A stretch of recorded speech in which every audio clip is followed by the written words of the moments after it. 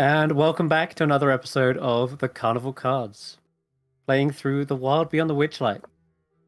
And as the recap continues, the little spider Faulkner, was latched onto the balloon, traveled through those dangerous mists, encountered deadly spells and shadows, and you even saw this draconic-looking shadow with a figure riding atop it. And when you got to the mill, there was that gigantic, hideous Fomorian-like creature that seemed to be operating it. And every so often, after hours of cranking, they would stare into the mirror, and they seemed content. Suddenly, their bad demeanor would dissipate, and then they would go back to cranking. And Faulkner, you realized that there was some sort of magical quality to this mirror because when you stared at it, you saw a healthier and younger, more beautiful version of Faulkner than you could ever imagine. And it's as you're trying to figure out how to bust this windmill up is when you got caught. The Fomorian clubbed you around the head, knocked you out, and imprisoned you. And when you woke up, the little living doll, Lilia, was hiding nearby and was trying to actually help you, like find a key or something. You asked them to go get their stuff, and Lilia went downstairs, found all those presents that had been delivered, and one by one brought one up. And you unwrapped an alchemy jug, you unwrapped some more gummies, you unwrapped one that had like electricity, and thankfully you didn't get put unconscious again. Made the save. But after all of that shenanigans, it seemed as though the Fomorian was done waiting. Came downstairs. You quickly teleported around them out of your cave, grabbed a hold of the crank that seemed to come loose from the windmill, and quickly flew out of the window. Quite literally, because as you were tumbling down, you remembered that you had this pixie dust on you. So you sprinkled it on yourself, thought happy thoughts, and whisked out into the mists. Thank goodness there was no more lightning, otherwise you would have had that to contend with as well. But mission accomplished. You stopped the windmill and got away alive. Meanwhile, the rest of the party had a little investigation to continue, finding Glister and the hidden belfry. And as you went up and up, you saw one of the higher floors had the aura, and the goblins were up to something. They'd been collecting a ton of these bottled lightnings, and you inquired about it. Immediately, Xaxx is asking if they can drink it, and they said, "Actually, yeah, you can. You can actually drink it." Xaxx took that as permission, immediately grabbed one and downed it. And the goblins were like, "No, no, no! You're not supposed to drink it. It only Enderlin drinks it." Suddenly, Xaxx was filled with inspiration, ideas that they had never had before, a new recipe perhaps, and a way to actually spread it through the lands of Prisma. I think you thought of an idea to set up like uh, was it a bakery or a coffee shop in the inn at the Wandering Inns? But in It any was case, it was a beer with a little bit of that's healing it. magic in it, so it makes you feel better, and it heals you for 1 point of HP. That's it. And then Well, you've it makes already it take minutes to come back. brilliant. Cool. I'm looking forward to that in the epilogue. Uh, so that happened, and you tried to sneak more, but the goblins caught you and told you to piss off, basically, shoo you away. And as you went upstairs, you saw that strange skeletal faced door again, the one that when its mouth opened, you could see inside. And it looked to be like a prison. So, working together, you got the door to open wide enough. I forget exactly how. I think you bored it to death. That was it. And it ended up yawning. And one of you jumped through and you started to lever it open with one of the halberds. Once inside, all these levers opened up to different prison cells. And in one of them, Glister, the acrobatic elf, was here and she was reading a book. Another one of those doggy court chapters by the looks. Anyway, she was absolutely thrilled to know that you were working with Gleam, and she couldn't wait to meet her sister and get out of here. And in fact, she was so overcome with the thought of her sister that it seemed to activate some sort of divination magic. Her eyes glowed with it, and she sort of went into a bit of a trance for just a few seconds. After which, when she came out, she exclaimed that they were in danger. Her sister were being surrounded by some sort of snipping metallic scissors, like these rusty shears, and she could just hear the snipping sounds all around her. And she could see that they were underground in some sort of long tunnel, and they were with others, an owlbear, an oil can, and these strange mouse-like creatures, most likely Briganox.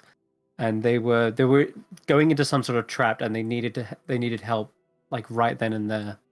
Um, that spurred the party on to explore the rest of this place and figure out what to do. I think you did find right at the end of the session, you did find the hidden belfry. It was just above the writing room, and you spotted a few loose planks, and when you removed them, there it was. This writing room also had like loads of little folded up paper birds. When you unraveled them, they were letters from Enderlin that have yet to be sent. One of them was going towards her sister. Another was going to Kellic, who's the leader of the League of Malevolence. And so you had a choice. You had an option to actually send these if you wanted, or maybe try to forge it. That was another idea you had. But in the end, you thought actually you could do this anytime. I think you didn't do it in the end, just purely because you had other ideas you wanted to do. But the option's always there to go back and do that. Other than that, the party are still waiting for word on when Faulkner is back. You set up Clapperclaw to be this little lookout, and that's probably what will start right now. In fact, is coming up the stairs, clattering along, clacking their claws. You hear Clapperclaw coming up the stairs behind you guys, and kind of in a low whisper tries to get your attention. Um, guys, the balloons returned. The balloons come back. Did you see if Faulkner was there? You I see mean, them did you shake see their if head. Faulkner was there on the balloon? No, it I didn't see them. The Did a couple of the ducklings looked a little roughed up, but what do you mean roughed up? Like they were in a battle? They were they looked really sick. Like one of them was like pale complexion, and the other one had like bloodshot eyes. okay. Are they docking now? Can we go see Yeah, them? Yeah, okay. Let's shall we everybody go and find a friend?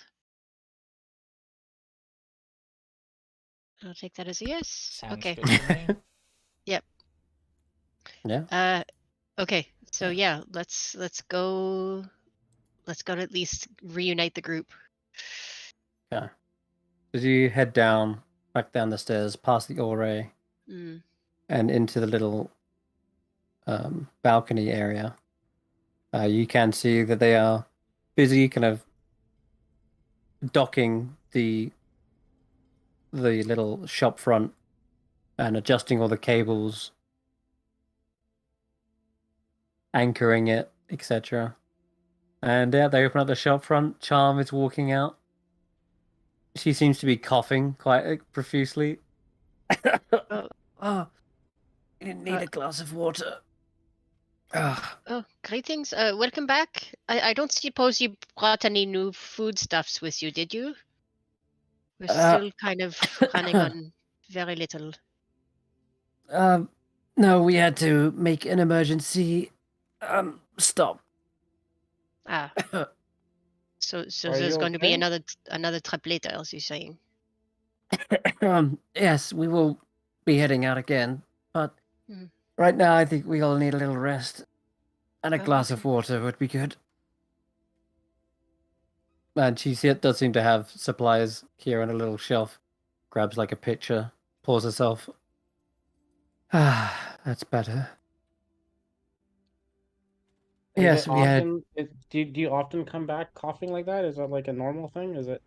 It was a. You seem to have the pitcher of water just like ready to go, as if it's a normal thing.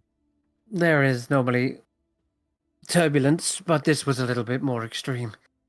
Um, a cloud of noxious gas seemed to coalesce around us, like it had a life of its own.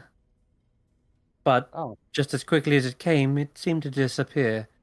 Luckily for us. Otherwise, I think I would have joined my companions on the floor of our shop. Hmm. Some kind of so curse? Is that weather normal around these parts? The mists can be quite deadly. Hmm. The windmill is mostly to blame. It's in the direction it spins, it draws in all kinds of winds, foul or mystical.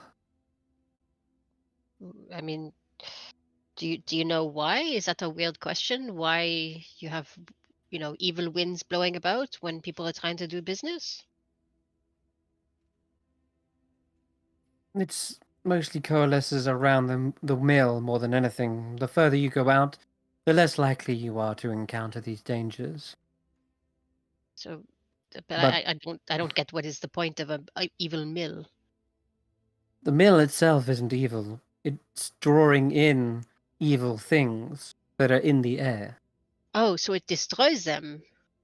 Well, that's Mm, good. it's That a seems helpful sem- mill. se- seems dangerous to go near it. So it is dangerous to go near it. I wouldn't say it yes. destroys them, though. It just seems to swirl them together in a little collection above the clouds. Hmm. Anyways, you needn't worry. We're all alive. Just some rest will do. Oh, I'm sure. I'm not worried. I'm just curious about the infrastructure around this place. Well, I just don't get the point, but that's my problem. Yes, of course, you have a rest, you have something to drink, feel better from The the mist. poisonous The point mist. of the mists is to keep Prismir hidden. The realm itself is encapsulated in this mist. It shrouds the realm from the Feywild as a whole. I mean, that's Did all well and good, but like, does it need to be there to like separate the different parts as well? That seems kind of a pain in the butt for those who live here. Um, it's a small price to pay for the fact that you have your own private realm. have you heard of free trade agreements? It's very useful, but does require transport across borders. It's excellent for trade. He seems to be staring at you, drinking another glass of water, but clearly is not like taking it in. Never mind. Okay, I, that's okay. I actually, you said it's a dangerous, or it could be dangerous. I mean, look, the other two are still on the ground there. Have you thought about insurance at all? Mhm. I've dealt with balloons in the past, and I have much experience, more experience than anybody else around here. I can tell you that. Is that so? Yeah. How much are you charging? You pay a small fee of, oh, I don't know, 25 gold a week, and then if anything happens to your balloon or storm cloud transportation device, I will reimburse you up to a certain amount, depending on the agreement we make. Hmm. You can roll a persuasion check, Xaxx. 25 gold is actually a pretty decent price. Well, it's actually a lot, but considering how much the balloon is worth, which you also discovered last session. Oh, He says, pretty sure that if anything were to happen to this balloon, Endlin would suck out their soul. So that's enough deterrent as it is. Oh, you'd still be without a balloon though. I mean, have you considered soul insurance? He raises an eyebrow. What is that? Some sort of necromancy? To some extent, yes. I mean, you get your soul taken we do our best to get it back or find a replacement for the body. This is all starting to sound like one big scam to me. You're just after our gold. And I mean, to be fair, you're in Prismir. How much value does gold really have to you? not many, which is That's why a the great shop question. trades in trinkets and magical items. Hmm, And after all, you've already seen what Bauble and Trinket take as payments. true. There's no amount of yes, I can't put a price on certain things. Anyway, if we're done prattling around, are you here to buy something or Hmm, Well, you said there was not much new in terms of supplies that you had picked up. there is not, no. We Uh, dropped off supplies. Oh, I see. Okay. No, we will. To be honest, we were just a little bit sick of trail rations and hoping to get some, uh, new foodstuffs. But that's okay. I understand. These things happen. The storms of evil mist could happen to anyone. We'll let you go. They nod and Farewell. stumble back, letting out a few more coughs. You did give the kite to Charm, yeah. All right. So they seem to shut up shop, and there's still no sign of Helia. And if they were invisible, they would We have at wouldn't least made know. themselves known by now, right? Yeah. Mm.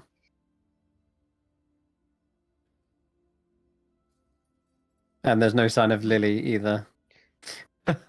Even though, yeah, that's just Rodolfo is Token's kind there. of hoping that they're both still invisible and just hiding and are not going to reveal themselves until the balloon has gone away again. That's Hmm. that's his thinking here. So he's not concerned at all. how? They don't seem to be leaving. You can see through the perhaps just a window. They're probably laying down. The other two are probably flat out, like laying down, or one of them's like resting in a chair. They definitely look like they're going to be here They're not for. gonna be. No, they're going to be here for a while until they've recovered. By the looks. Does any of the party have the message spell? Xaxx does, doesn't he? Message? Nope. Uh, I don't have message. no, Because I can just speak to people telepathically if I can see yeah. them. Yeah, Hmm. I know I don't. Does your telepathy I mean- thing require your telepathy thing's line of sight, isn't it? It does. Hmm. Okay. Tanwen doesn't either. I mean, I have sending. Oh, That's a third okay. level spell. Yeah. Yeah. But then again, that has no distance. So if they're not here, that would I could allow. ask where they are. Yeah. Is that worth it at this point? Because we might just end Oh, up well, waiting. let's wait for them to leave, see if I can save the spell slot. Yep. I forgot to mention, Glista slowly catches up to you. She's actually trying to remain hidden because you have a prisoner who you just broke out. And she catches up after the Darklings go back into their shop. She's like, guys, Yes. did you find your friend? Because we need She's to make probably a about here move. somewhere. Helia, are you here?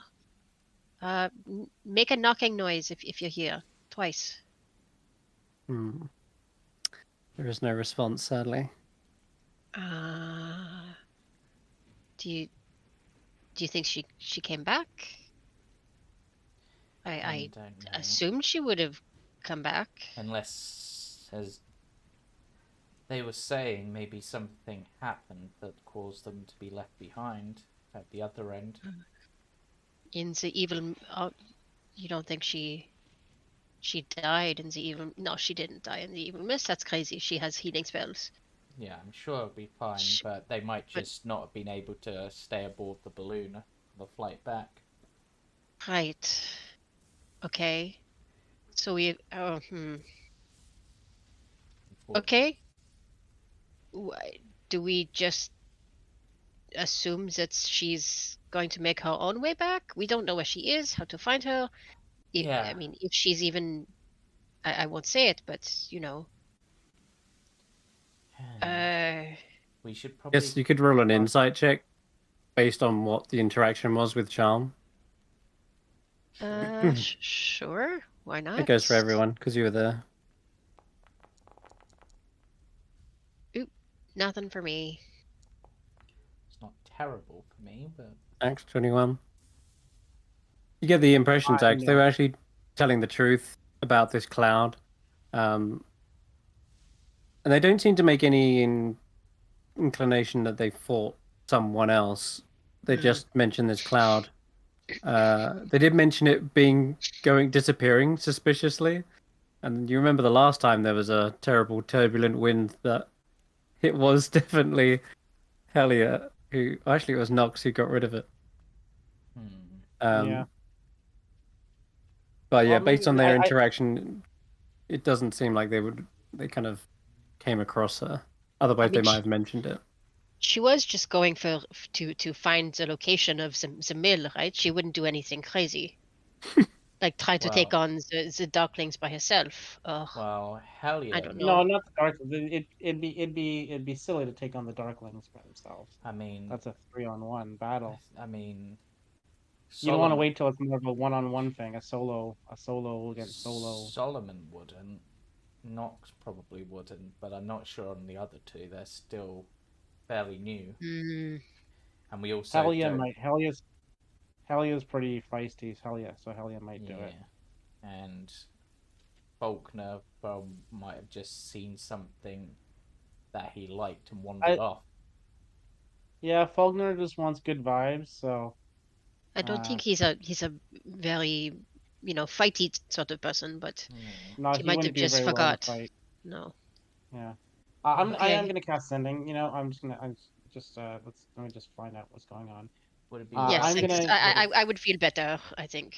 I'm gonna cast sending to the entity I know as Solomon, Helia, Nox, Faulkner. Noxstrada, I believe, as their collective. Is that the collective Noxstrada? Isn't it, Jamey? I don't know. I don't know what the collective group name is, but yeah, I'll cast sending to them. Okay. All right. What do you say? Hello. This is Xaxx. So we're wondering where you are. Are you alive? You didn't come back with the balloon. Just let us know if things are okay and if we should wait for you. Let us know, please. Thanks. Okay. Meanwhile, in Yon, somewhere on the mountains, with a collection of Corrids gathering more and more in number, Faulkner, you stand in the dark, dreary switchbacks of the mountainside, and you receive this message right then and there. Oh. Hey, buddy.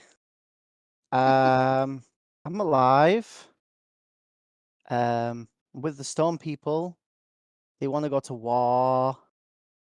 But we're doing it for peace, right? So we're on our way. Hope all is well. How is everyone else? What's going on over there? And it probably cuts out at some point because you only get 25 words. I think as you're saying it, the Corrids are like, oh, is that the others? We've been meaning to wait for them. Like, they never came out to Lockberry Henge. Also, are you going with Team B, Faulkner? Because we found another way in. Remember, we've been making the tunnel. Which one's Team B again? Oh, that's with Juniper, Morgort, the Dandelion, Gleam. Are they far? I mean, I'm here now. Well, yeah, we've made the tunnel. Like, you see where Motherhorn is? They kind of point out, and you can see how it's sort of separate from Yon quite a bit. I had to tunnel in somewhere near the bottom. I thought I was leading you guys to the door. Well, that's up to you. You got two paths of entry. You can go right up to the door, or we can use the underground. I mean, as Coreds, we're great climbers. We could probably use our hair as rope, rappel down the side or whatever, or up the side, and then I don't know. We got another party coming though. I'm sure they're capable. I'm here now. Let's go. We can do this. Like I can climb with you guys. I can turn to a spider or Anyway, ask them. Ask them where Team B is. where is Team B? What? Oh, you mean us? Oh, that ended probably about a while ago. I don't can Xaxx, can you hear me? Hello? No, I think he hung up. I think that was probably the last couple of things you said. That was the message they received. That was it. Yeah. So back to the others. You just heard Faulkner say all those things. Just Faulkner, I'm afraid.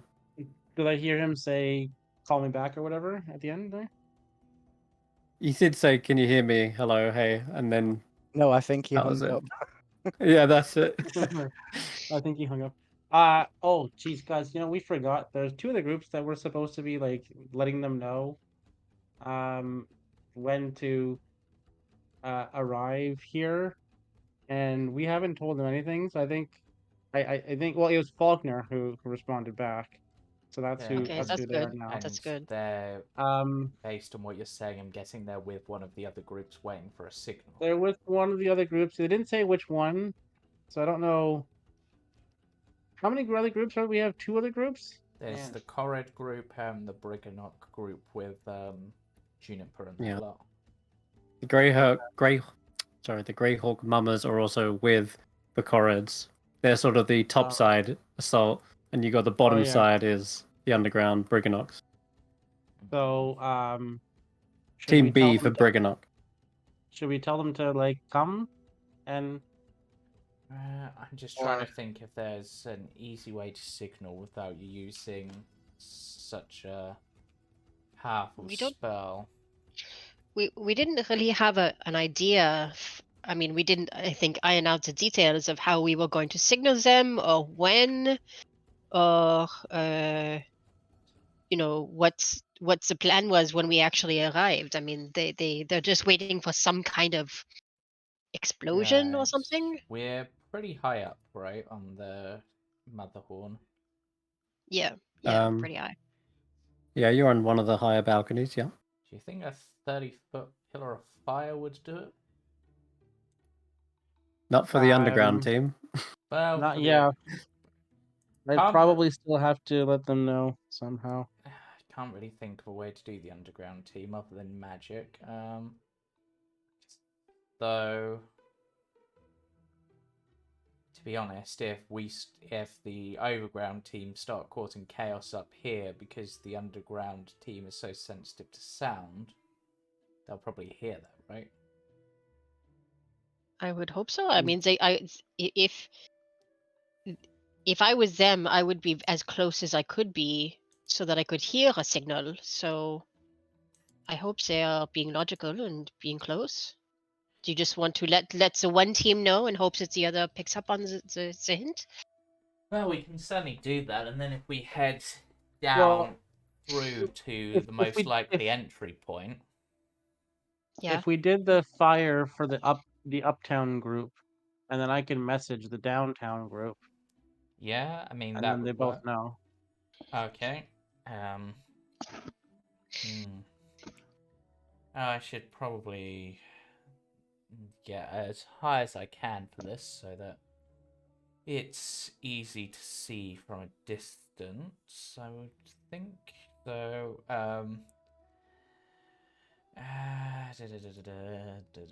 Tarquin will activate his Step of the Wind to basically fly 90 feet into the air. and Yep. then use one of his uses of his dragon breath to basically unleash a sheet of fire, like a pillar, almost straight up, and hope they understand that that's the signal. Very cool. Yeah. All right. Can I do an investigation check either before or after to see if there's anyone from Motherhorn who sees this, who might see this? I probably should have checked before we let him go, but Yeah, you mean like here with the like darklings and such? Sure. yeah, like is Endelin gonna see this? Yes. Okay. So yeah, you can do a perception check, or you want to try and use investigation. How would Yeah. you? Yeah. How I would would you be use investigating that? because I'm looking for something specific. Like I'm looking in the windows and in the platforms and Okay. All right. Yeah, you can go ahead and do that. yay. Thank you. We'll see. Not great. Right. So with an 11, there is a great deal of lightning that you Mm. only just realize is crackling through the tower.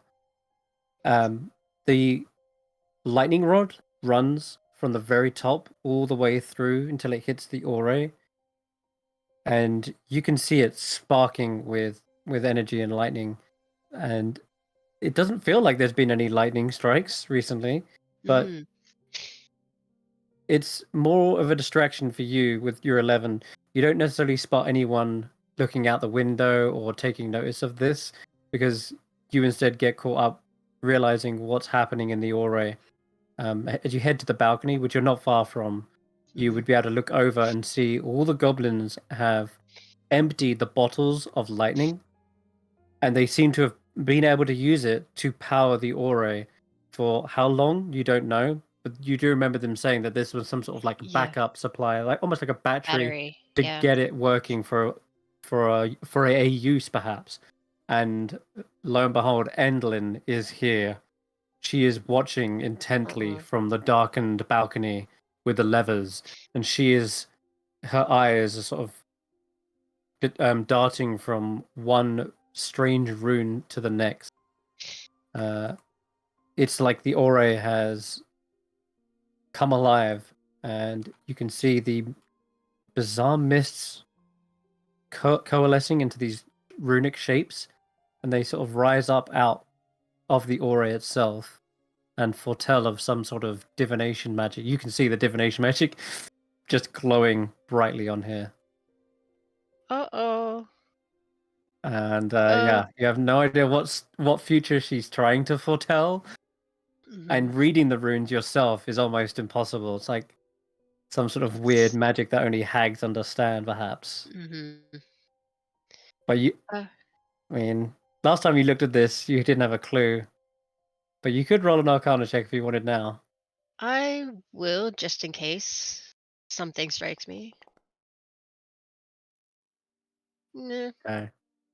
I'm gonna go ahead and go out on a limb and say it doesn't look good. It's not. Yeah, bad. Probably bad. It's That's all you can tell. Is it looks bad. The goblins are also in the midst of perhaps cowering. They're making sure the aura is working, but they seem to be afraid of Endelin's reading. They don't necessarily understand, but they can tell perhaps from Endelin's body language that this isn't something good. Yeah. Okay. Okay, guys. Remember the guys that were putting all the lightning into the Ori to make it go? And now it's going, and Endelin is there, and she looks really happy is the wrong word, but she's excited, maybe anticipating something. I don't think it's good news for anybody. Oh. Yeah. I don't know how much power that thing has right now, or what she's trying to look at, but something is going on. So just maybe we need to hurry up the schedule a little. Well, you let the signal go, so hopefully we're gonna have to make our move inside. Yeah. And we know where the belfry is, which is good. We're calling in the other teams. What is the next step? Oh, I suppose the next step, we know where Endlin is. Mm-hmm. You know she is well. Was there anything we needed to do? Well, definitely she needed to not be in the room. Can't think of anything, but it just seems like a good opportunity. Only maybe investigate her bedroom, see where we met her first, see if there's anything in there Ooh. that we missed. Ooh, you know what? I don't hate that idea. While we are waiting for the others. Wait for the Uh, chaos to start. mm-hmm. What do you think, Xaxx? I'm good for chaos anytime. I think if she is trying to do a see the future thing, then we should probably do whatever we're going to do before it happens, because she might Yep. mess things up otherwise. Right, let's head to her Before room. we head there, Xaxx, did you say that you were casting us a message or sending to the other group? I was going to, yeah, as soon as we light the fire, then I was Okay. going to pass a message to the other group. All right.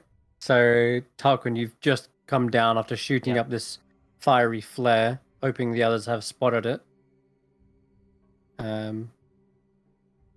Possible to then know, I'm unless. Yep, go. Yeah, and then I'm going to cast the spell. I'm going to cast sending again, All and I'm right. going to cast it to the flower Dandelion. creature, the dandelion with the sword, I think. Yeah. Amador. Yeah, I'm going to cast it to the dandelion with the sword, and said, All right.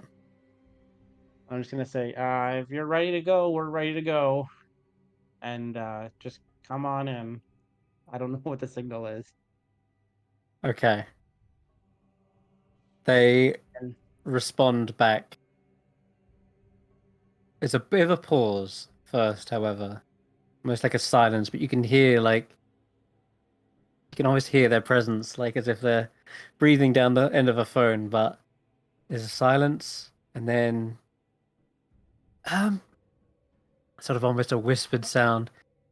We're in a bit of a entanglement. Yes, we ran into a very thorny situation. Actually, spikier than thorns. These were metal spikes. Came from the darkness. Uh, Good news is we did finish the tunnel. The tunnel is attached to the bottom of the understage.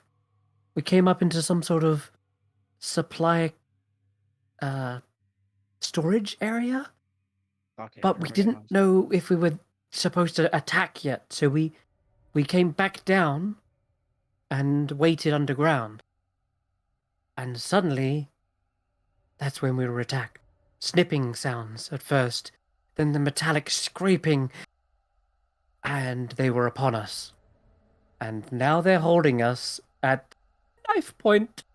My stalk is being threatened with its very life at the moment. As is Morgott, Gleam, and my dear beloved Pollinella. Please, you must help us. I don't do anything rash. They'll kill us. Snip us to pieces. That's where the message ends. All right, guys, we got to do something real rash. We got to head down to the basement. That's where the other group is. They finished the tunnel.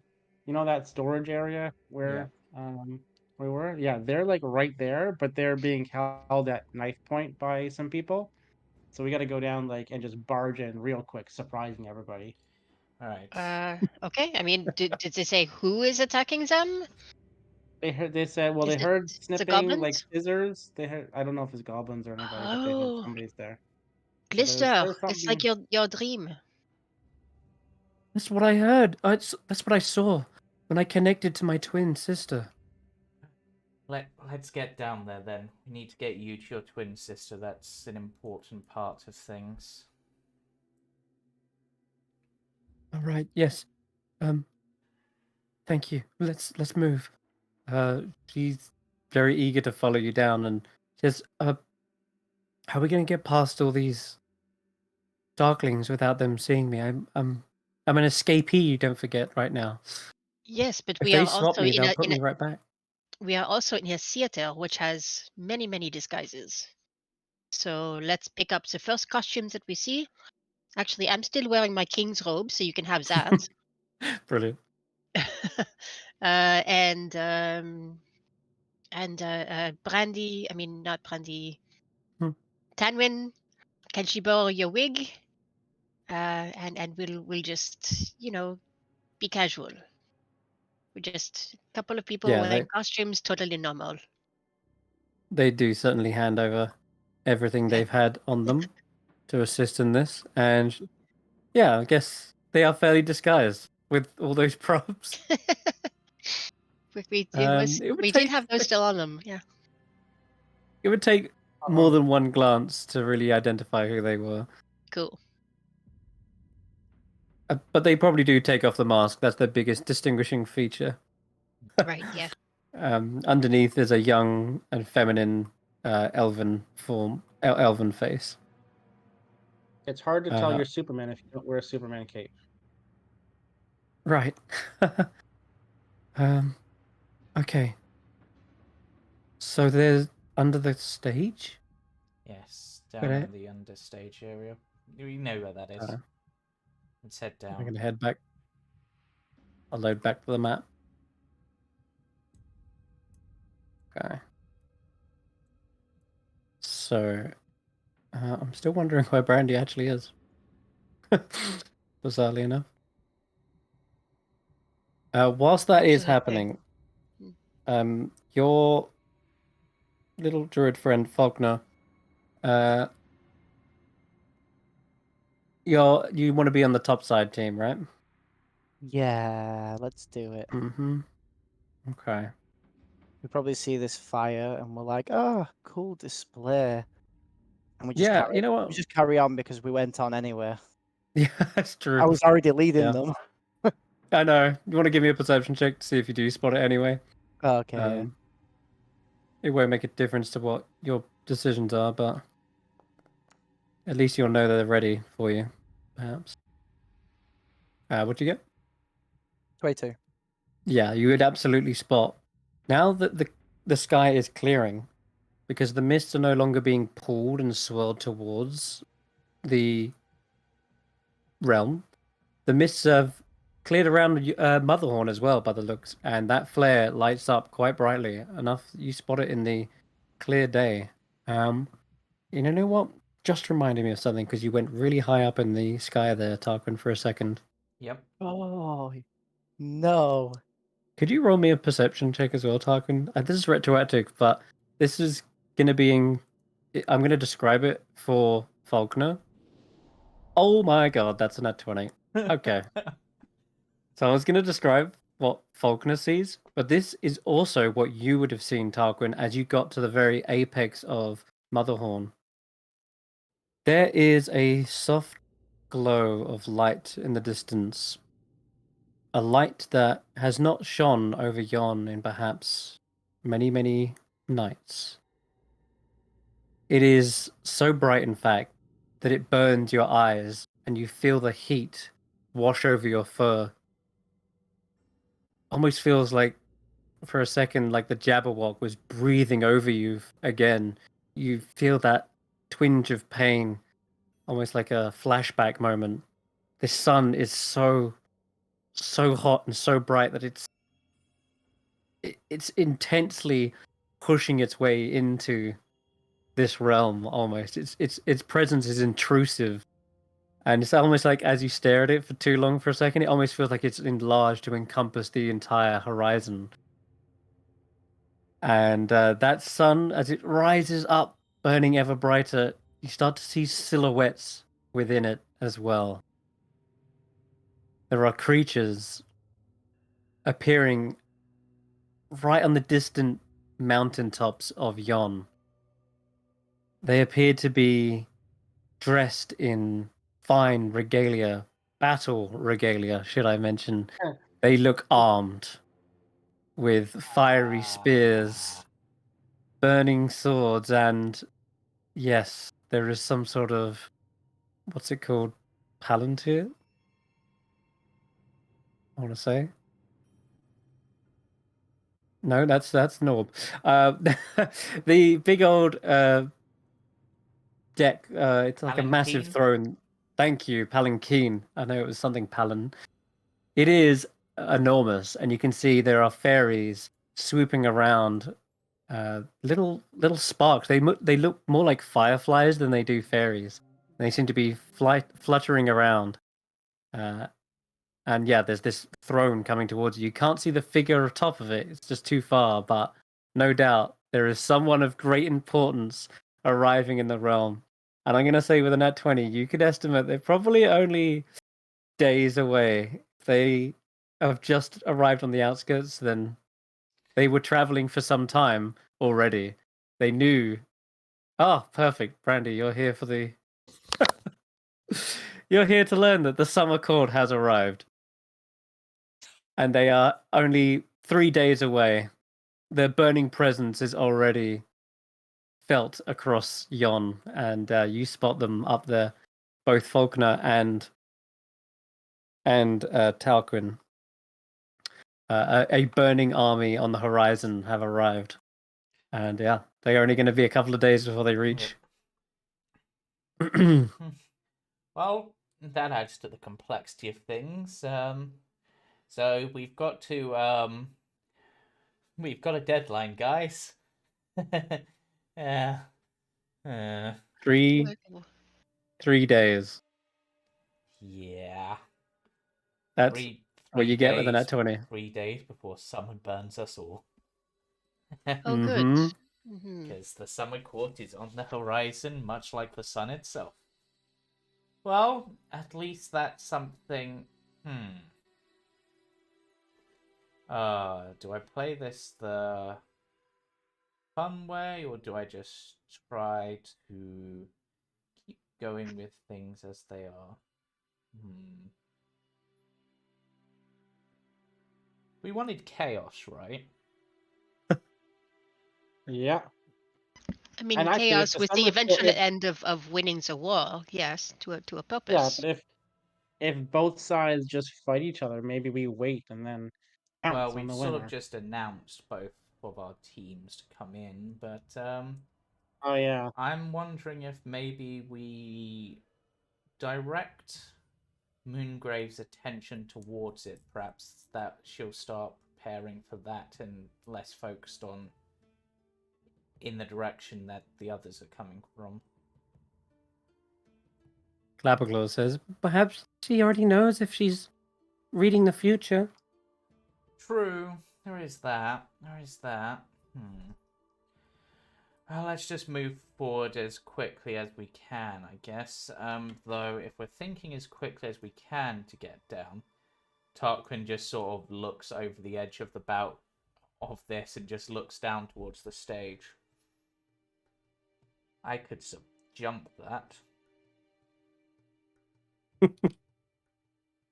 The rest will definitely have to walk. I mean, I could get to and try to rescue our friends, but I don't know how dangerous the thing is down there.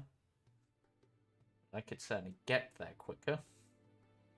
Well, Clapperglaw says they had Morgort with them, and Morgort is really strong. That's true. Probably gonna need everyone. Let's move through as quickly as we can then, without raising suspicion. Okay. So you've disguised Helia and talking about Glister, and you make your way back down. Now, I think to get past, you would go past the Ore just briefly, where Endelin is. So she will appear at the very top of the balcony. Go away, Goblin. There we go. It's this dark figure, veiled and still puppeteering this small little stage. You can see that the puppets, the little marionettes that appear on her little stage of her dress have changed. They no longer represent Faulkner, but instead you see sort of some sort of queen with a crown of flames, and then there's a figure of herself as well. And she looks down at you all as you enter into the orrery and says, "You look like you're in a rush." Well, as I'm sure you're aware, the sun's rising, which is a bit of an odd thing, but it seems like with the sun's rise, it seems it's time for summer. It would appear as though your meddling has come to a light. Yes. Certainly. And here I was welcoming, hospitable, and this is how you've repaid me. I mean, Deactivating my aura, stopping the mill, and yet you've brought ruin to us all. I mean, to be honest, considering some of the stuff you've been doing at this point, you probably deserve it. Not gonna lie. Maybe so, but Kind of feel you brought it on yourself in the long run. the summer court will not spare you either. I mean, they owe me a favor, so...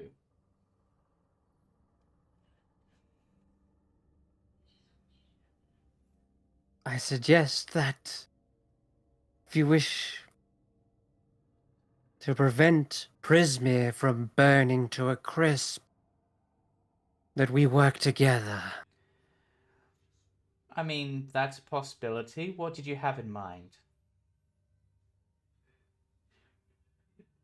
I propose we deal with Titania and her troops. I could not fight them alone, but you have already summoned an army, and they are sitting right outside my castle. Who's that now? You need not play coy. I know of the Correds and the Briganox. You want to fight Titania?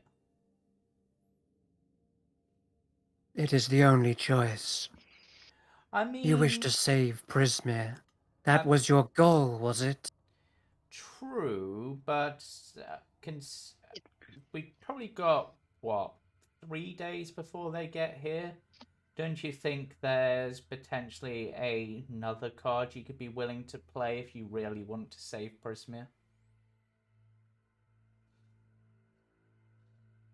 It's either that or we reactivate the mists.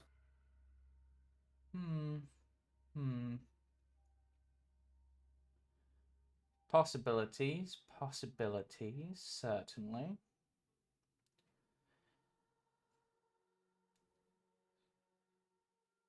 I will make this even easier for you.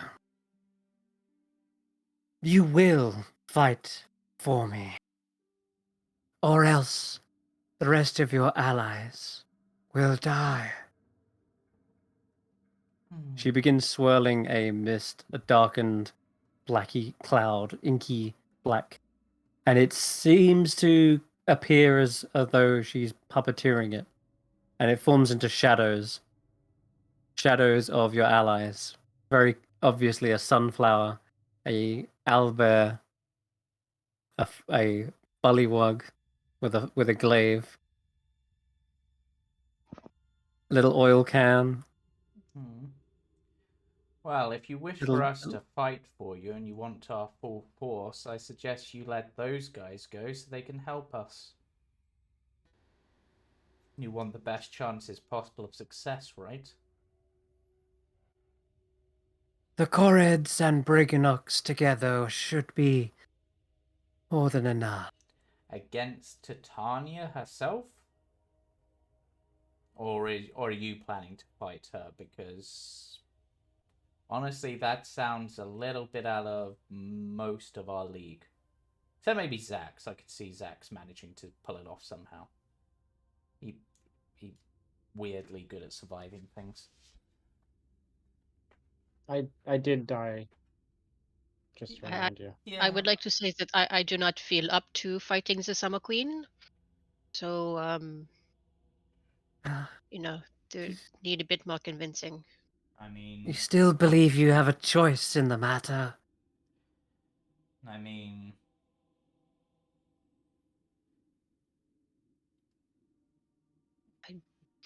you still believe you have control over us. You don't wish to see your friends, their throats slit, do you? No, but I don't wish to see my allies fall in combat either, and yet you're going to make me send them against the Summer Queen where most of them will be slaughtered. So you're basically saying, hey, I'll let your friends live if you let all your other friends die. Mm-hmm. The Corrids at least stand a fighting chance. They know this place. It is their terrain. They could cause avalanches, landslide, open the earth, and swallow them whole. The Corrids are the army we need to defend Prismir. I mean, I am more than happy to send them that way, but to some extent at least. But I feel like if we're going to send them against the Summer Queen herself, her army, sure, that's fine. But against the Summer Queen herself, assuming she hasn't brought any other people on that sort of level with her, we're going to need some bigger guns than what we've got here. I mean, for example, you yourself would make quite a... You're very powerful. Why don't you lead them and fight against Titania directly whilst they fight her troops? I work best as a puppet master, less of a frontline fighter. Don't you see? What And you about... see her pulling the strings of her own little marionettes. What about your And you see sisters? I'm sure they could get here in time to help. They are already on their way. Oh, you thought I just meant those two. I'm sure there's someone else we could get involved if we really wanted to use everything. Her silence is very telling. She knows, you know, that Zyvilna is more than capable enough to handle the Summer Court. So, how much are you willing to put on the line? You want us to put what we have on the line? What are you willing to put on the line, Moongrave? I would sooner flee Prismir than hand it back over to her. Then do it. I'm not going to stop you. That's fine. We really don't have any interest in keeping you here, to be perfectly honest. So... Leave, take your sisters, and we'll try to deal with Prismir our own way.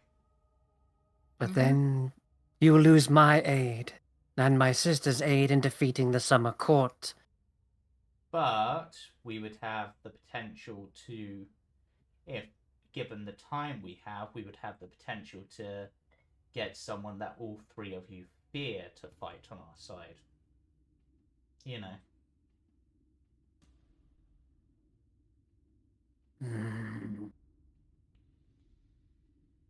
I have presented the options already. The Corrids will not be fighting alone. I'll send my own Darklings to aid in the efforts. Though their force will not be as effective as the Corrids, seeing as they are creatures of darkness. And the Summer Court is the brightest army you will have encountered. But my point still stands. And your allies' friends, your allies' lives still hang by a thread. And you see a shadowy apparition of a pair of scissors hanging above the threads that dangle above above Morgort, above Juniper,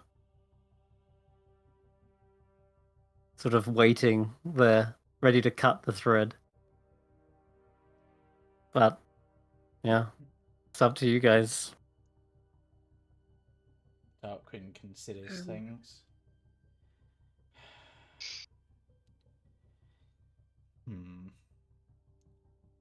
Then I suppose we need to go at least speak with the Corrids. They might not be willing to throw their lives away. Whilst they're our allies, they're not necessarily...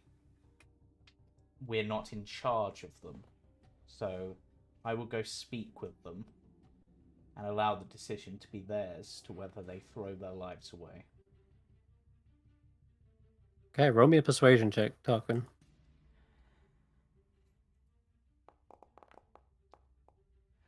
No, you don't, Dice. No, Jesus. you don't. No, you don't, Dice. Draconic Disciple, activate. I'm re-rolling. The dice will try. Okay. Yeah, how do you manifest your little draconic flare here? What is it that changes her from being this control freak? How do you wrestle back that control? So, Tarquin, let me just think, will pull out his deck of cards and just simply shuffle them in his hand for a moment and be like, well, it would certainly be unfortunate to allow part of my deck to disappear, so I'll play your game for now, Moongrave, but we'll have unfinished business once the Summer Court is dealt with. Understand? I'm glad you've come to realization. Seems the lights have also turned on in your own brain. Yes. The other darklings up on the staircase above you and around the balconies, they seem to ease up. Their hands that are actually hidden beneath their cloaks, probably gripping some sort of daggers, seem to let go of them and they relax their postures. Allow our guests to leave. Speak with the chorus. But if you do not return swiftly, well, you see one of the strings pluck in the shadowy illusion, and the scissors snip, like one holding up like Juniper's arm, and it kind of goes limp slightly. Just so you're aware, Moongrave, if you harm a single hair on one of their heads before I return, I am going to take you to pieces, one bone at a time. I've fought the Jabberwock. I've dealt with both your sisters. You do not frighten me. Less time talking and threatening, Tarquin. Your time is ticking. And your hourglass is running out. But with that, Tarquin will head out. And as he heads out, he'll just mutter just loud enough for her to hear, when the moon blots out the sun, creeping Lynn will be undone. Ooh. Yes. Yeah. Oh, you see her teeth grit so hard that one of them cracks at that. You can all hear it. It's It's so cringeworthy. gross. Yeah. Okay. So you're allowed to leave now. I'm not going to just drag your tokens out. But well, what do you guys actually do? Because I know you guys. I know you guys well enough now. I know you well enough. So yeah. What are you actually doing? Oh. My wording was fairly specific in that I would go and speak with the Corrids. Okay. The rest of the group, that will be up to them as to what they do, but I sort of looked at Xaxx, established hopefully establish the telepathic connection and just be like, there should be a way into the tunnels from outside. If we go in through that way, we have technically left and we are technically returning, but that might be our best way to save the others. If we can remove them from her hands, then that gives us the edge. But right now, she has a lot of pieces.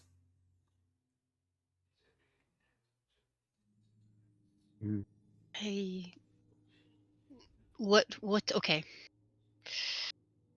Are we sure that we want to fight with her against the summer court? I mean, this is No, but what's the worst thing that could happen if the summer court wins?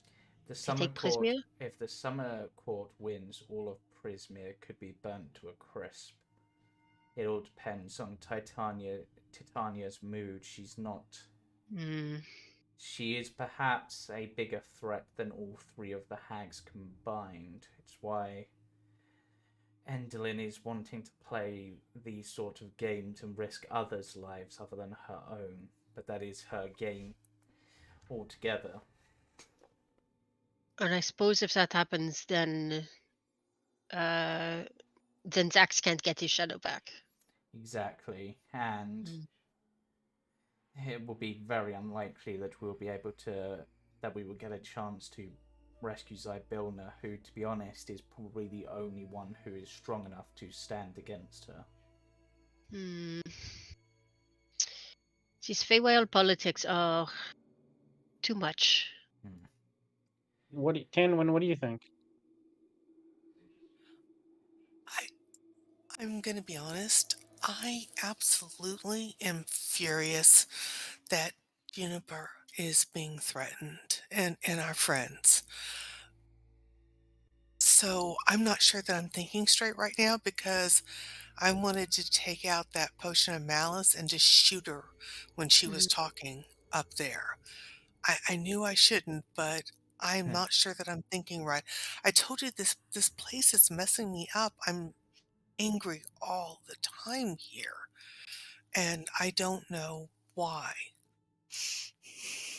I think that's just the sort of place this theatre is. It brings out the worst in everyone.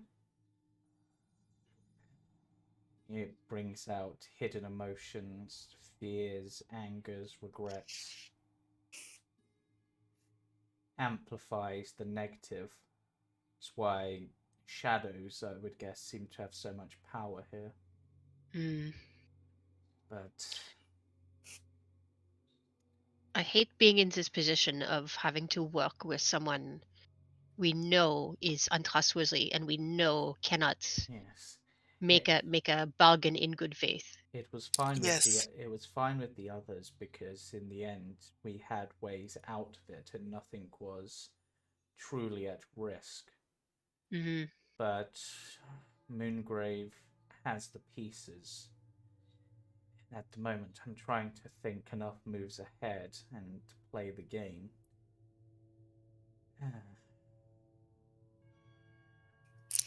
The game. There is one other option, though it would not be an option we could. It would be a difficult one to play, but it could work. I'm open to ideas. If we do lead the Corrids towards the Summer Court,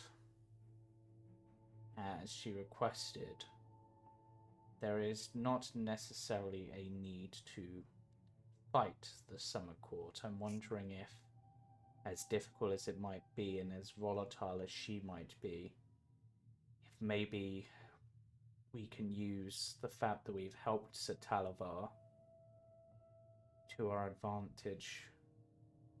But that's a very risky play. We don't have enough to bargain with. I mean, that goodwill doesn't count for nothing. It's Sir Talaval will speak to us. Yes, there is certainly that. To be honest, Maybe we can make some kind of a deal with the opposite army and see about getting rid of these hags together. the difficulty is, while Satalavar would owe us to some extent, though I think he gave you that sword to pay back the debt. Yes, Yeah, but I he think would right now know he owes us nothing. he owes us nothing, but he knows that we are a potential ally. Yes. I mean, he knows that we come in good faith to set right the wrongs in this place. You know, he knows us. Yes. That's not nothing. That's it's certainly a worthwhile move to make if we end up having to go that way, but it should be a last resort. If anything, enough. Clavicle. Sorry. Clavicle mentions, well, I don't know about the Satalavar. He did seem very honorable and just, but I don't know if the same could be said about their queen, who has a very fiery disposition, and most Fae don't believe in good and wrong. Yes. The only way we would get Titania on side is if we have something worth bargaining with. If we offer... But this all in 3 days. Yes, so we've got time. But right now we need to get out and speak with the Correds and let them know what's happening. But I'm thinking if I go out and to deal with the Correds and you guys sneak in through the other end of the tunnel, which is at the base of Motherhorn,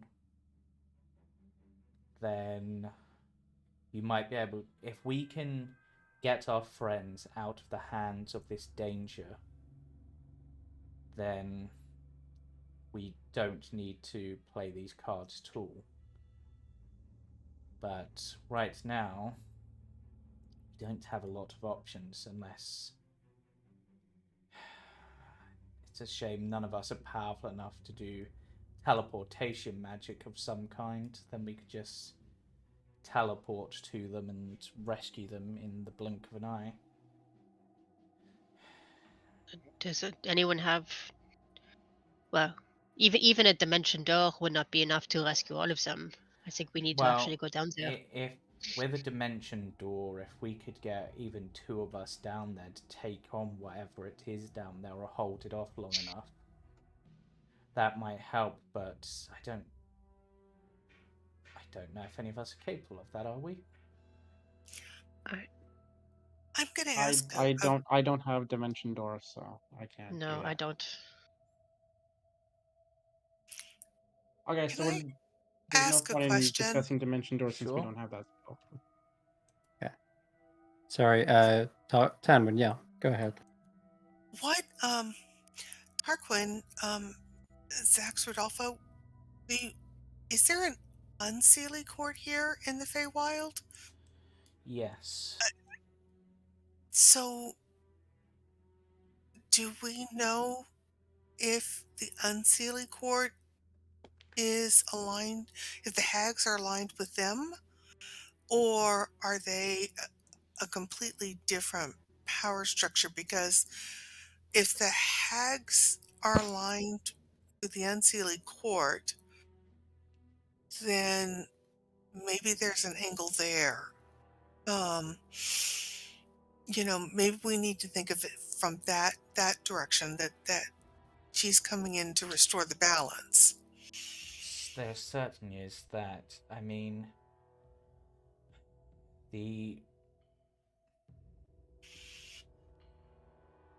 what we need really is we need to be able to get up to the palace, but how do we get to the palace without... We know that we can get to the palace by ringing the bells in the belfry. Mm-hmm. You have the option to go there now. We could just... The Mystic Clearing, and yeah, like Rodolfo says, you can do that with a bell. I think there's more than one way there, though.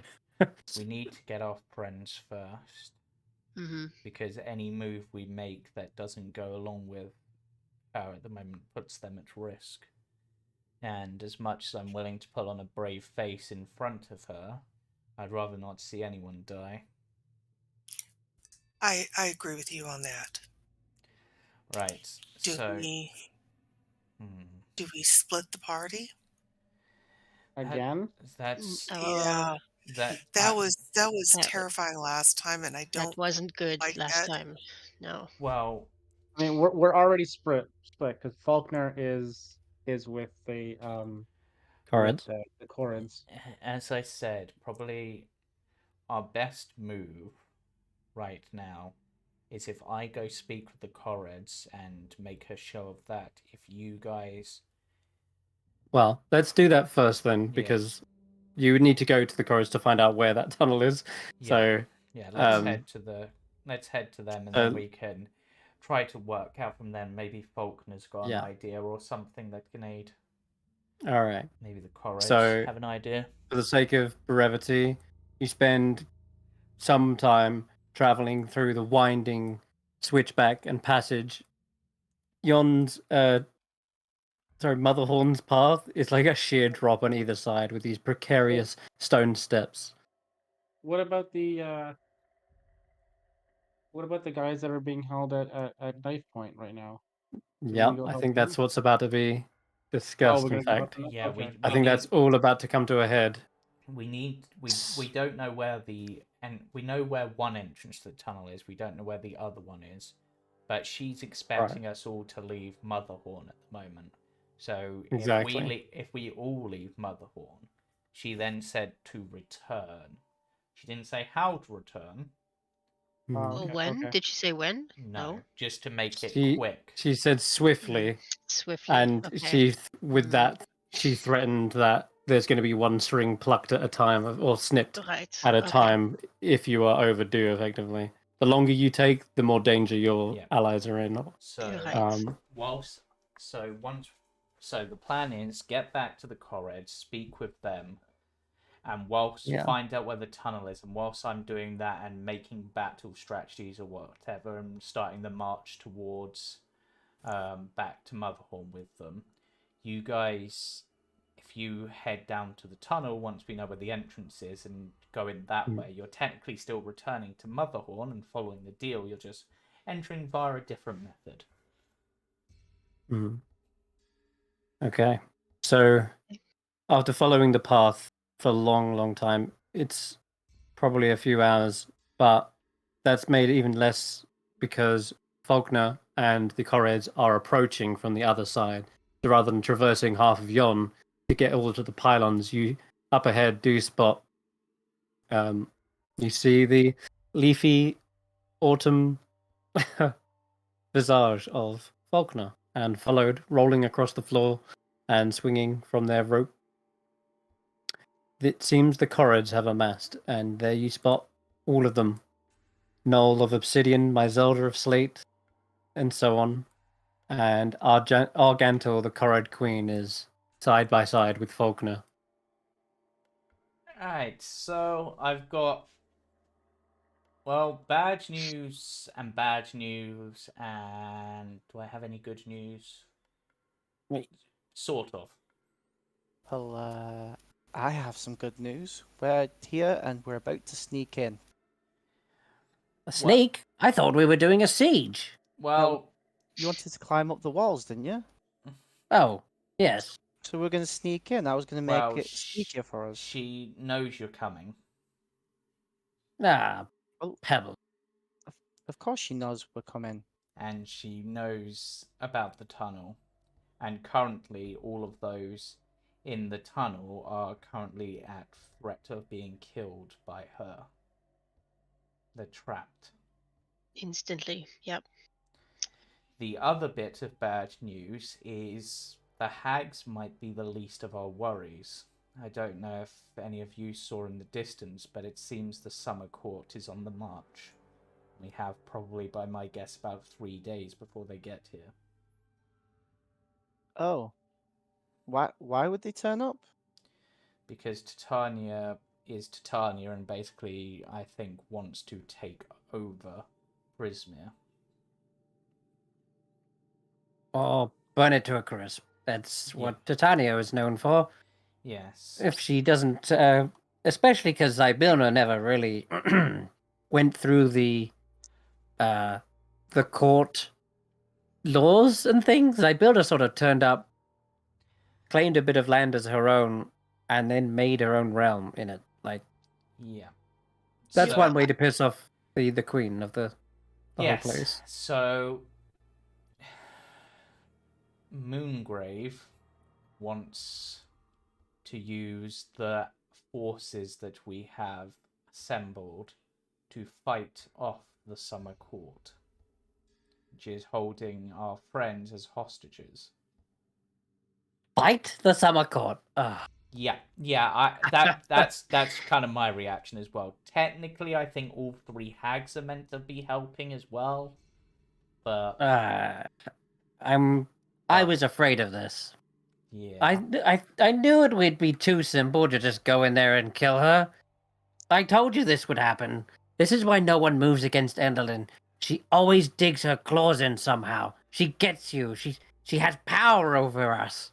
All of us. Well, That's why we lost hope in the first place. Well, we do have one piece that seemingly she didn't react to, so I'm not sure if she's not aware we have this piece or not. But we do have our friend here, points to Glister. And I think if we can get them reunited with Gleam, then something's going to happen because she seems very intent on them not being reunited. So, do we need to go save the other people? Well, I want to take the Koreds as agreed to Motherhorn with whilst the rest of you enter through the tunnel, which I'm hoping you Koreds know where the entrance is, so that the others can go in that way and try to rescue them whilst we play into the whole we're going to fight on Endelyn's side angle. Boy. You want me and my tribe to go talk to the Summer Court? No, I They're meant... more likely to shoot us on sight. No, we're gonna go into Motherhorn, which to be honest gets you guys into Motherhorn. Okay. Then, Xaxx, do you have does anyone... I doubt that. Sorry, I doubt they're gonna let us waltz into Motherhorn. Like well, that's just letting the army into your front doors. But they seem, or at least you'll be right at the door.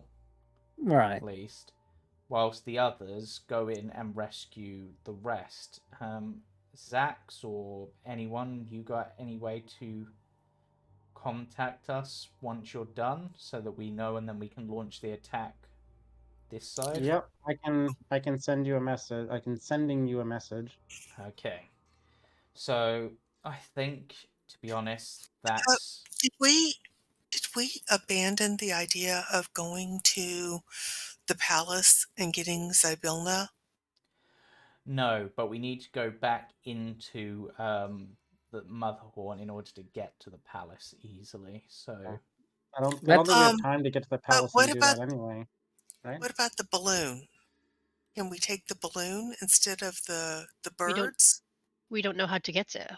So the balloon is the only way to fly.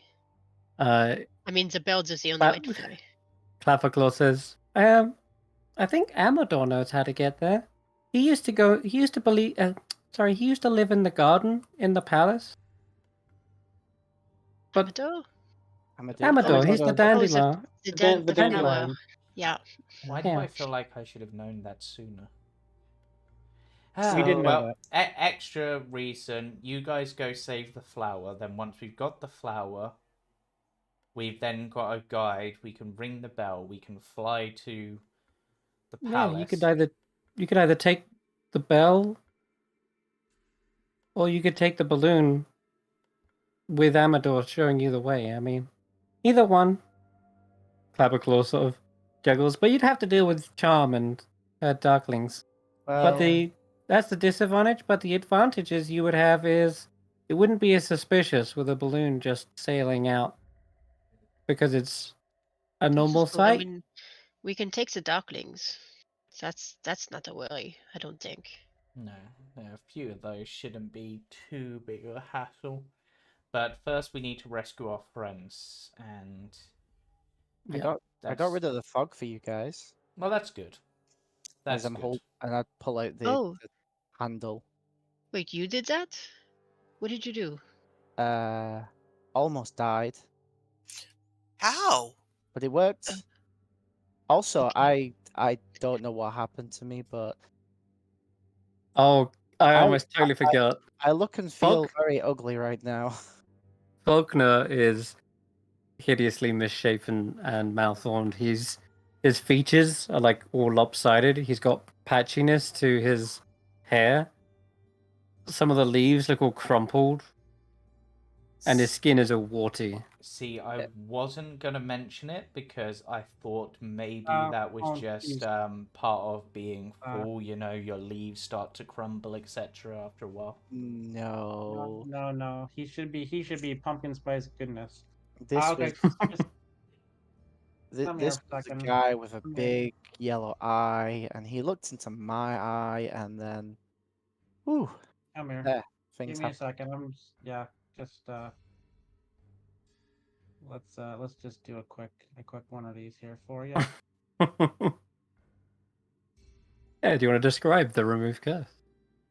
How does It's the this? same thing. It's a whole bunch of little Xaxx doctors coming over and trying to inspect Oh, him with their magnifying glasses and thermometers and stethoscopes and things, and yeah, I love and it. then trying to, and then they get out a little syringe and just like inject fear into him.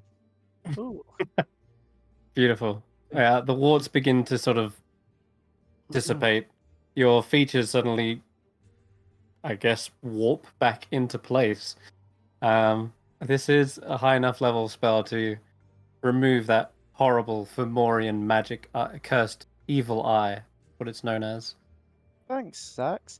So, do we need Yeah. to go back on ourselves to the tunnel entrance? Yeah, we gotta go to the tunnel entrance and Right. Well, save everybody there. I could get one of us there quick, you Oh, know. can you?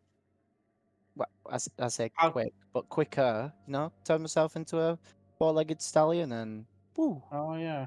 bound off. Oh, well, how far is the entrance to the cave, and how long would it take you versus somebody not on you to do that? Because that's gonna be. I mean, we know where it is. It's not that. How Um, long is it? 10 minutes to get there? 5 minutes? well, no, we don't really use those minute things you call. Right. However, Mhm. I've got an idea. Now, most of us are heading with you, Tarquin, to keep up appearances Yeah. and parlay. All right. So, Noel, my Zelda, Jagu, Budok, Mallow, Yana, you all go with Tarquin and myself. But Azil of the Granite Club tribe, I want you to do something for me. I'm gonna need you to help these allies get down there quicker. Think you can do that?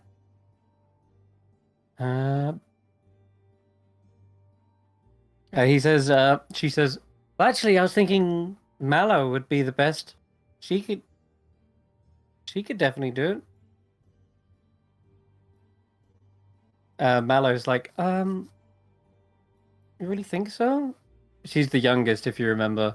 Mallow's the Well, daughter. I And she's like, certainly believe you're capable of it, Mallow. If anyone is. Gantel says, but Azil, you're the strongest. And Azil says, yeah, maybe, but I'm not the best at shaping stone. And Mallow, that's your forte. Of the Wait, marble clan, you're able to stone shape. wait. Are you going to make a giant slide to get down here? Because I am so jealous that I'm not getting to go that way. He says, "Yeah, I can totally do that. Sure. Whatever suits your purpose."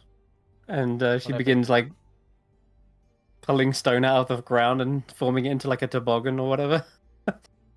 Well, that's you guys sorted, I guess. Let's get there quick. All right. The rest of us will head up to Motherhorn, but keep your eye out for any archers or shadows. Those darklings could be anywhere. Mm-hmm. Well, Okay. guess it's time to sled in the opposite direction. I sure hope you know what you're doing, Tarquin. Me too. I'm but sort of, if anything, I'm with Tanwen's idea of getting to the palace as soon as possible.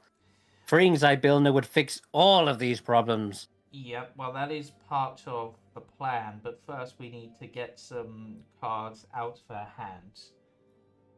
True. You can't let her have control over you. Exactly. You saw what that did to us. And, well, Exactly. it took... Okay. Let's make this work. Tarquin, you lead them up. And meanwhile, Mallow leads you down. And I think right there, we'll call for a little break, if you don't mind. Okay, yep. Oh, yeah. Okay. We will be right back. Excellent.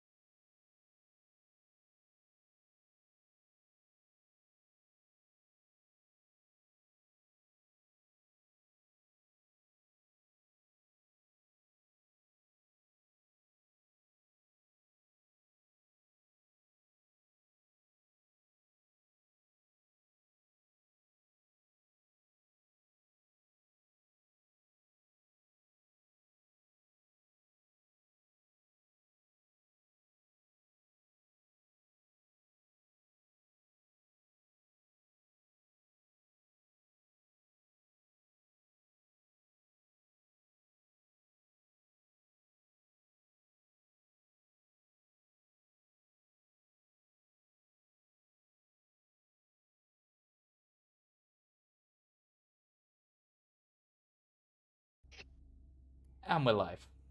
Welcome back. All right. So whilst Tarquin, you head to the castle with an army of Koreds, Mallow fashions you a toboggan and tries to shape the stone in front of you repeatedly so that you're effectively sliding down back the way you came, through the mountains, through the canyons, in fact. And yeah, I'm sure there's like a little montage where you're navigating these twisting canyons. The sun, the sun is still blisteringly bright on the horizon. It's hard to even look at, and everyone feels the heat on their back as they're sliding down here, trying to get into the tunnel that the Briganox have mined. You're going to be fast enough that you're also hopefully avoiding being caught up and followed, but you never know. There's creatures abound in Yon. And as you're So we're going, you moving also quick. see. Hmm. Oh, so that's why we're moving quickly. Yeah. Creatures abound. Speaking of, you would see the shadowed wings of the Greyhawk mummers who are also somewhere above. They're sort of patrolling out on the outskirts of Motherhorn, waiting for the Korres to launch their attack. um, but finally, you reach a section of downward incline and a craggy, almost like crater in the earth. And near the bottom and base of this crater, which sort of butts up against the canyon, you spot there is an entranceway, delicately carved, and you would think that this tunnel's been here for a long time in the way that they dug it. This isn't a rushed. This doesn't look rushed. It looks like they've gone with safety first to make sure this tunnel will absolutely hold, and that there There's isn't any. supports here. Mm-hmm.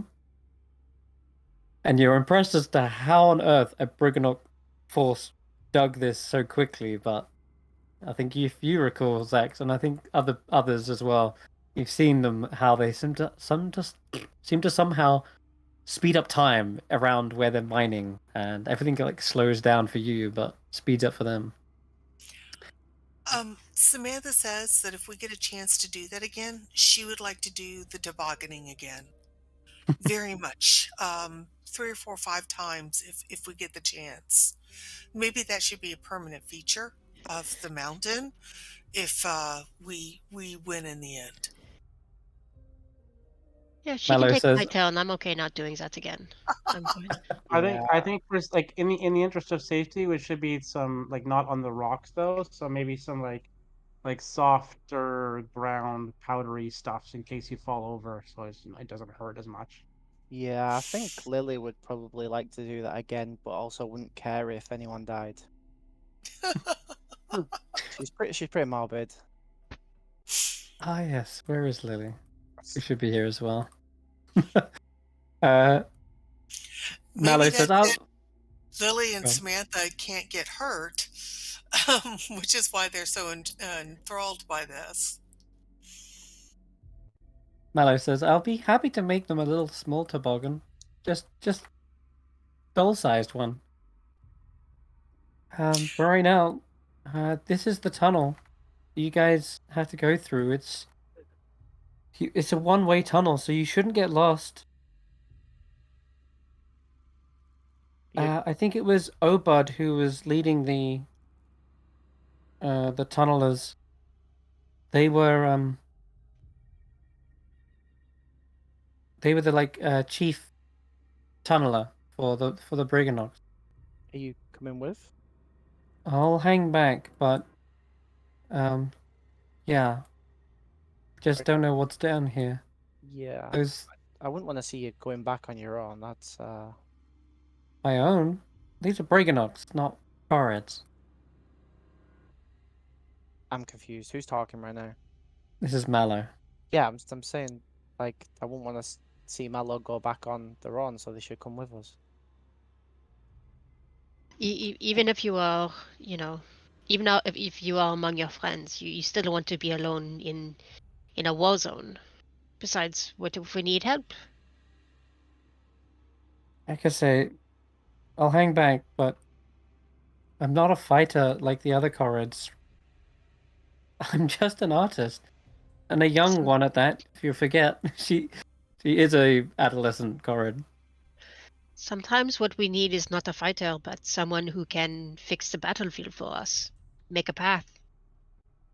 Sometimes that's what we need. Often it's what we need. I'll just cheer us on. Oh, that too. I'll follow behind Why behind don't Xaxx. okay, why don't you do this? Why don't you hold Lily for us? Sure. They're almost as big as they are, but sure. Well, I mean, that way, you can get Lily out really quick. Because Samantha rides in my backpack, and I can get her out really quick if there's danger. But you can, instead of fighting, you're in charge of Lily. You're in charge of keeping her safe, or helping Yeah, her to keep herself safe, I should say. yeah, just don't tell her a joke. Oh, okay.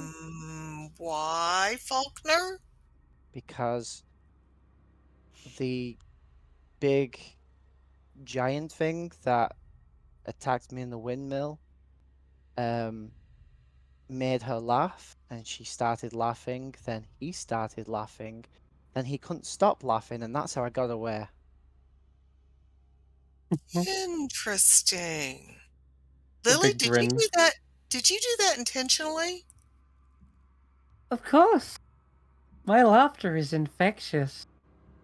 Lily, can you not make your laughter infectious? Well, Or what's the is it fun in that? Lily, can you answer a question for me real quick? Actually, no, Okay. wait. Oh shoot, I told it wrong. Knock knock. Oh no, Who's there? I'm running. It's me, Xaxx. Xaxx Wait, no. who? Oh shoot. Don't Shoot laugh. Xaxx? Exactly who you wanted to be. Yeah. I'm. Oh, yeah. I messed Um, up. I messed I up. think I think Clapperclaw's jokes are better. I'm saving one Yeah. for when we see the enemies. Okay. Oh jeez. Okay. Clapperclaw told me whilst you guys were discussing battle plans. Glister says, "Okay, my sister should be somewhere in here." let's stop talking and start walking.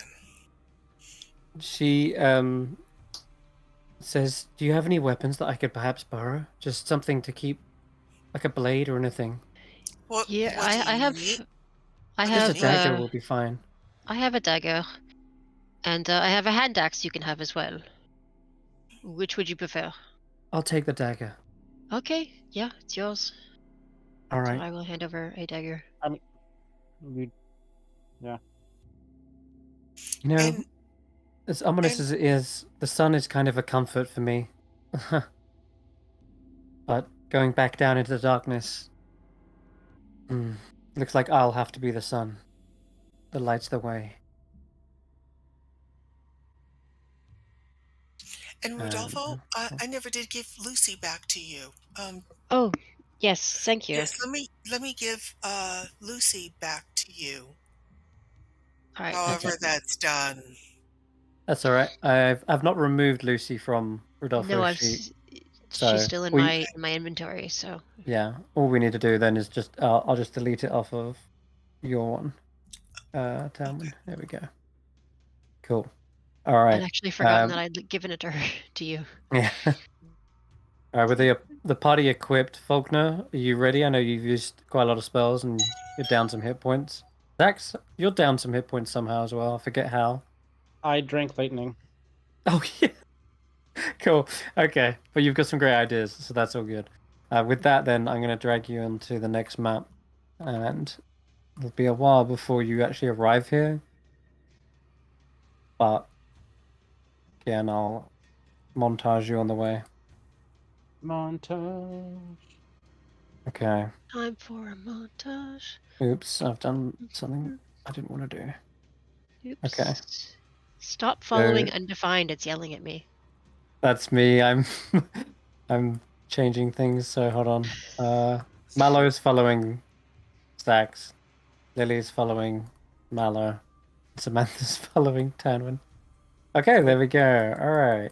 So you can't. I'm gonna get rid of Juniper for a moment.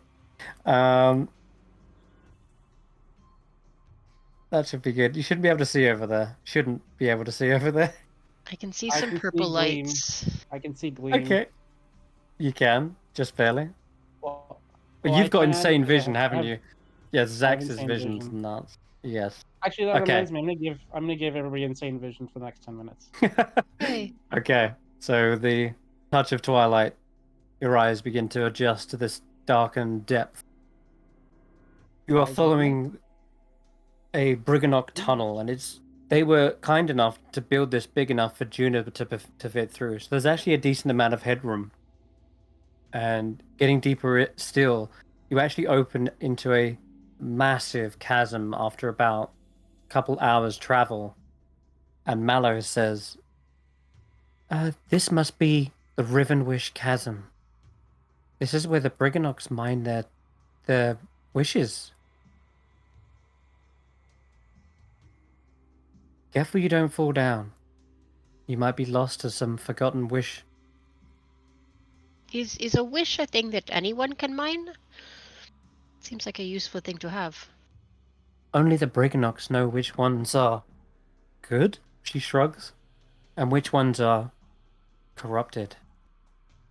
Can we? I don't know. I don't pick one? pretend to know everything about it, but the Briganocks say that it's their whole purpose of being is to mine them. Can they Are, give are them we to able anybody? to?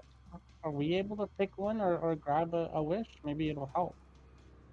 I don't see a pickaxe lying around, but hey, if you want to go down there and scale that deep, be my guest.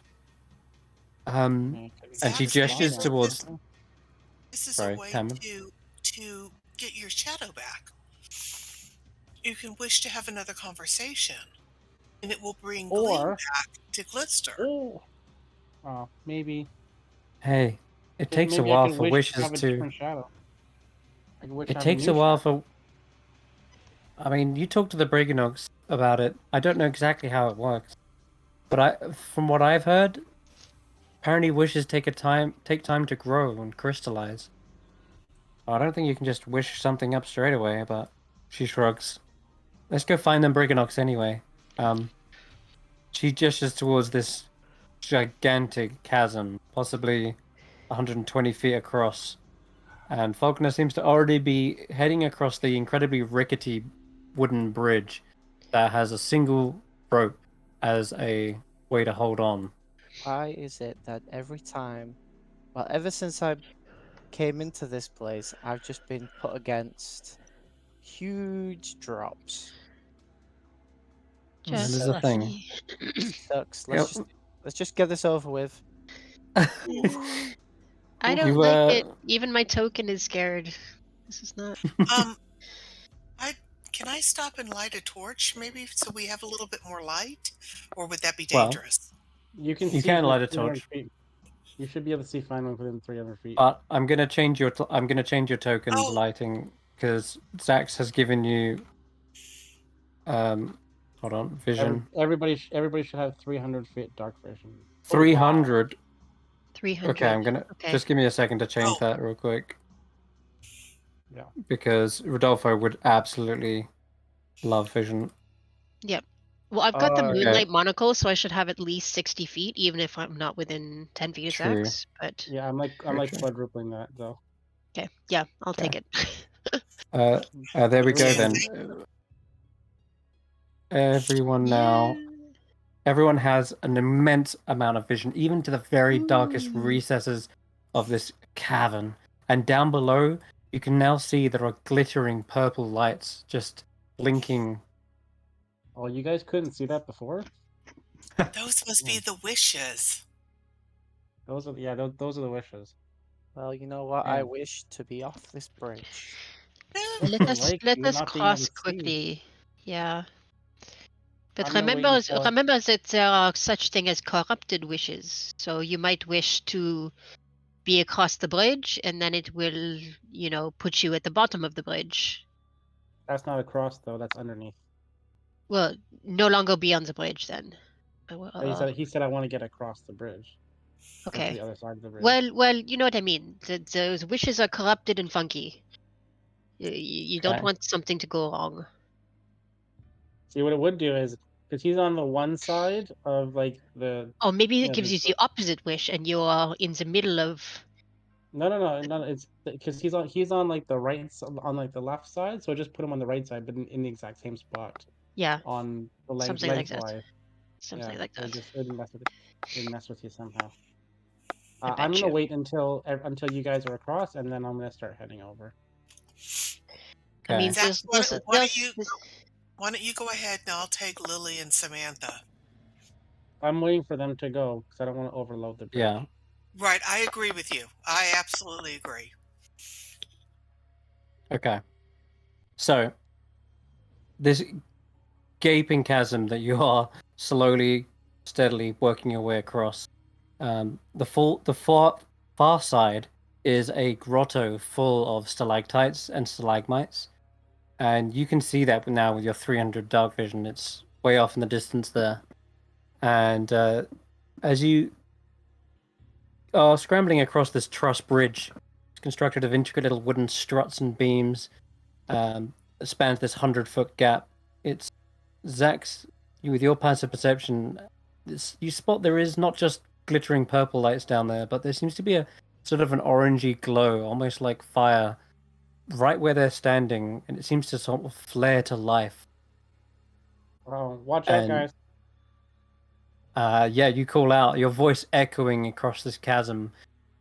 You see, one by one, these hovering, like skulls slowly appear from underneath the bridge No. and Flame surround. skulls or something? That's exactly what they are. They surround the party who have made it halfway across the bridge. And as their fiery eyes light up slowly, they seem to be almost looking directly at the two of them. They don't launch an attack, however. They sort of just swirl and circle around them slowly Hello. until they're almost face to face with you, Falconer. You can feel their heat as well, Rodolfo. Their presence threatens to set a fire to your leafy form and even the bridges themselves.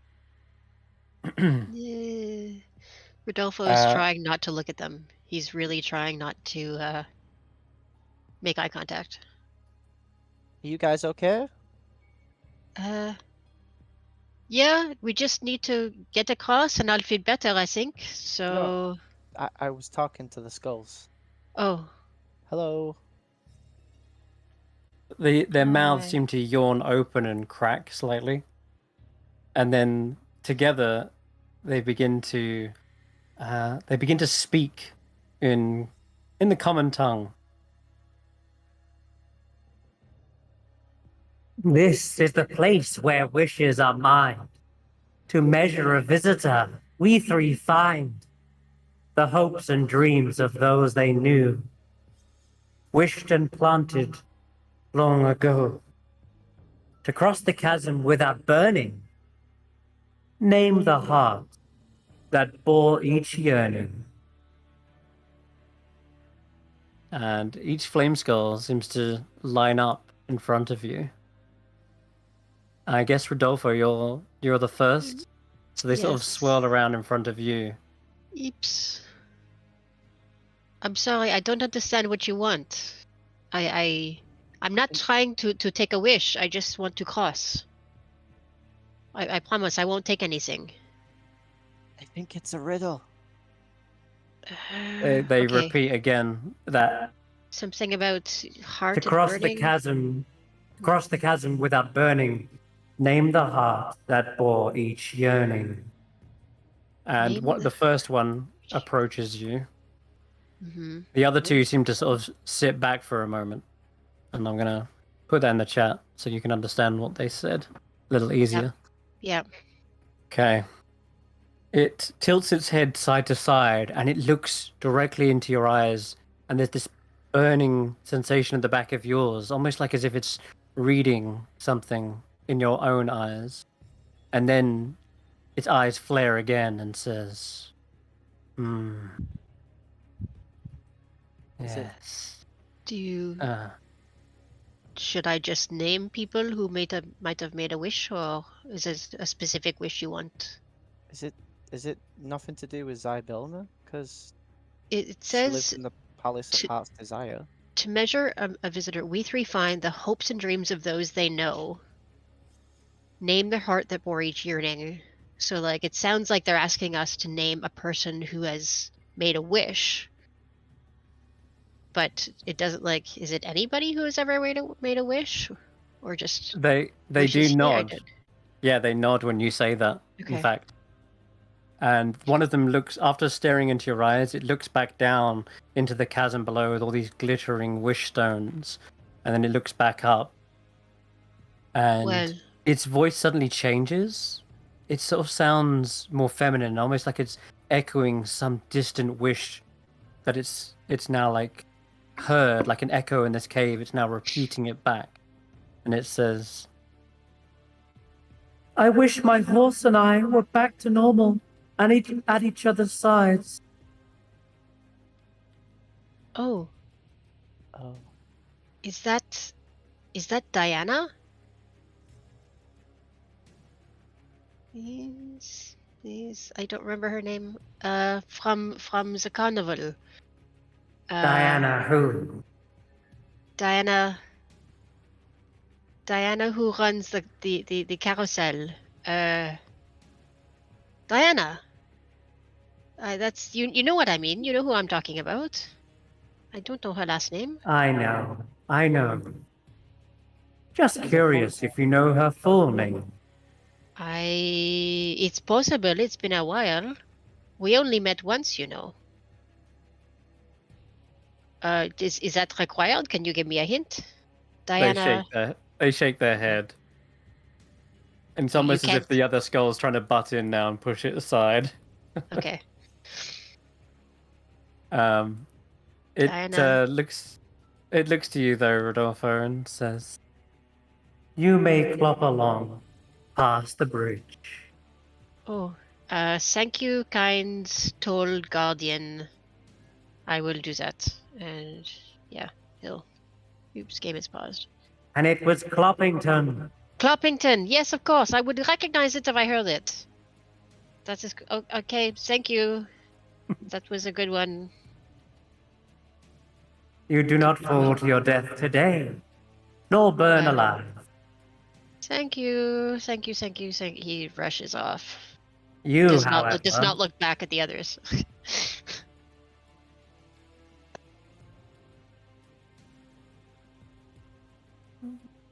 let me see into your eyes.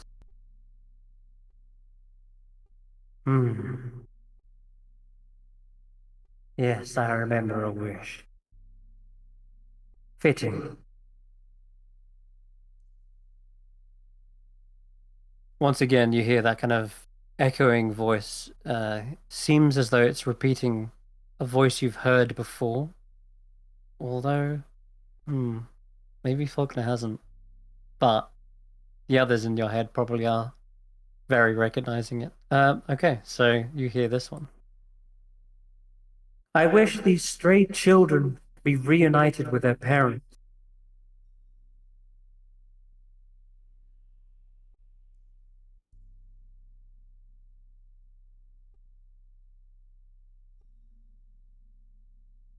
Faulkner? You're muted. Oh, I was muted this whole time. God damn it. I was saying if it's people who've made wishes, then I know some people who've made wishes.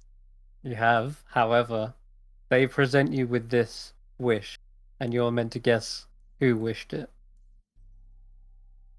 And you can see that they seem to be staring at you, waiting for you to answer. Well, that's a load of bullshit. You asked for people who made wishes, and I know people who've made wishes. Is it the goblins who lost their children? Or the children, remember, around the maypole? Or the children from the goblin I village think it's who referring had to the children disappeared. the children we rescued from Scabatha. What about Will of the forest? Wasn't he trying to rescue those kids? He was supposed to be, or maybe it was the red cap guy. It's Maybe it was a red cap guy, or maybe it was it a youth. sounded like a female voice. Okay. And I'll it's, say it's the No, Tinkerbell. I was gonna say you can roll an insight check because you definitely recognize the voice. You guys have heard them before. And Wendy? okay, Faulkner, you're close enough that you can hear there's a slight purring inclination I was gonna to their say voice. yes. Oh. It's the cat who is looking after Oh. all the orphans. I have it written down. Starlight, Star. it's Dilligron. Dilligron. Yeah, it's the displacer beast with butterfly wings. Winged Displacer Beast. Yeah, Do you say that? sure, I'll say that, but I'm not happy because I had an answer prepared because I know people who have made wishes. I know, but they seem to be quizzing you on a different one, unfortunately. Be Well- easy if you're just like, oh, I know my wish. That'd be That's- easy. That's not exact. That's not what their puzzle suggested to begin with. Well, That's what they I hadn't got. yet finished their puzzle. Regardless, Faulkner, they look into your eyes and then they nod and sort of hover away. And yeah, Delacron. All right. Listen, Then the next skull flies up I'm and not ha- hovers. as he's walking past, he's just like, I'm not happy with you three. He's We could just have been- grumpy, didn't get to answer the We question. could have been friends. Glister steps to here, and the flaming eyes reflect off of the sun-like mask of Glister. And it speaks.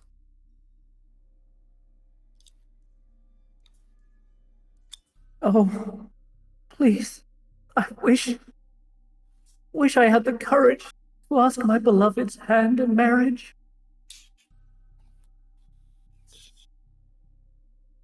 Oh, that's the two halflings at the carnival, isn't it? Right. Oh, good grief! What was her name? One was Reuben, I believe. Yes, but what was the girl's name? So pig? No. Bird, shop, hourglass, loomers. Now, I don't. they've have their burned. names.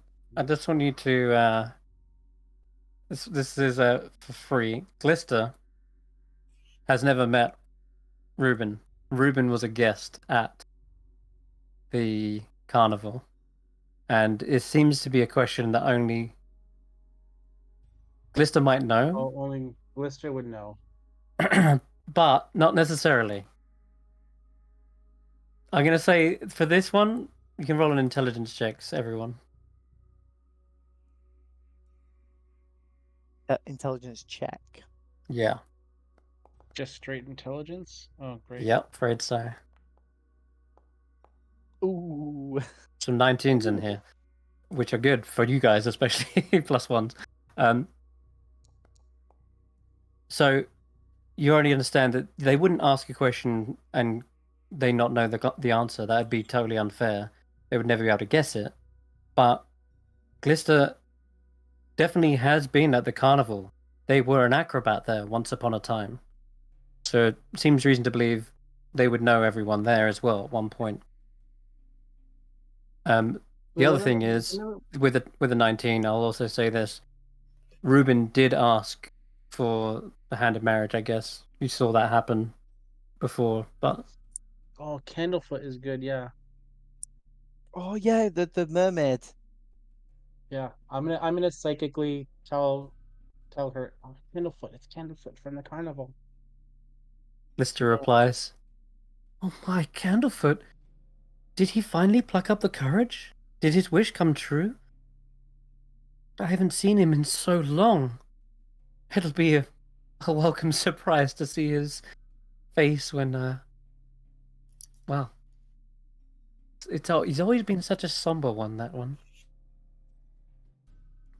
All right, I'm having struggle getting back into the game, but nonetheless, Glister nods and says, "Yes, yes, it's Candlefoot, the mime." And the skull nods, and his echoing voice allows them to pass.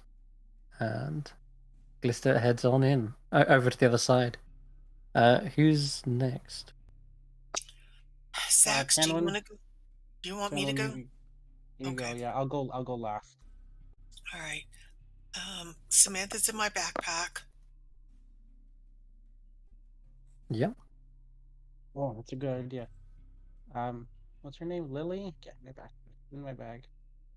The Corrid, who's holding Lily, jumps up and inside as well. They're Yeah. really small creatures. They could easily hide in there. Okay. Yeah, then you guys don't have to get asked the questions either. Okay. Then let's make it quicker. I'm just trying to get back into the game. Don't know what I did.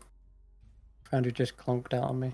Alright, I'll just refresh and come back in. It's because the game knows that I'm awful at riddles, so it's just letting me walk on by. No, you've been alright so far. Let's see if you can remember this one, however. Coming back in.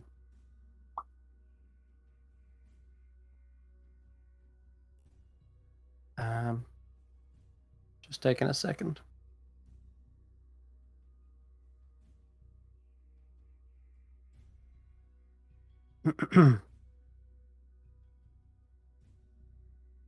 But as we're waiting and thinking about this, with your 19, Xaxx,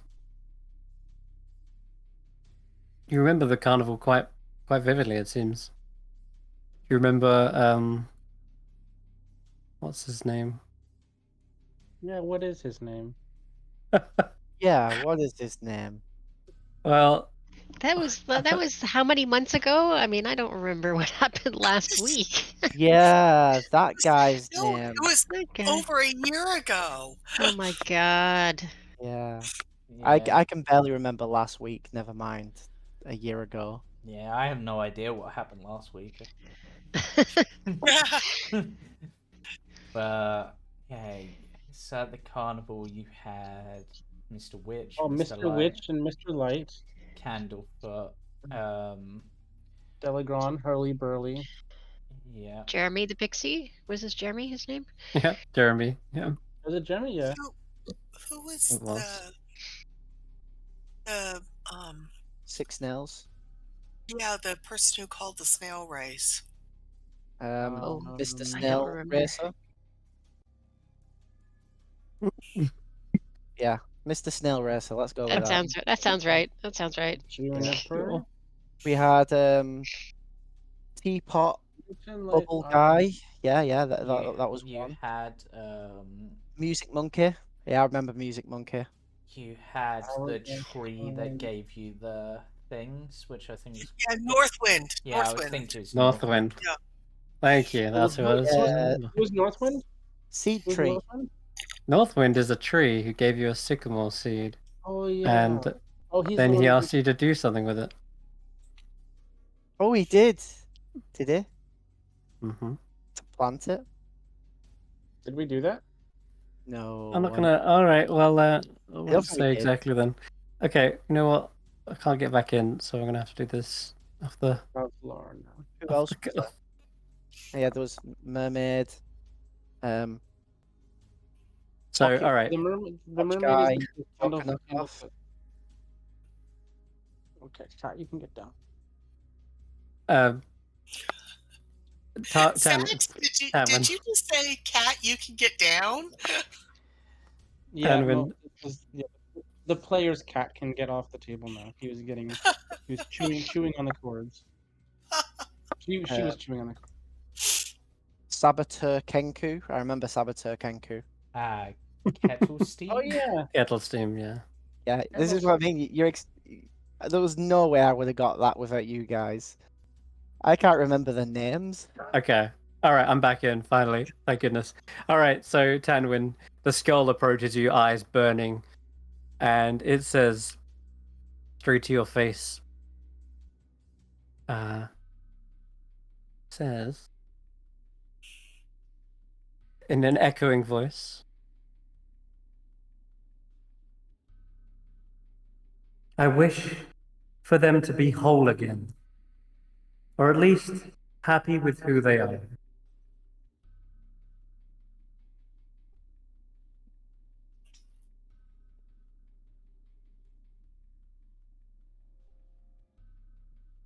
Guys, do y'all know this one? Them. Um, I wish for them to be whole again. Who? He's happy with who they are. who on earth? Is that Maybe it bagpipe was player? somebody who knew Glister and Gleam were separated? No, this feels like I'm not there, Oh. of course, Bill. no, sadly, but But I'm just. I'll allow you to confer with the Yeah, players I'm still. just trying to puzzle it out. Who do we Um, know? Do we know? Do we know that it's definitely someone at the carnival, or was that just Mm. chance? No, I think this is just. It's It's someone somebody we who- know. Has to be somebody you know. Yeah. Who have we met that's potentially split into multiple? Well, there's the- Xaxx and Nox right. Solomon and plus Hurley and their shadow, Yeah. Glister and Gleam, and Gleam's shadow.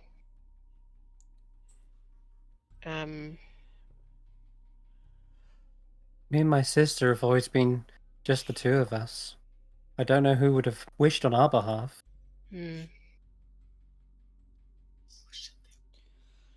Oh, my brain's. This one's. There's not enough. Did Can you say the clue again? characters hear this? Did the characters hear this or no? Everyone heard this, yeah. It echoes in this cave. It's loud enough that everyone on the either side of the bridge hears it. I'm sorry, Skull. Could you please repeat the clue? It nods and repeats.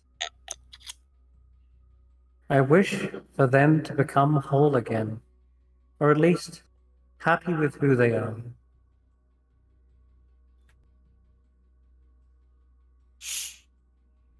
Is it a male voice or a female voice? Inside check. Ooh. Wait. I rolled a Or- 21 or- on my Or intelligence. non-binary, sorry.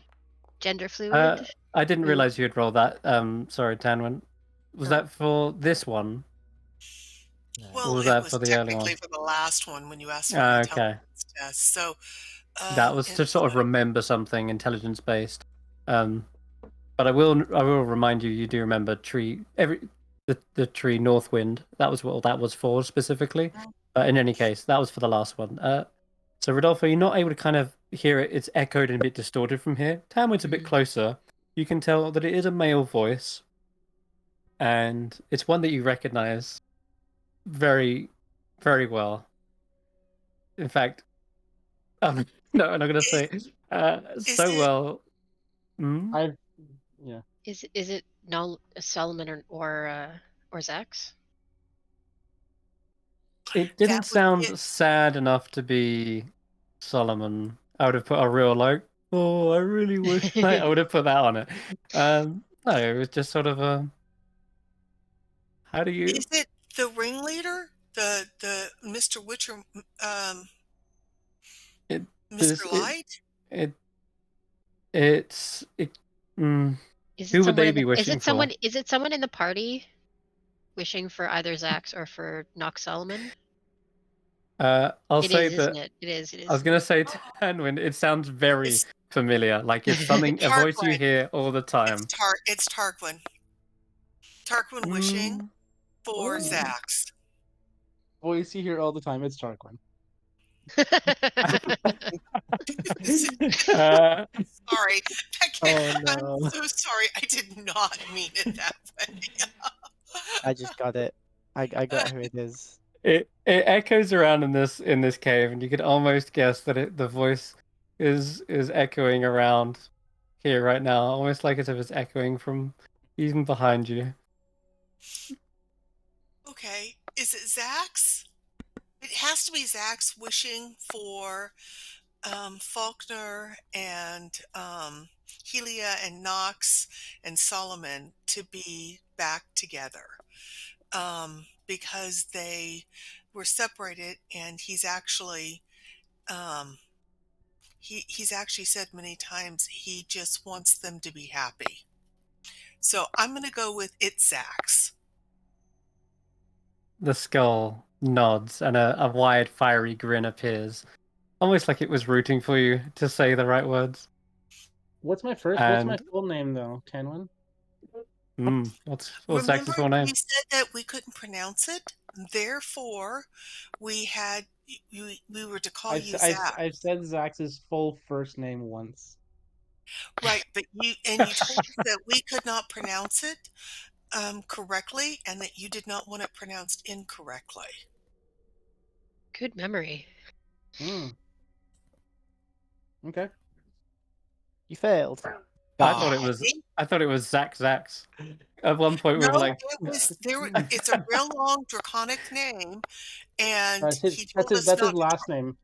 That's his to last try name. to pronounce it. you would have absolutely got points for saying CEO of Dragon Incorporated.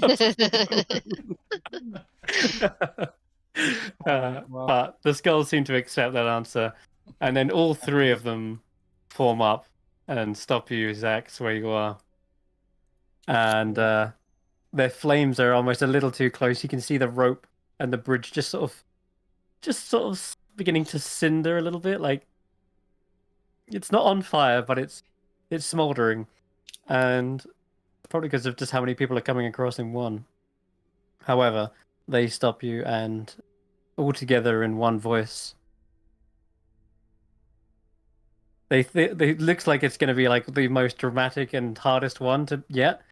But it's Solomon. What? How did you know? We hadn't even spoke yet. Because Solomon's the best.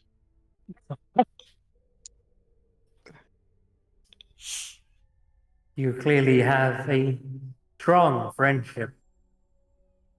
A bond that not even we could burn down.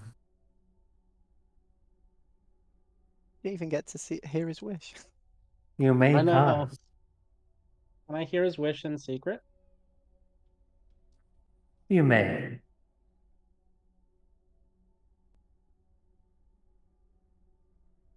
I'll whisper it to you.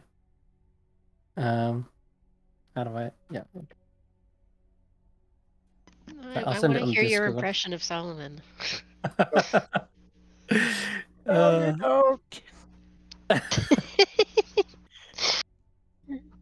I wish for Xaxx to get all the pies. And die let's see. from eating too much. No, I wouldn't. Check that's. Let me just check that specific. Okay, yeah. All right.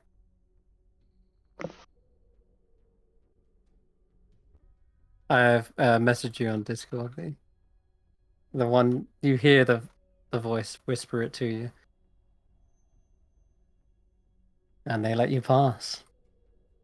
And they start to resume that little hidey spot underneath the bridge where they seem to hover, still giving off some luminosity, but they're quite well hidden under there. As soon as I get to the other side, I'm just gonna give Faulkner a big hug. Yeah. Hey, what? I know it wasn't this part of you, but it was still you. Well, I'm glad we're friends. Don't worry, we're the best of friends. Yeah. Damn it! I wish I could award Xaxx inspiration for that. Just say. Go get your shadow back. All right. So with the riddles out of the way, your vision allows you to see this gleam. There is Morgort, Amador, and all of your other allies, Team B. They seem to be entwined in some sort of metallic web that it's giving a reflecting light as if it's made of metal. Almost imagine like barbed wire made of a spider's silk, just like entwined together, and there's little sharp spikes sticking out of it, and they seem to be wrapped up in this. All the while, there are also shifting, shadowy shapes just dangling around, and I think allow everyone to roll me a perception check. You don't have disadvantage because I think the dark vision is crazy good. I am rolling like garbage today. I haven't rolled a single thing over an 8. That's unfortunate. It's saving it all up for the combat. It darn well better be. Oh boy, Faulkner, I think you just made the DC, just barely. There is something dangling from above where they are, and you can see their forms lower slowly. As you're getting closer, you see them lower slowly, and their limbs begin to uncage themselves. There are metallic, sharpened limbs, like spiders, dangling from the ceiling from web made of barbed wire strands. And where their mandibles would be, you see a set of scissory snippers, and their limbs all end in dagger-like points. And you can even see the joints where the scissors would have connected. And they seem to be hovering just close. Yeah. How high up are they? Well, you won't have to worry about that for long because they seem to be lowering to the ground. But for now, they're only about 10 feet up. Do they know I'm here, or? Oh, they seem to be reacting to your presence, almost like they're waiting for you to enter into this cage of stalagmites so they can pounce on you. They're getting ready. You can see them like, when a spider rears up on its legs. It's like that. And I know the others are in there. Yeah, with your vision, you spot them all. I'm going to prepare myself with a little instrument, and I'm going to face step in. Okay, I want you to all roll initiative. This is going down. Do we know that this? Sorry, I was gonna say, do we know that this is happening? That there's danger here? I don't think Faulkner's said anything, but he's going to stop their surprise round by acting first anyway, I believe. Okay. So That's good. This is where I Yeah. roll really low now. It's saying there's no combat currently. Oh, that's because I need to roll there. okay, there should be 3 of them. Oh, I rolled well. I did hard mode for you. There's 4 of them. Oops.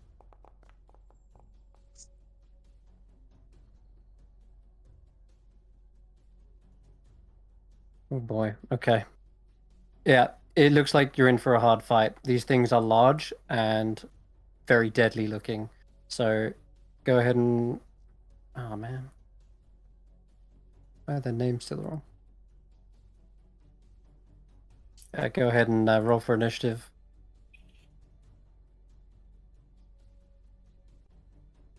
Are you wanting us to re-roll? No. Should be there.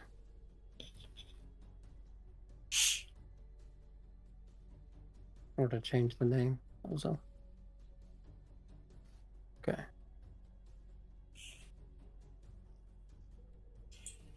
Oh, that's why.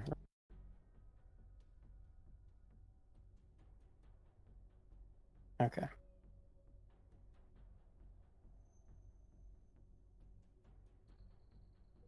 All right. Shame Tarquin can't be here for this, but it looks like you have got at least some help, maybe, from Mallow. But let's get this underway. 1, 2, 3, 4. Tarquin by... No. I just couldn't see it.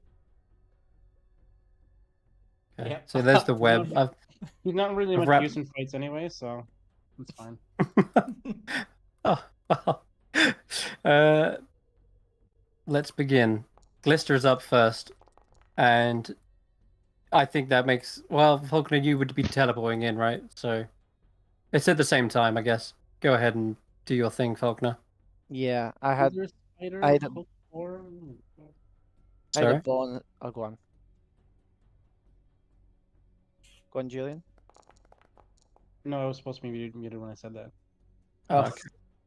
No problem. I had what I wanted to do prepared, so I'm going to teleport within 10 feet of them. Well, I would have to. Okay. I'd get close enough and then teleport. Yeah, understood. Oh God, there's more of them.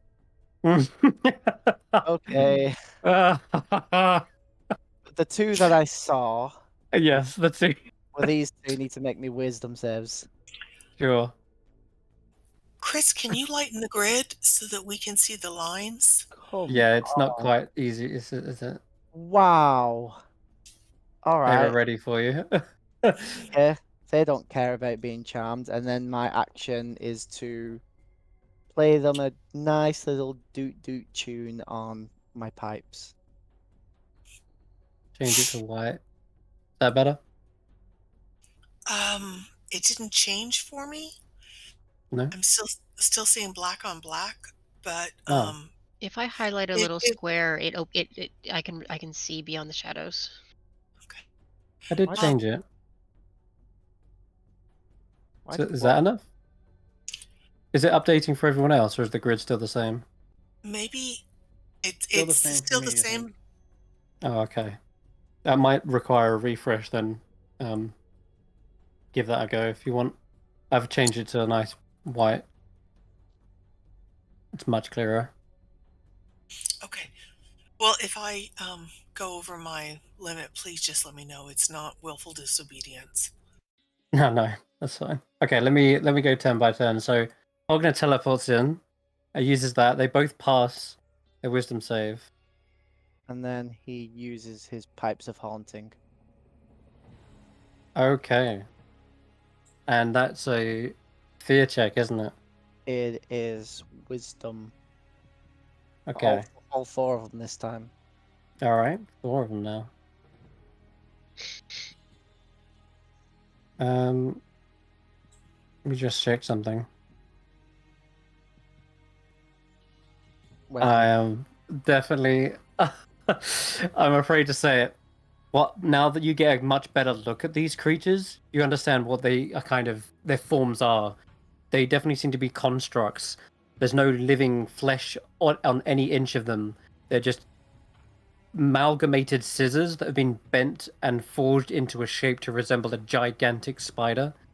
And yep, if you zoom right in, you'll have a good look at their art. In fact, So I just wasted my turn. I'm Sweet. afraid that might be the case. There you go. There's a good look at them. Scissor spiders. I'm so glad that I'm surrounded by enemies with no effect taking place in the two things that I just did. Yeah, that might be a bit tough. Glister, seeing her sister for the first time in however long, rushes forward and shouts, Gleam! Gleam, we're here to save you! Hold on! And with a burst of light, you see the dagger that she's got. She sort of blows it with this radiant light and then shoots it forward towards this nearest spider here. Nuts. She missed. This is going well. Mm-hmm. First beam of light goes wide as this creature dodges out of the way. Their limbs betray a bulky form, but because of this, they're made of scissors. They're very thin, and the shot goes straight through, like the mesh of metal, and out the other side. Okay, darn. That was her action. That's gonna go over to scissor spider number 1. I meant to say scissor sister. I did.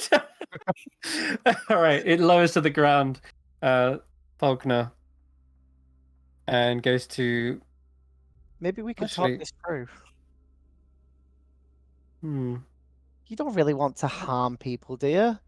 You can have a better life than this. That's, just looking for groups of enemies, actually. Yeah, you know what?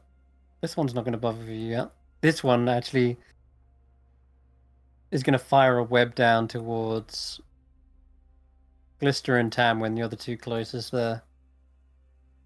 It fires down a web. It's more like a giant metal net that lands on top of you. And I need Tanwen and Glister to give me, I believe, it's the web spell, so it shouldn't do fire damage. I don't know why it's doing that.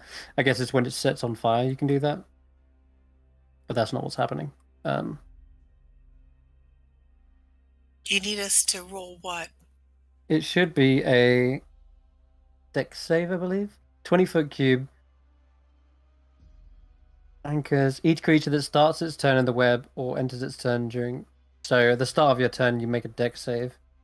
Okay. All On a right, so failed save, you are restrained. not now, on the start of my turn. Yeah, which is coming right up. But Xaxx is going to get a shot first. So this metallic barbed wire begins to coil around Tanwen and Glister. But what would you like to do, Xaxx? Okay. So there. Faulkner is 70 feet away. So first I gotta move 10 feet, 15 feet closer.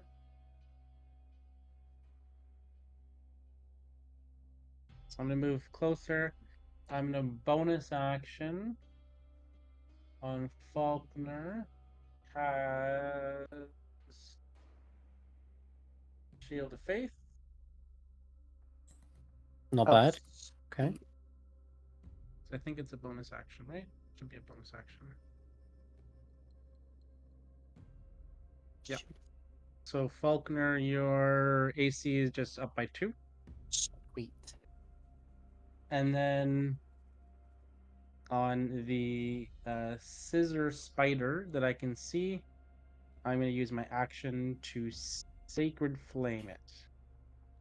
Okay. Go ahead. Aim at it, target it. We should have automation now. Yes, it does. Dud? It did work. 9 is a fail, and it gets caught up in the burst of radiant damage. Nice. So 6 points of radiant damage.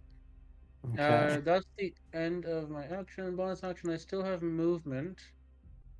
So I'm going to use the rest of my 15 feet to get... I'm going to go up this way. Okay, Tanwen, now I need you to roll that dex save. Okay, and while I'm rolling this, can you describe the web again?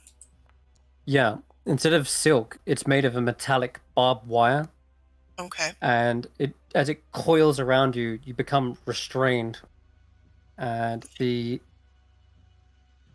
also kind of like pierces into your skin, Okay. and you take a little bit How- of piercing damage. 3. How, is it like a real web? I mean, is there gaps in it? Is it like a blanket where there are no It's gaps? It's a 20-foot cube around you. Well, not a cube, but it's a layer that's entrapped you like a net over the top of your head. It's 20 foot, and it's also difficult terrain as well.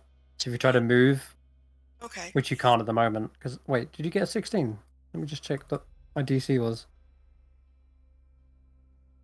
That's actually a success. Apologies, I'm gonna undo that damage. You were actually able to dodge out the way in time. I didn't realize you got so high. Okay. I was just expecting you to fail. Both Glister and you. Oh my God. Chris. Yeah. That's Wow. mean. I was expecting you to fail. Oh dear. Okay. Well, Glister, Tanwen, you actually are able to dodge out of the way as the coiling net retracts.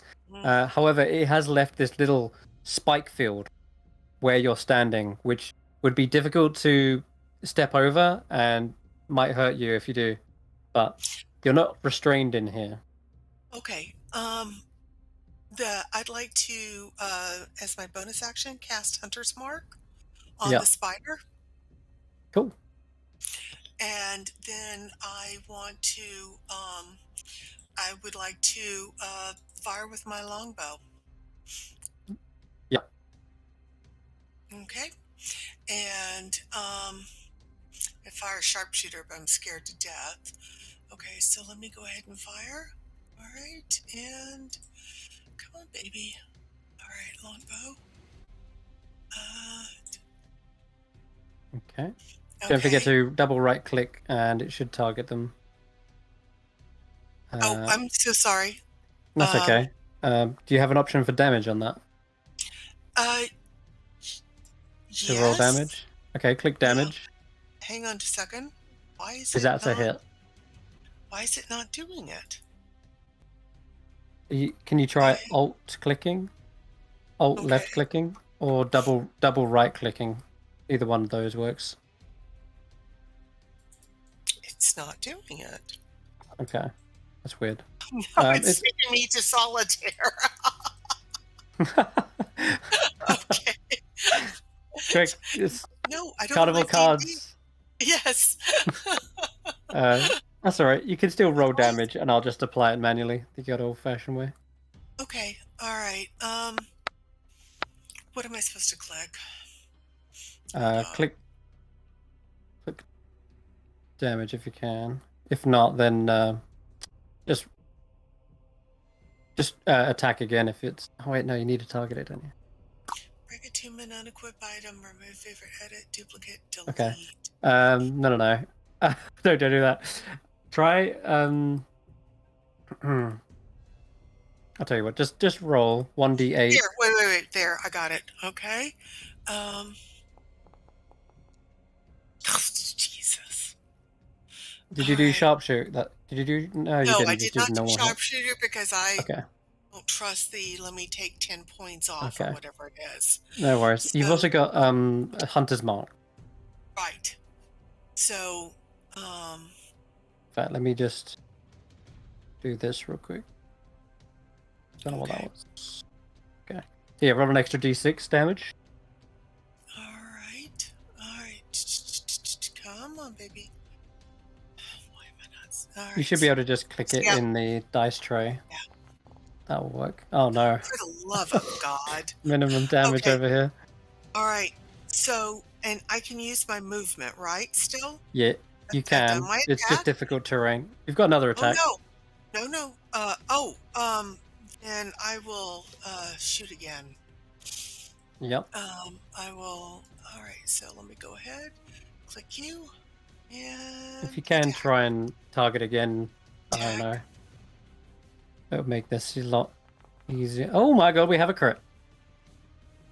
Okay. You So crit do you want me to roll damage or? Yeah. Roll Okay, damage. Okay. All right. So, all right, longbow. Come on.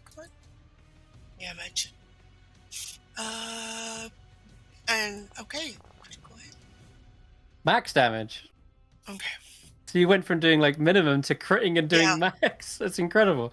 And you can roll 2d6 for Hunter's Mark. Oh, yes. All right. So hang on a second. And D6 and 2d6 roll. And then I'd love for you to describe to me what your crit looks like against this Okay. creature. So the very first time, the arrow, I was aiming for center mass, but man, I just hit one of the legs, and so I absolutely it basically just hit a leg and just did little damage. But the second time I adjusted, concentrated, thought about it, and I actually hit it where all of the legs are coming together. And when I hit it where all the legs were coming together, the spider kind of exploded and fell apart into a bunch of little pieces. So each of the little legs falling separately. Okay. The spider does indeed fall and shatter into pieces, like you said. But then you see all of the little scissors that it's made up of Mhm. suddenly upright themselves and use the blades like a pair of legs and waddle towards each other, and all the little handles of the scissors interlock again and reform, and it suddenly sprouts back up onto its dagger-like points. But you probably see about half of the legs are still busted, laying on the floor. Okay. So it's now I'm only got gonna- like 4 legs. It's like a crab. Okay. I am going to use the use my swarm, and I'm gonna Yep. say, "Hey guys, can y'all lift me up the way y'all did the other day?" And fly towards the creature. And Okay, yeah. I almost so- forgot you could do that. right, and it's over here, right?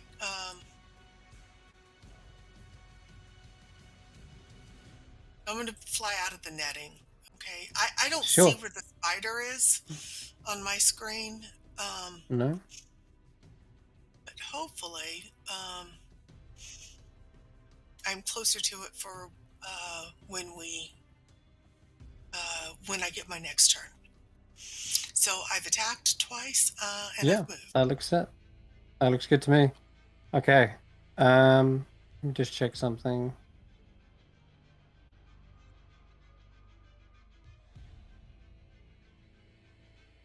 Yeah, you've got your Writhing Tide. That's what it's called, Writhing Tide. Just wanted to make sure it was there. That's what the ability is called. Now that your Swarmkeeper magic is upgraded, your Swarm is unlocked Writhing Tide, and it should be a feature in your spells now, or in your features. I've added it. Oh, I'm sorry. Let me click Oh it. no, it is already there. Yeah, yeah. Okay. Okay, so I've used that the what it- ability. Yeah. Okay. Cool. Lifts you up as a bonus. Oh, is it a bonus action? I think you've already used your bonus for your Hunter's Oh, Mark. yes, I just saw that. You're absolutely right. So let me Okay. put myself back where I was. That's fine. You can use, if you want to get out of the web, which you probably want to, you can just move normally, but you'll take a D4 piercing damage as you work your way out of it instead. Okay, that's fine. Then Okay. I'll move 10 feet out. So do I take 2d4 since I'm moving through 2 Right. squares? Okay. Yeah, let me do that. So you take 4 points of piercing, but at the very least, you're out of that coiling. Okay.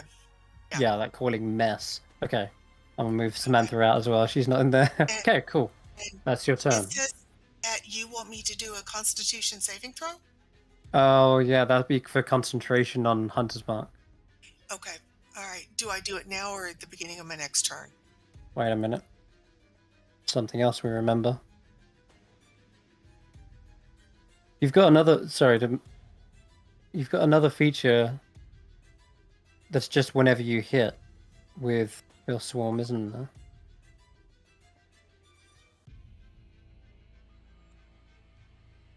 Yeah. Sorry.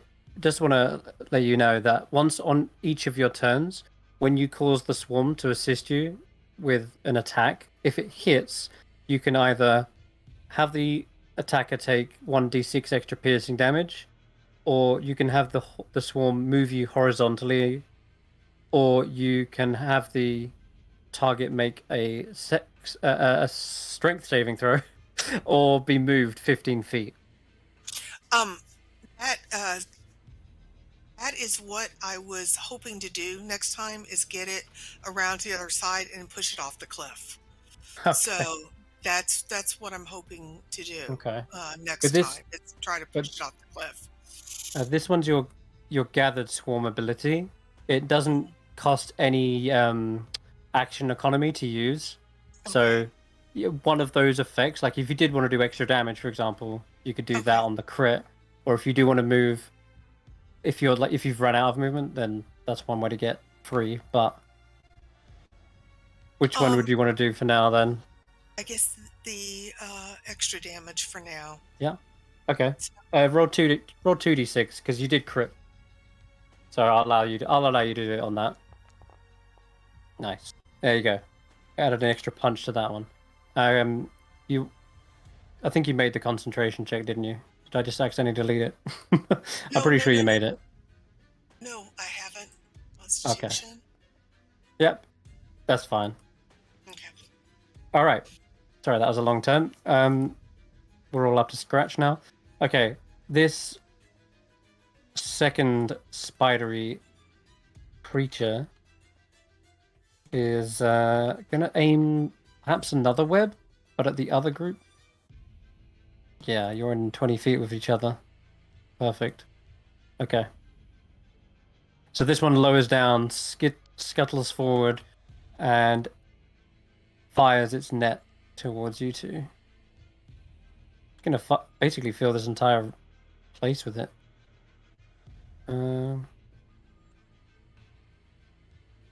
Actually, you're not within 20 feet of each other. I gotta pick. It's either gonna be Xaxx or Rodolfo. Let's do it on Rodolfo right at the back here. Okay. And it actually catches Lily as well. Ooh. Okay. So that at the start of your turn will be a dex save. Oh, at the start of my turn, not right now. No, Okay, don't worry I'll about roll that. again at the beginning of my turn. Yeah, that was a con save anyway, weirdly. Okay, that's his action. And then I could have got Mallow with that as well. I just realized. There we go. And Mallow's going to make a dex save to dodge out of the way of this net.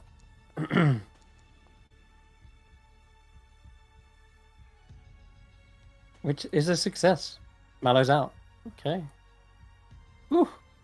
She hops out. Lily is unfortunately still there, stuck behind, but Mallow's going to maneuver up to one of these stalagmites and possibly use it as a rock and just club it towards one of these spiders.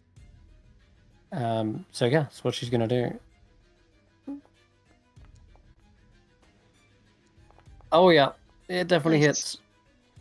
You hear this kind of metallic crack as one of the scissors on its legs gets bent slightly, and then she quickly ducks again back behind the cover.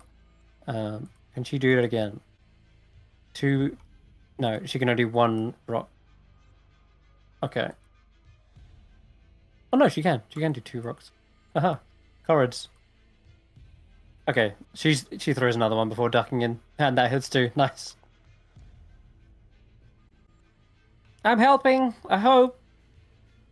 And I got plenty of rocks. I don't think I'm gonna run out anytime soon. Okay. It's one of the scissor spiders around here. Tanwen.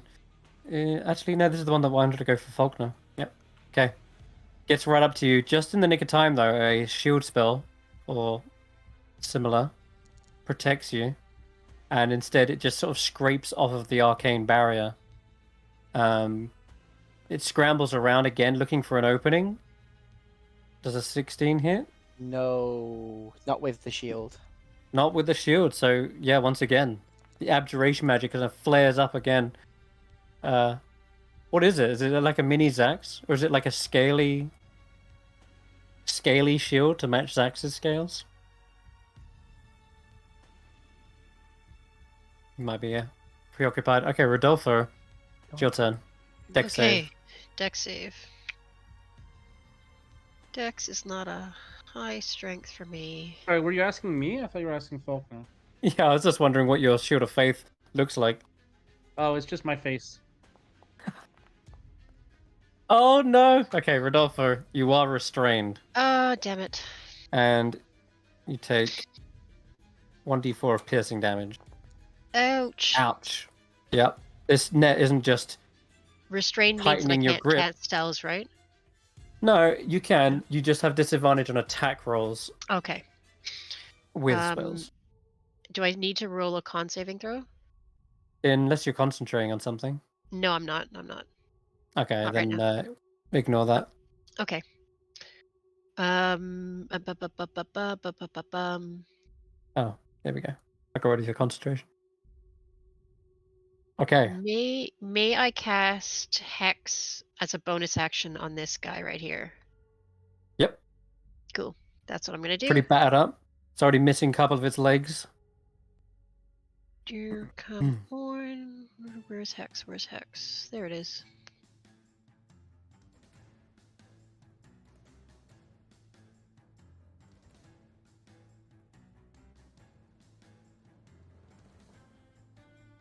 Okay, so it has it gets 1 extra d6 necrotic damage, and disadvantage on dexterity.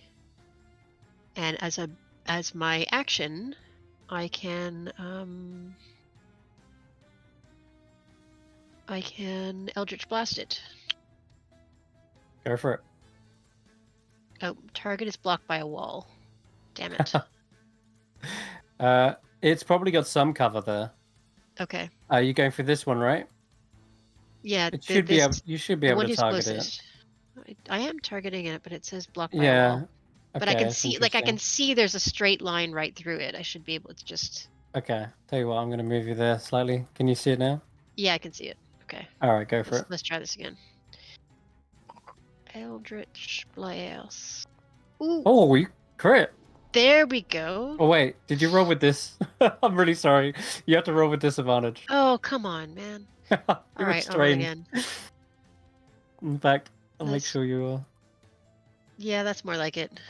14 to attack. That's a miss, I'm afraid. Okay, yep. All right, that's fine. You But you've feel got like your if second only. blast. Yeah, second blast. Second blast.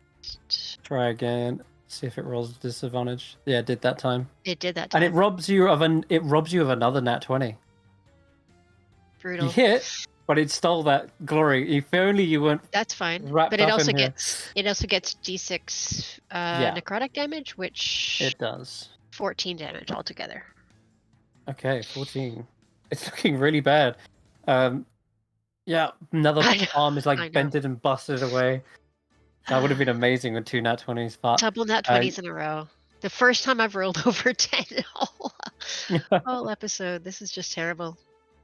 so Yum, yeah, yum. you're still stuck in here, and you can feel the wires around you like retracting even more.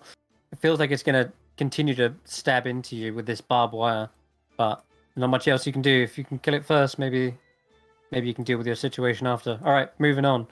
We have Lily, the living doll. What would you like them to do, Faulkner? I'm gonna let you kind of guide me with what they can do. They can cackle. That's a creature within 30 feet. Oh, Or they could try to get out of this. In fact, I need to roll a dex save for them real quick. Yeah, they're restrained in here. try and get out of it. I don't see how cackling would help in this situation. Okay. In that case, I need to make a strength check, I believe. Or do Web? they get to choose? They're not Yeah, with- you can either stay in the restrained net, take piercing damage every turn, or try to escape. No, I mean the cackle. Is it everyone in a 30-foot, or is it just who they choose? Targets a target or 2 creatures it sees within 30 feet of each other. Wow, I thought it was just an area effect. Mhm. That's really good. Yeah, they'll have to try and get out of it. Okay, all right. Let's get. This is rough. I'm really sorry. They've got terrible strength. Yeah, there's no chance. I'm stuck. This wire is probably going to kill someone if they stay in this long enough. But don't worry, not me. And you see them as they're saying that, one of the barbed wires like scrapes over their eye and like completely cuts it. And then you see the eye suddenly regenerate and completely heal the eye. So Well, it's that's good to know creepy. we don't have to worry about you. But I don't suppose you Well- could pop a limb out and get yourself out of there. I'm trying, but this seems a bit too much. It's kind of a But lot, I yes. know. At least I'll still be here long after you're all dead. Well, let's be cheery. Faulkner, the second one lowers is now flanking to sort of try and cancel out that shield of faith. Oh, come on, we can be friends. You don't have to look for Endelin. It's okay. You don't have to do this. Oh no, That one's finally going through. it is. Its mechanical like form seems to seems to fall on deaf ears, right? So It finally stabs you with one of these scissors and then snips. You can feel your flesh like getting cut from both sides. Oh, it's horrible. That's its go though. I forget what you're concentrating on, if anything. I had guidance up, but that was Oh, when okay. to the Yeah, bridge. we can ignore that. We're back to the top of the round with Glister, who is not restrained, but she's gonna quickly get out of that. Gets a little nick on the way out. 4 damage, not that bad. She looks to see the one that's really badly injured, and she's gonna try and help you finish it off with another Sun Ray. She hits, connects. The light bounces off of its metallic form, kind of reflecting and causing it to like ricochet inside of it. And it also fails its wisdom save, which means it's blinded for 1 minute. But it doesn't look long for this world anyway. This creature is completely busted up. It looks like it's trying to keep itself up with one rickety bent scissor. But that's her go. Got a good shot in there. Continuing down, go to Faulkner. I don't know what else to do. But I just gotta call lightning on her. Try to Bring in- finish this one off if you wanted. Which one is that one? This one's like it's holding on by like a single scissor. Sure, why not? To cast it. Yeah, I'll have to cast third level. Oh god. This is a big area. Good lord. Uh, I'll tell you what, can you place it away for a moment? Just I can't now. okay. Let's hope it didn't make everyone roll. Oh god, it did. Sometimes automation fights against me. Automation. Yeah. Yeah. Yeah.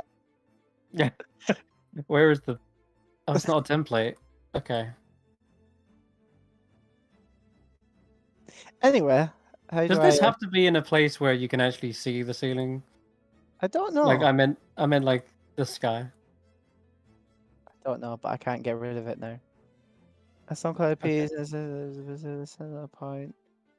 You can see within range directly above you. I think it's just if it's out in the open, it makes it. Pop up. Basically, if there isn't a point in the air where it could appear, like so if there's not enough space in the air basically for it, then it won't appear. But you can do it inside.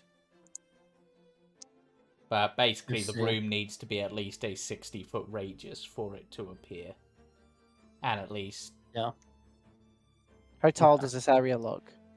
Well, this is the most cavernous point of the entire Riven Wish chasm. How tall is the room? I hadn't put a height on that, but Because I'm going to say you can use it. Because it says it appears 100 foot above you, so... Oh, God. 100 foot? Yeah. Okay, the cave isn't that tall. Does it? Yeah. Yeah. It says it appears 100 feet directly above you. I was going to say, if it was Where am I something reading? like... I was going to say, if it was like 20 feet, I'd say fine. 100 feet? This cave is nowhere near 100 feet. I'm not seeing this. There's nothing in the description that suggests 100 feet, unless it's in words and not in numbers. Centered on a point you can see 100 feet directly above you. Mine says So- centered on a point you can see within range directly above you. Mine doesn't say 100 feet. Ah. The range of the spell is 100 feet though, right?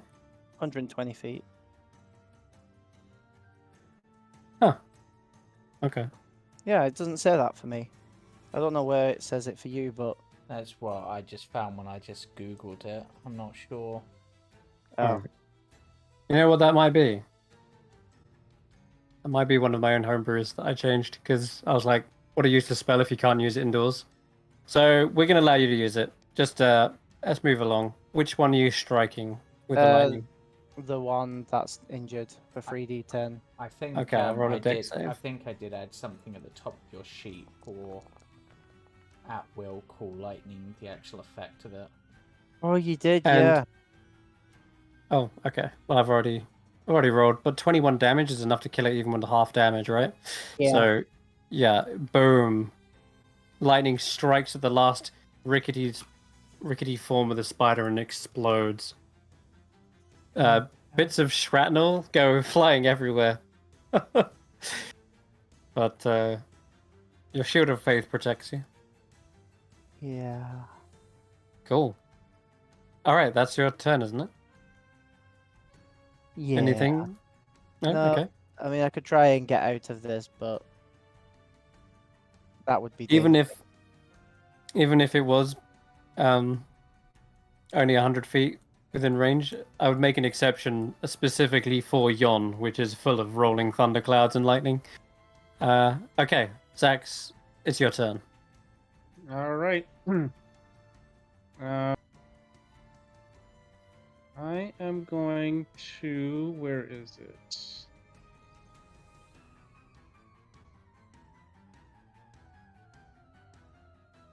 Where's my? And to untarget everyone, Fogner, just press Shift Alt C.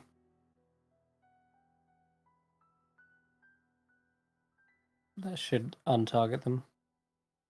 Sorry, Xaxx, go ahead. Alright, it's okay. I'm trying to find a certain spell and I don't know where it is. How come I can't see Spirit Guardians anyway? Oh, really? Oh,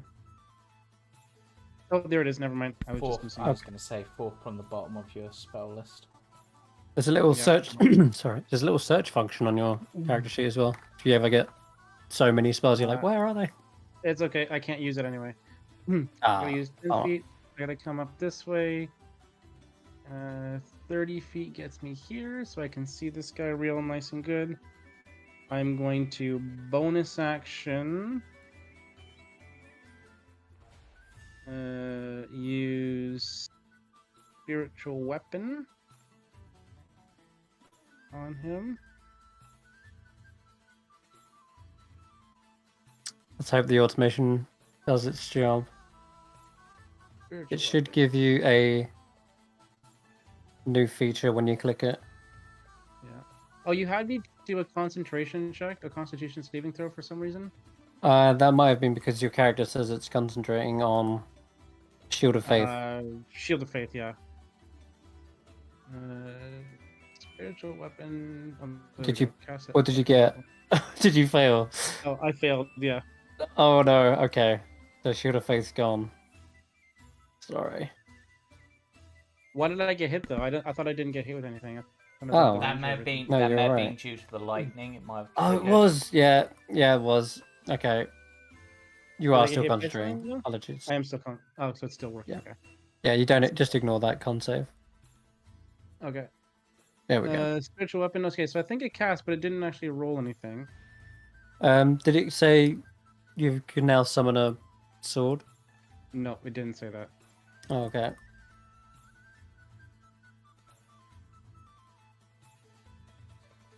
Try it again. No, nothing. No, you're right. Okay, that's fine. Since I've done the update, a lot of the old spells haven't worked. Should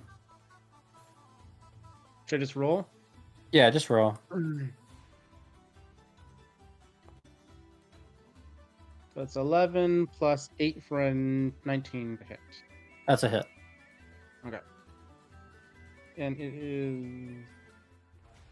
Spirit Guardians is 1d8, I think. 1d8 plus spellcasting. Spirit weapon. Spiritual Yeah, weapon, sorry. that's So so that's plus 8 plus 5, so 8 points of damage. all right. 8 points. And then, as my action, I'm going to Sacred Mhm. Flame. Let's ignore that. I managed to succeed on the saving. Yeah, the Sacred Flame, however. Its spindly Okay. form is quite nimble enough to dodge out of the way of that. But Okay. dealt it a good blow with the spiritual weapon. Everybody's doing okay health-wise, I think, so far. So okay, yeah, good. Yeah, let me see if I can change that for you. Tanwen, is your go? I would like to know exactly where the spiders are that are around Faulkner and Rodolfo. Are they up high or are they on the ground? They're on the ground. They're on the ground. Okay. And threatening Faulkner and Rodolfo, right? There's no spiders on Rodolfo, but there is a web all Oh. surrounded him. Yeah. Oh, okay. Well, I still, I'd like to, I still have Hunter's Mark on. I'd like to take aim at this one. Come on. Why didn't you,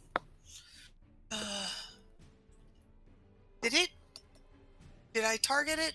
No. I can see something on it, but yeah, I think you Okay. have. Okay. Yeah, you have. That's- That's your color green. Okay. Then I'd like to fire my Okay. longbow. There is a stalagmite in the way, so you'd have to Oh. move. Yeah, you'd have to like move into the cage to get a good shot on this thing. Okay. What about the one below Faulkner? You can see the it. the Well, gray things are stalagmites. Oh, okay. All No, right. because they have sharpshooter, don't they ignore cover? yeah, that's also true. You could definitely. I'm just looking at where your character is, and you actually physically can't see That's fine. these All right, spiders right now. I would like to move. Right there's Yep. 10 feet. That's cool. then, Okay, now you've got a clean shot on all of them. Right, so I'm going to move 10 feet, and then I'd like to go ahead and fire my longbow. And go on. Inventory. Fire. All right, seems- and then standard. Seems like they. Sorry, go on. Right. So Oh. I shouldn't have moved. All right, so I missed that one. And I'm going to, I'm really frustrated right now. I'm going to move the rest of my 30 feet, and I'm going to whack it with this shillelagh. See if I can knock it away from Faulkner. So, Yeah. Okay. Sounds good.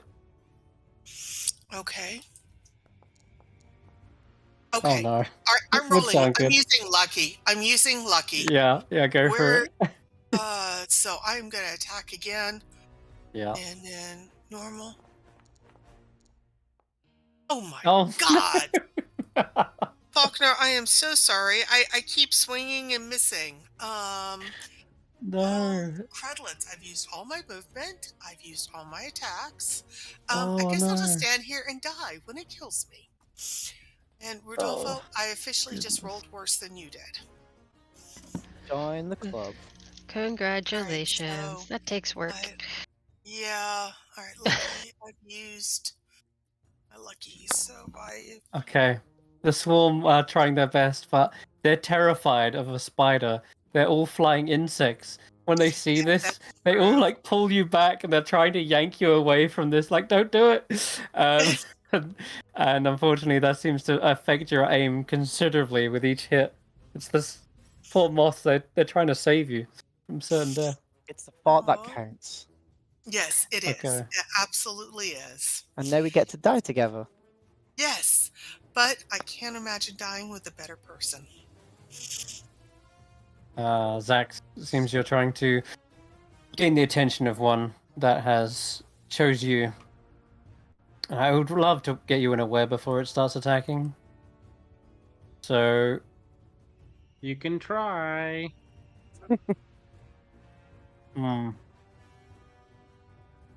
Yeah, you look like a heavily armored target to them, and they're going to need you to stay still first.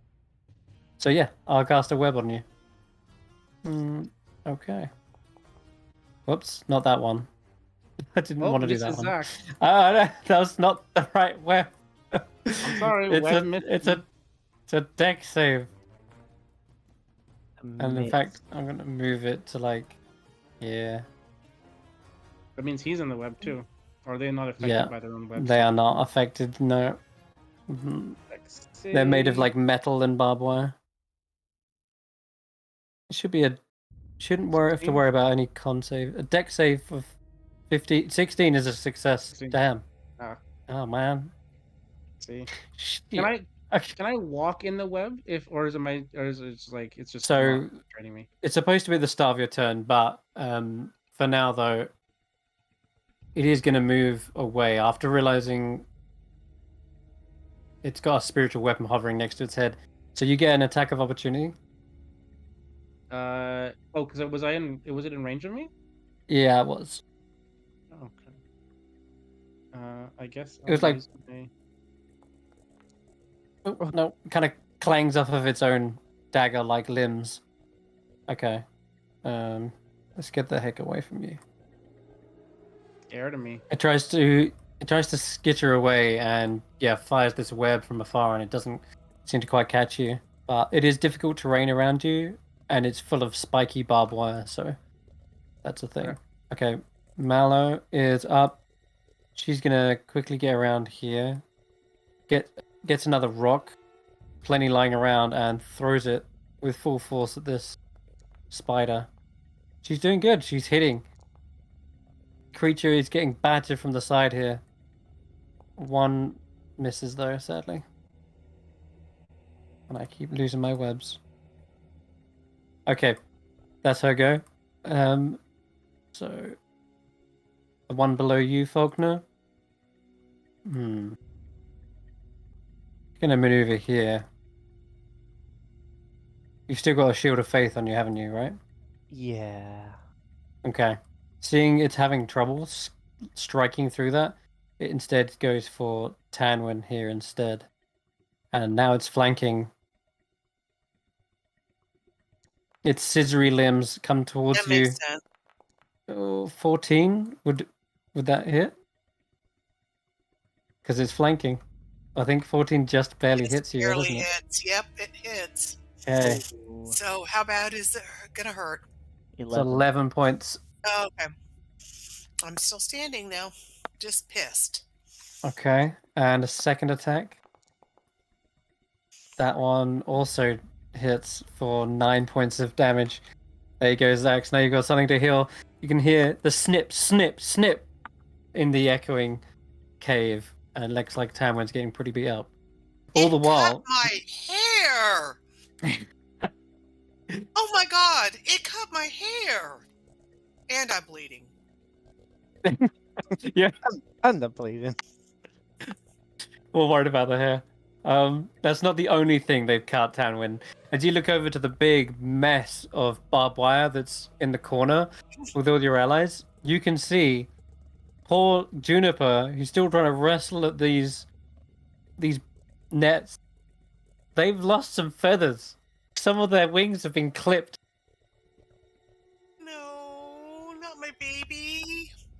Rodolfo, it's your turn. You're still restrained. It's still restrained. Do I get a dexterity check? No, in order to get No. out of this thing, you have to make a full action to get out or teleport out. But the barbed wire continues to strangle around you, dealing another 1 point of One piercing. damage. Okay. I don't really have. I'm not. I do have to do a concentration check. Yeah, for 1 point. Yeah, I'm not a strength-based guy, You're so I'm good. not going to worry too much about getting out. But I am going to Eldritch Blast this guy that I targeted with the hex before. That guy's dead, but you can move your hex onto this him. one here. Yeah, this one's a new one. Okay. Well, I can move with a bonus action. I can move my hex. Yeah. So I'll do that. Okay. Here. He's marked. And this guy's trapped within this. Oh Ugh. no. Oh my god. The cage of stalagmites acts as an incredible shield of cover. Come on. And both blasts kind of impact this rock here and shatter it. Sorry. Good luck. That's all I can do. I'm stuck. Okay. I am stuck. All right. Do I get to use Hellish Rebuke if I'm injured by the web? Well, let's have a read of Hellish Rebuke, because that's a fair question. So I just realized, yeah, because it's not hurting. Like I haven't been targeted directly, but where's Hellish Rebuke? A creature that damaged you. Mm, If it was a creature, absolutely. But it's not this a just creature looks like that's a damaged me. metal. Nah, it's just a big metal net. Curses. But can she use Lucy to try to hack her way out? Possibly. You could try to attack it instead, but you would have disadvantage. I'll have to do that on my next turn though. Yeah. But yeah. Okay, Lily is still stuck as well with you. They would love to get closer to the fight, get the cackle off, but they're left with no choice but to try and wrestle against this. Oh, nat 20! Hey! Lily finds a little gap under. Instead of trying to push her way against it, she just finds a big enough gap and then kind of army crawls underneath and pops her head out the other side. She's taken loads of cuts on the way. You can see like scrapes across her wooden form, but all of them seem to just heal up as she waddles towards the rest of you guys. But that's going to be her turn. Next turn, she'll be able to do some cackling. Scissor Spider. Okay. Seeing the easier target, Tanwen, they're going to continue to cut and cut. And unfortunately, with that flanking bonus, it does make it another hit, taking 7 points damage. And another one. Yep, you're taking all the punishment. 14. Tanwen, And you I get put am dead. unconscious. Yeah. This one stabs right into your chest, and as it pulls the blade back, just coated in red, Tanwen collapses to the ground. Samantha. Oh, wait a minute. I just totally forgot. Samantha hasn't even ever done their ability this whole time. Do it. Tanwen, as you're about to take this strike, this sensation over you warps everything around you. You feel this sense of vertigo. The spiders grow to twice their size. The cave becomes enormous, and Faulkner right next to you turns into a giant as Samantha has grabbed onto your leg and shrinks you down to a small doll-like size, evading the attack completely. What? This is Samantha's ability. The whole time they've had this, waiting for you to get attacked. And Tam, when you look down at your hands, you've turned back into a doll. Smith, thank you so much, but I can't help my friends at this size. Are you going to be able to make me big in just a minute, or how long is this going to last? She will whisper you that. Okay. All right then. Yep. Okay. Okay, so you are still up, but you're just tiny, and the scissors that was about to stab through you just snips right over the top of your head, evading it just barely in time. And your size is now tiny. You're like literally Samantha size, eye to eye with her. It's like she pulled you down in that moment, tried to dodge it, and you actually pulled you down to her size too. Okay, cool. That was its go. Callista's back up, and let's see. Callista's got one more sunbeam she can do. Sun ray. Yeah, she's gonna have to move in. There's a lot of spikes in the way, but gonna carefully maneuver through them. Sees Tanwen's in trouble. Yep, she'll fire that last sun ray. Yes, it's a hit. Does it blind it? It does. Natural 20 succeeds on the blind effect, but does a decent chunk of 13 radiant damage to it. Wait, are these things? How is he resistant to that? What the hell? That's not right. I have no idea why, but that's not correct. Let's just add an extra 11. No, extra 7. That's better. Okay. All right. So the blast hits, and Glista is coming to your rescue, and Gleam shouts to Gleam, Gleam, Gleam, we're gonna get you out of there. And she's like, Glista, I'm stuck. These things have been strangle holding us the entire time. And Morgoth's like, and our weapons are somewhere. I think they got dumped off the side of the cliff. Okay, Faulkner, your turn. So, which one looked more injured out of these two? This one hasn't been harmed. This one just got hit. Okay, let's hit that with a Call Lightning Strike. I know why it did half damage. Is it because it succeeded on the blind and made it half? But that's not how that works. Okay, cool. Lightning working. Did it work? It didn't. It didn't work. Didn't work. I used the thing. Okay. That, All right. I'll make a good. deck save. It's all good. How long does the blinding effect last on these? Because one got blinded earlier, didn't it? It fails. Yeah, and then it died straight afterwards. Okay, it fails. It takes full lightning damage. 20. 20 lightning. Ouch. And because In fact, that being made of metal, you'd assume it's having a real hard time dodging out of this. They're like a little lightning rod. because that wasn't casting a spell, that was just using an action. Yep. The leaves on Faulkner's chest plate, the front of them go green, all the way down him, and he pulls out, well, creates a little magical cup, and he's like, we've got a spice pumpkin latte for a tanner, as it hovers over to Tanwen, and I cast Healing Word. Oh, thank you. Oh, I used that one person. Yeah, that was a great use of it. It didn't do the healing. Why are none of my spells doing the healing? I don't see it in the chat either, to be fair. Oh, I see that you used the spell, but it doesn't show the healing amount. Yeah, okay. Just roll it. 1d4 1d4 plus spell casting ability modifier. So that's 1d4 plus your wisdom. 1, 2, 3d4 plus 3. 9. Thank you. Okay, 9. Your voice is really high pitched down here. But it works. Don't attempt it. All right. Is that your go? Yeah, that's my action and my bonus All action. right, Xaxx is up.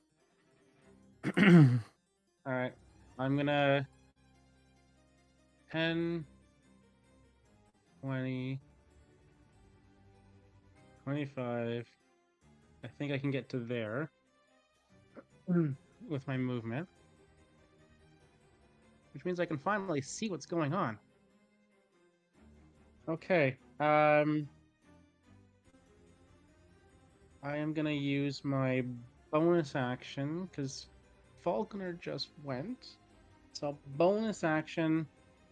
I'm gonna go. I have a pumpkin spice latte for a Falstaff, and I'm a healing word. Faulkner. Faulkner understands immediately. He's just like, that's me. And then I'm gonna use my action to use Twilight Sanctuary. I haven't used that in a while. So I need to use the thing, the template on me.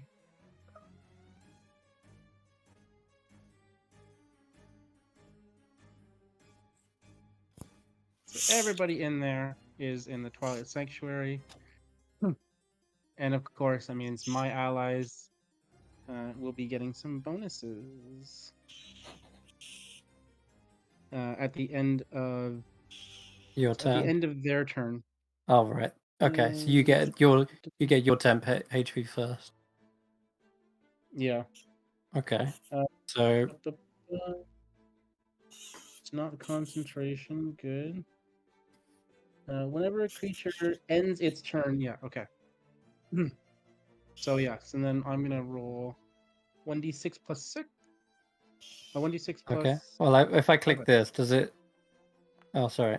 If I click next turn, does it come up? No, nothing happens. No, because you haven't got the effect on you, have you? Okay. All right. Well, we'll do it this way instead. So you get, what was it, 1 plus? 8. I have 8 points Wow. of temporary. Damn. Okay. Cool. Shields up. We go on to Tanwen, who, at the start of your turn, Am I still small? you can choose to return back to your normal size if you want. Actually, did my weapons shrink with me? I'm afraid they do. Yeah. So you do less damage, like a D4 less damage in this form, Okay. but your AC increases. Okay. So what I would like to do is say, Samantha, thank you so much. Stay here, stay safe. I'll be right back.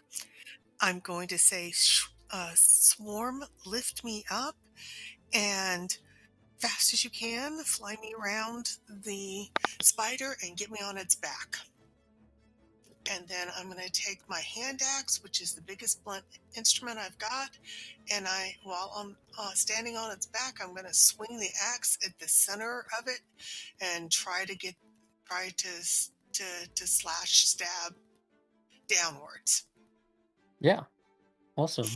Okay, so what do I want to roll first in order to have my swarm lift me up, swing me around the spider, come in from the back, and land on the back? So, Writhing Tide, it just uses a bonus action to give yourself flying Mhm. speed, and then you can move up and around behind it if you want. Now, if you do that, one of the spiders will get an attack of opportunity, though. But you are still small, correct? Right. All right. It'll take one swing, and let's see if it hits. What on earth? This scissor. Oh, I needed to move back in range first. Me? Okay. No, it's alright. Yeah, I was just wondering why it wouldn't work. But it said because you're out of range. Nat 1. Well, there you go.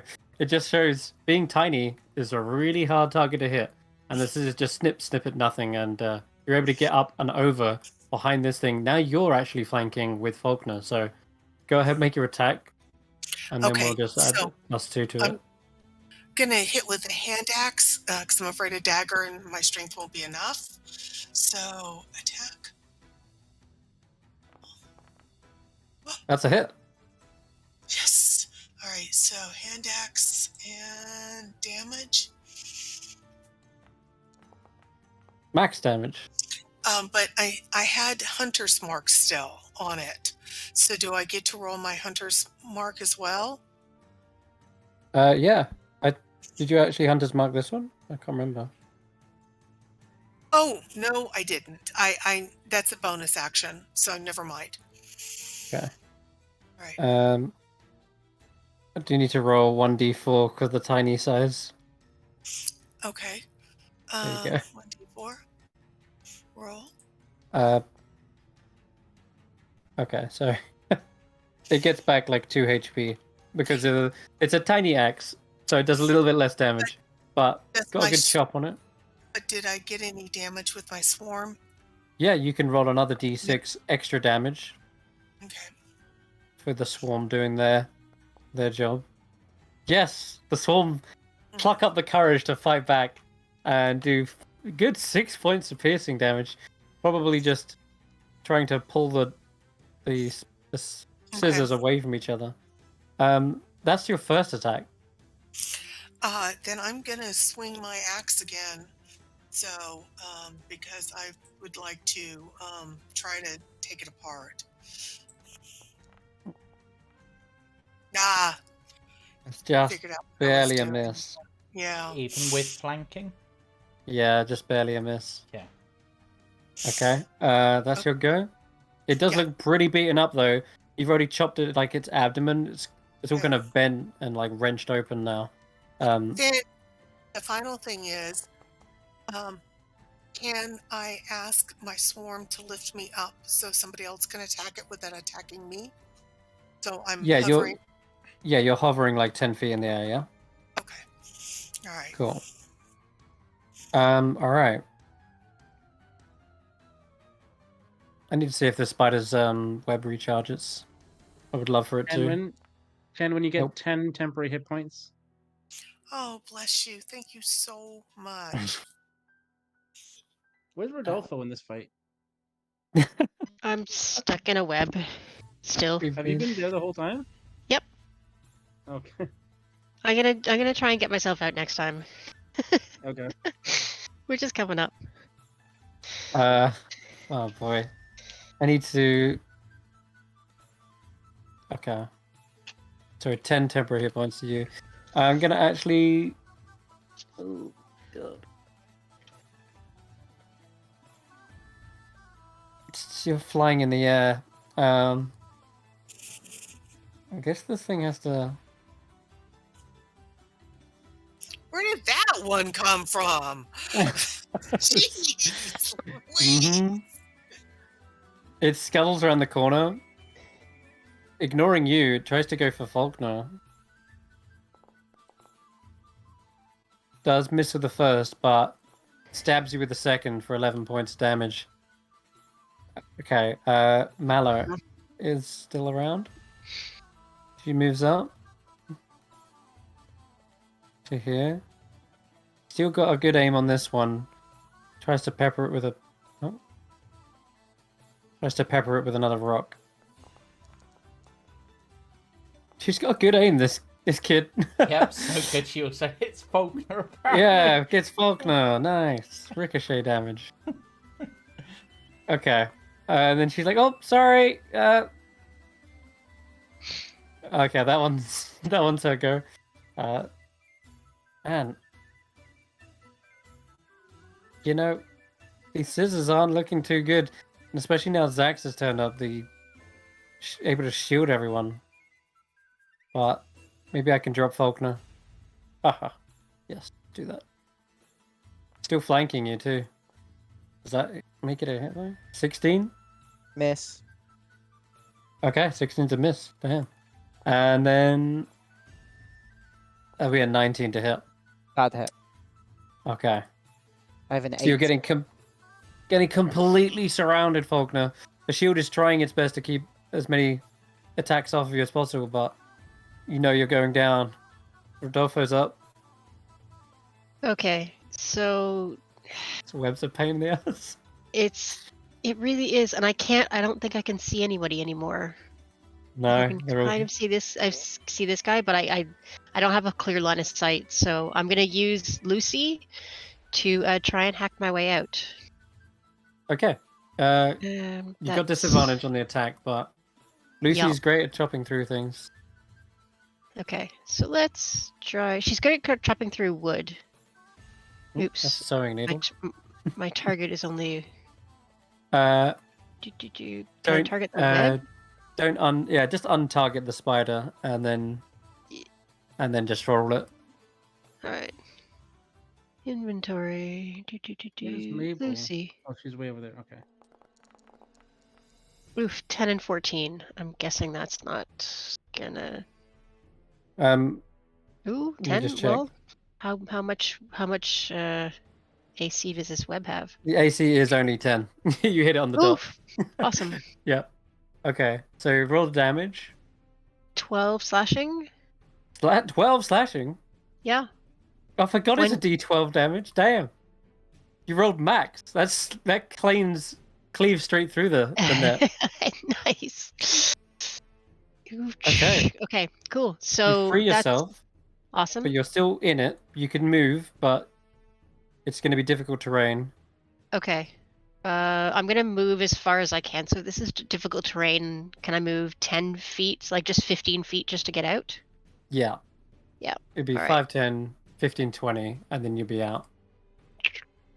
Oops. And I'm going to deal Alright. 1d4 of piercing damage as you Yeah, that's fair. step over the nastier bits that haven't been chopped. Okay, But yeah, you can move. You can move out. I'm trying to move out. Oh yeah, you're probably still using targeting tool. I know I've changed it to the other tool, but it's still not letting me. Oh, there we go. I'll move you. Okay. There you go. Okay, Yep. you want to be here? Nope. Or I there? want to be hiding behind this rock or crouching behind the rock, whatever. Can't really see. Okay. Yep. I'll move Any next turn. bonus action? No, don't Already? think there's not much that I No, have you've that already will work hexed as it, a haven't you? bonus. Yep. Cool. All right then. It's time for Lily. Now, what would you like to do? Get up and melee something, or would you like to cackle? Lily, what was that joke that Clapperclaw told you? I think these two behind me would like to hear it. Oh, really? Yeah, I remember it. How did it go? Oh, that's right. My girlfriend wanted a marriage, just like a fairy tale. Fair enough, I said. So I gave her a loaf of bread and left her in the forest. And guess these two are gonna make wisdom saves. Come on. Where? Let's see. Actually, can I just target them with it? Target, cackle. This is just a bonus action. He takes Oh no, some. sorry, I got Rodolfo. Apparently Rodolfo found it mildly amusing. Do you want to just roll that anyway, and then I'll undo the damage, Okay. just because, just to help the automation go through. Yeah, sorry, my foundry is really lagging. Might be all the webs everywhere. There's a lot on the screen right now. Okay, what did we get? One failed, one succeeded. Yeah, let me undo that damage. Okay. I need a con save too. I'm gonna.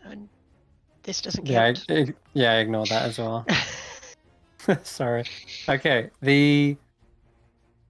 so one of them nearest, I think. Is that the one? Is it this one? Yeah, this one took the damage. So the nearest one is suddenly, don't know why, They're it all locks nearest. up. It locks up and seems to fall together, and it clangs and clangs its scissors together, like repeatedly. Weirdly enough, constructs can take psychic damage. It's not poison, but psychic's fine. This thing just falls to the floor, like up on its legs. It is incapacitated for 1 minute as it is overcome with a fit of laughter. And therefore I am safe to move. From that side, maybe, but not the other ones. Oh, that's the one that I needed as well to survive. Oof. Okay. The Lily's go. She's not done. Apparently, she can still do grabby hands if she wants. Grabby hands on this one? Sure. I don't know what grabby hands is, but sure. She goes right up to it and tries to grabby hands it. What the heck? Oh, okay. We'll find out. She missed. You can Otherwise, it would have taken more psychic damage.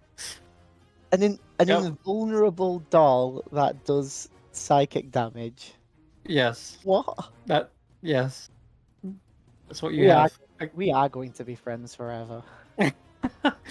So the little doll tries to creepily grab onto them, but gets kicked away by one of the scissors. This one that's completely incapacitated needs to make another save at the end of its turn. Yep, another wisdom save. Oh, it makes it the end of its turn. Yeah, otherwise that would be really powerful. And a 15 is a success, but it wasted its whole turn doing that.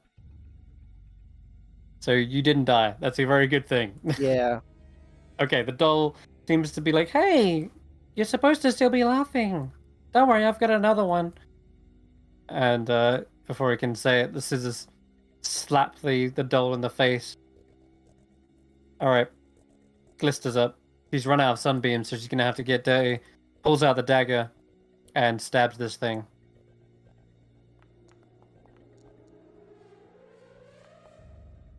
Don't know why she had advantage, but it's still a miss either way. Ah, damn it. That's our go, Faulkner. Okay. Guess I gotta give myself a pumpkin spice latte. Because Yeah, I would say now's a good time. I need the healing. Glister Wait. also gets 10 points of temporary hit points. Oh, I thought that was me then. D4 plus 3. Oh, I don't think that's going to be enough for me to. All right, I'm right To after live you. around. All right. Well, I guess coup de grace, because I want to be able to do this, and I don't think that I will if I pull out from here. Lily, that joke was shocking. I hope you can help me after this as I pull down a strike lightning centered on myself. Have you rolled concentration checks for this? I just remembered. Oh, yeah. I think you have. It should have at least been automated. I don't think so. You've been getting cut to ribbons. Yeah, okay, never mind. Damn it! You can still cast it again, but it No, I can't. just means using spell slots. I don't have a spell slot. That's the problem then. Okay, so what else do you want to do instead?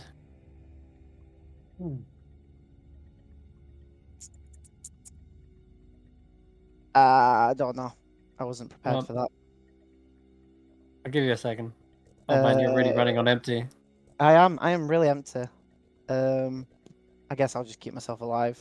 That was my whole plan, was to use that. Hmm. Wild Shape's good alternative. Don't worry about it. I think that's fantastic choice. Not only are you gaining HP, but you're going to gain temp from Xaxx as well. That's really going to bolster you.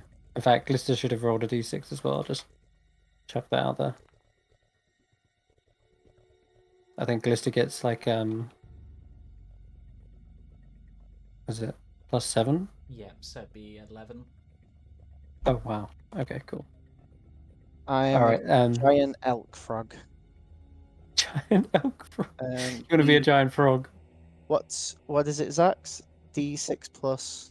Let me roll. I think I'm supposed to roll. Oh, okay. 10 points. 10 points. Sweet. Giant frog with 11 temporary HP. Very nice. Okay, fantastic. You're basically tanked up. A moment ago, you were being cut down, and now you're looking strong. Xaxx, your turn. All right. Bonus action. I forgot about my spiritual weapon, so it's gonna, because it's not actually on the screen, but it's gonna move and hit this guy. This one here. That's sort of beside Glister. Yeah. And Shield of Faith is still up. Yes. Wow. I'm tanked. Because it's gonna, yeah.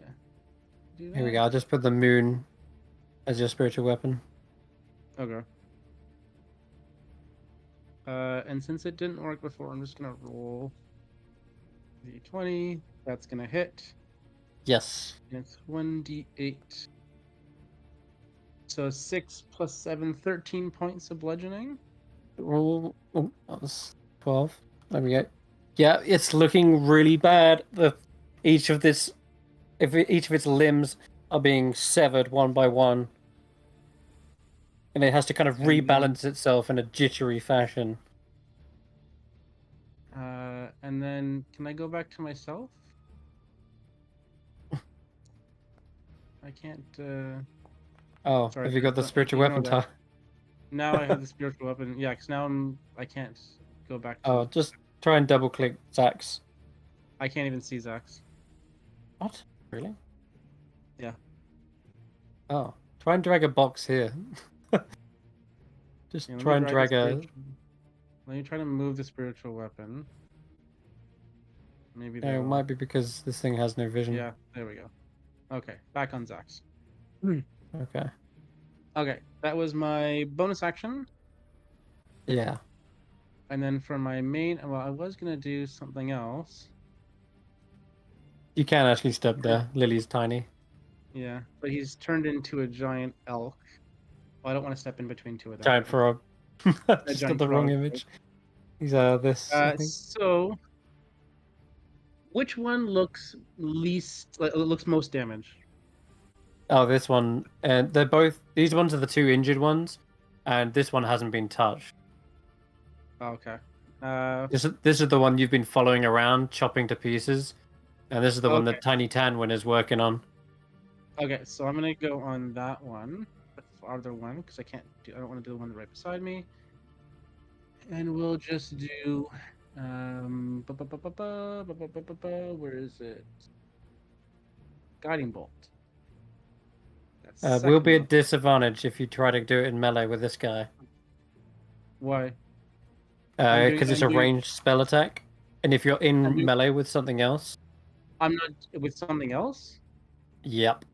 If something is in melee with you, it's basically it's basically causing you to be at a disadvantage because it's like swinging its limbs around, chopping everything in sight. Okay. You can still fire it. I'm just letting you know. You might. No. at disadvantage. I'm now upset at the one right beside me, so I'm gonna target that one instead. And I'm gonna. And I am going to just inflict wounds onto it. Okay. And you'll have flanking on this. So that's I don't know why. 25. Don't know why I went with advantage, but let me just check. 7 plus 7 is 14. It's because of flanking, right? Flanking only gives you +2, but Oh. that is still enough. Because you got 14, right? No, you got 18. You got 15. 15's a hit. 15's a hit. Okay, yeah. So Yep, it's still you hit. done it. It's still 17. So now Very he's cool. He is dead, and the necrotic damage on a construct rusts the metal to just dust. And then for my movement, because I haven't actually moved yet, I'm gonna go this way across Yeah. to get sort of in between the frog and Tanwen and everybody. Cool. And then I'm gonna see if I can bring. Oh yeah, I can help you with that. It's centered on me, so it should be bringing that over. Yeah, there we go. And Okay. now Gleam and Pollinella and everybody else can start getting some healing as well. Yes, yes they can. It's trapped in the web, but it looks like you can break it by the looks, because Rodolfo's freed herself, but himself rather. And Okay. then, that's Anything the end of my else? turn. I'm just Okay. gonna roll to see if I get more hit points or not. Ooh, I get 5, so I'm 12 temporary HP now instead of 8. Can't fight against that so much. Or can I? I think it might have to go for you.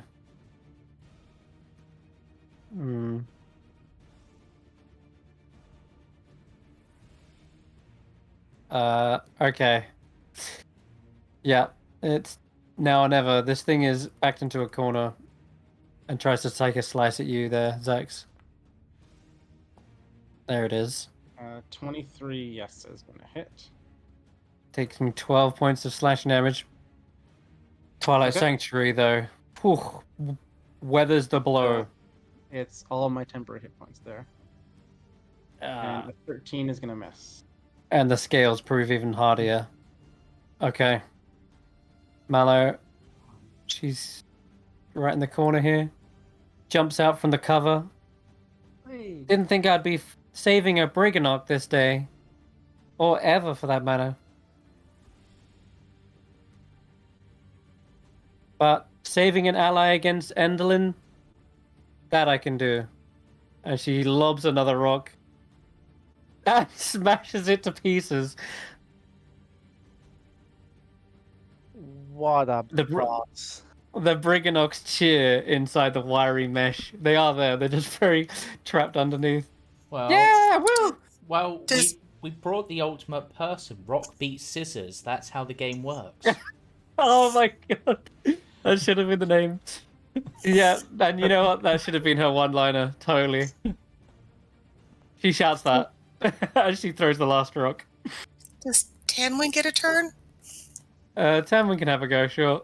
I'm sorry, I No, totally No, forgot. did I mean, is there a reason I didn't? Because I may have missed something. No, you're totally correct. I'm Okay. just skipping too far ahead. But Tanwen, you've got one target left.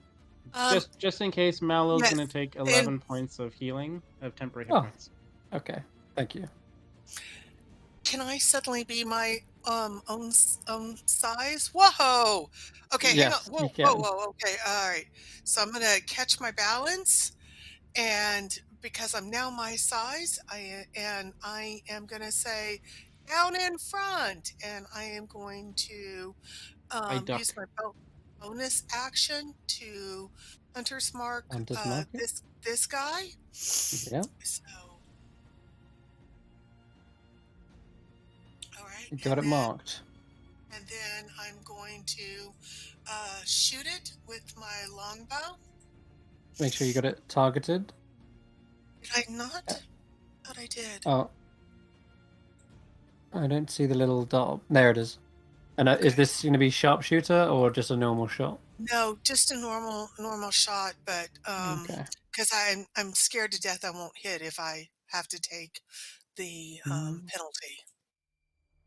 All right. Would have been a hit.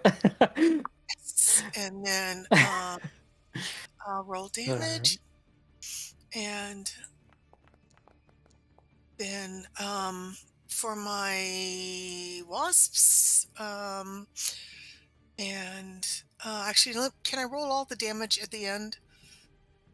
You Do have you want me to roll? to choose on a hit, Okay. which Well, so yeah. my wasps, the swarm, because Yep. I just rolled damage, and now I need to roll for the swarm, or is it +2? I'm trying to remember. So you can roll 1d6 1d6 extra piercing damage. 1d6 for Okay. the swarm, 1d6 for hunter's mark, or 2d6. Okay. All right. So 1d6 and roll. All right. And then I am going to shoot a second time. Go. Over here. Come on. Come back here. All right. You're still targeted. And then inventory. I'm going to do longbow. Warning. Yeah. And so come on, baby. There you go. Attack. Yep, I'll remember that as well. Don't worry, James. Shit. Ah, Okay. That one, Miss. second one's a miss. Yeah. But you can still roll that d6 for the hunter's mark. Oh, I did. I thought I did. That was... oh, okay. Then in that case, did you want to use the Swarm Keeper ability to do anything? Every time you hit an enemy, you can either force it to make a strength save, or you can force it, or you can do an extra d6. I'd like to force it to make a strength save to get it, see if I can get it away from my favorite giant frog. Yeah. Okay, that sounds good. Also, did I actually just change its HP to something ridiculous? Yeah, I did. There we go. Okay, strength save it is then. That passes. It is incredibly strong. Made of its limbs being made of steel. Yeah, it just cuts away at the wasps as they try to lift them up. But I tried. Hey, wasps, come back, come back, come back! Don't stay there. If it was a tarantula hawk wasp like the one you killed, then that may have done the trick. But these are tiny little wasps. All right, that is your go. Okay. Tanwen 12-point temporary hit points. Oh, Yeah. plus That the 10? they don't stack. They just replace whatever you have, and I think you have less Okay. right now. So They got to 12. Thank you so much. I really appreciate it. just go up to 12. Okay. Yeah. It's just this little spider left. All right. Little spider. Well, it feels little when it's the only one left. Tanwen's up in the air, which is hard to shoot. So we got a giant frog who's easy to kill, but he's just a nuisance. Oh, there's Xaxx, who's really armored. I think this spider's just going to go for the nearest thing in front of it.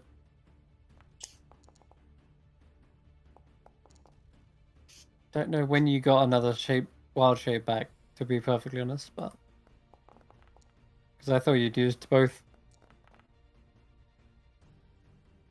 But we'll cut through it if we have to. Okay, and that's going to end its go as it chops and chops away this frog. It's Rodolfo's go. Okay, Rodolfo's gonna move down here till I can see this. Rodolfo's been on the edge of the board the entire game. Yeah, has Pretty been. much, yeah. Staying out of the Select fight. target, and we are going to blast. Come on! Oh, come on! Trying to thread the needle between these two stalagmites. Yep, misses. Get on that second Because blast. All right. Shooting like a stormtrooper. I really am. Oh my god. That's unlucky. Unbelievable. It's All right, just got too much cover. Okay, good Sorry, luck. Rodolfo. And yeah, he's gonna duck down behind some rocks here. Okay. I've lost Lily. She's somewhere in here. There I she think is. I'm on Lily. Oh, she's done now. Okay. Nah. Nah, Lily's gonna see if she can recharge this. No. I figured that I don't need to give Lily temporary healing points. Damn, that was my only Hey. joke. Hey, Lily, ever wonder how arachnids make circle-shaped webs perfectly? Huh? It's because they're spiders. Pie-shaped. It's a joke for Xaxx. All right, I got I don't another think- one. What's harder to evict from an apartment than 6 spiders? What? 10 ants. Tenants. Oh. She just stares at you with this death stare, like it's the worst joke she's ever heard. And unfortunately, it doesn't allow her to recharge her ability. I like the Try. idea that you have to. I like the idea that you guys have to feed her jokes to recharge it. That's great. On this occasion, it wasn't enough, but she will try to grab your hands it. Oh god, she hit. She grabs onto it and gives her that same death stare she gave you to the spider. And the spider seems to just tries to get away from it. Like they seem afraid, but not in the same way. Okay, Glister, it is time to get in there to a dagger, and then Nox, go ahead and do your turn as well.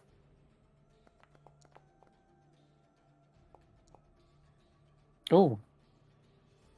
Sparks fly in the cave as metal strikes the other blade. What are you up to there? Where are you going? You're gonna try and swallow my spider. You won't fit. It won't fit in your mouth.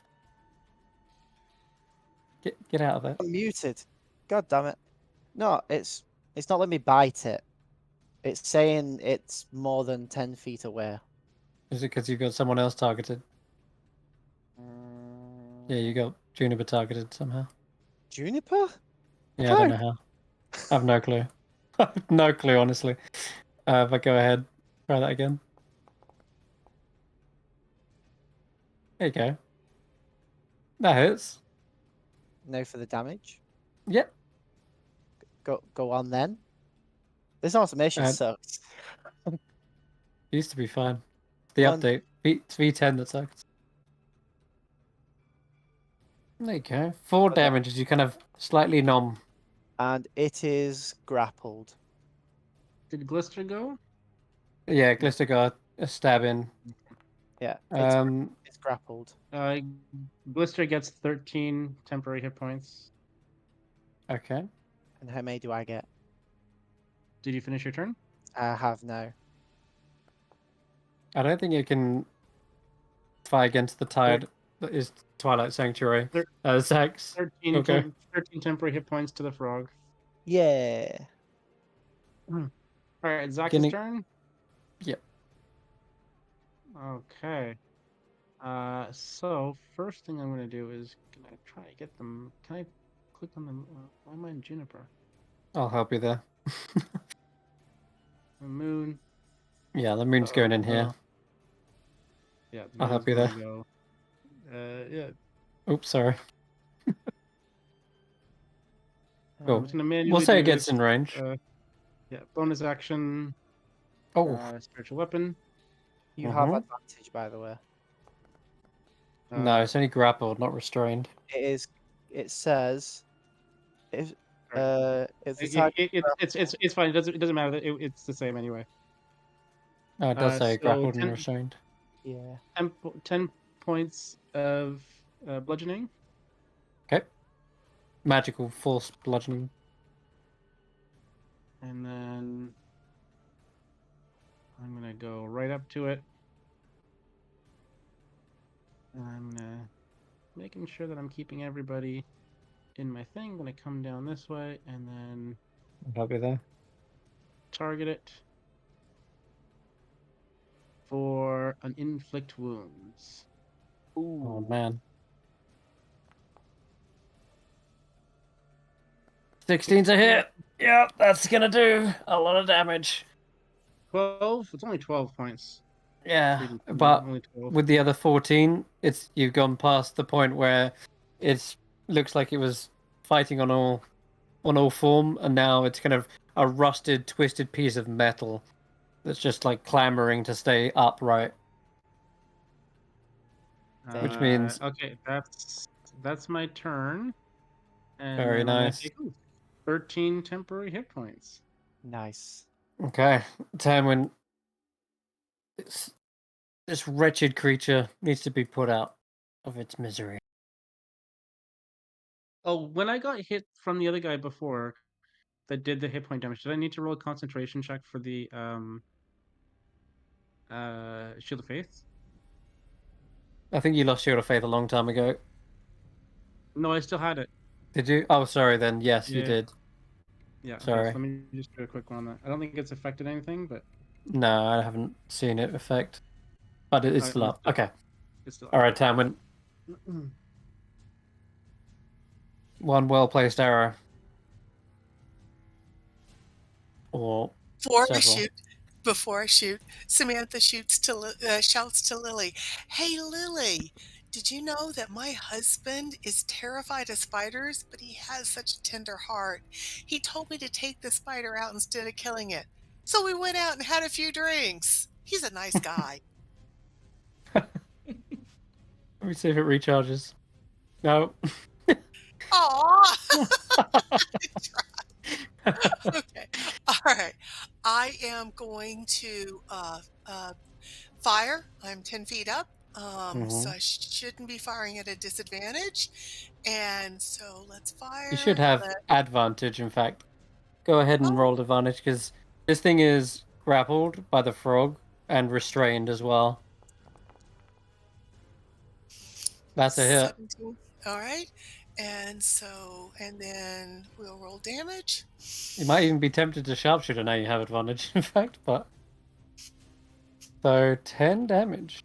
Nice. All right. And then I will...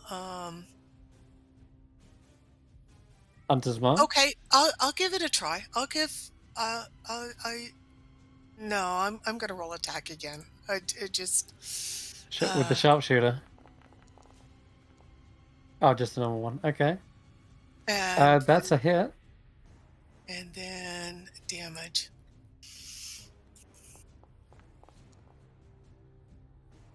And roll those 2d6 for Hunter's Mark.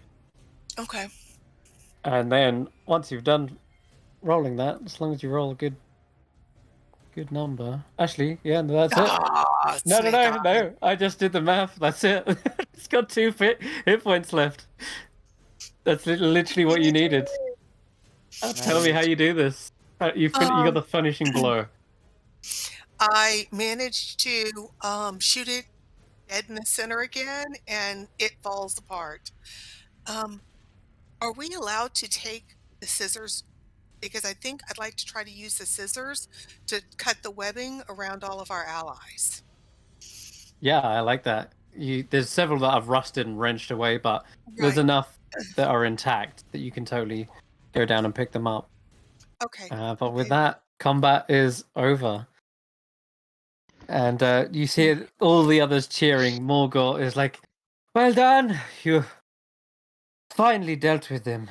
They had scissors to our necks for some time, but That was I knew you very guys. nasty. Let's get y'all Rodolfo's going to take free. Lucy to help Mm-hmm. hack away.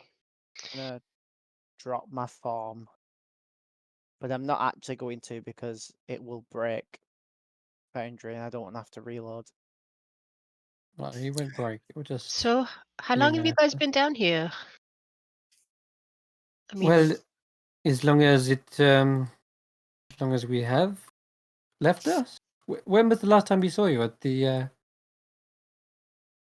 It was at the henge, wasn't it? We were just about to go to the henge. so the entire time you've been down here? Oh, that's Not the entire unfortunate. time. The brigand speak up. We've been digging, lots of digging. We We saw finished the the digging. tunnel. It was fantastic. Yes. So congratulations on that. You finally chop them free, and Juniper like roars as they get freed. They seemed the most frustrated of all, not being able to help in the fight. Hmm. But I'm going to go over to Juniper and just stroke her head and tell her that we love her and that she is the best owlbear ever. For a moment, it seems like there's this vicious like snapping as it's not sure if these things are dead or not. It's like clawing and beating against the floor. And as you go up to it, trying to like calm it, would you like to give me an animal handling check? Sure. And Amador says, "Oh, yes, this one's been rather hungry the whole time, and for once, I'm glad that I'm just a plant. I don't think Juniper's a vegetarian." Oh, yeah, we're supposed to feed Juniper. Yes, Juniper needs food, and they try to eat this part of the spider, but you seem to calm them down at the very least, Tanwen. And I will give it my last rations. So That definitely turns their mood around. I've got one more ration left, I believe. And where are you? Where are you? That's odd. Yeah, their mood is much more delighted to see you now. Yeah. Oh, I had 3 rations left, so I'm going to give it one of my rations. So now I have 2 left.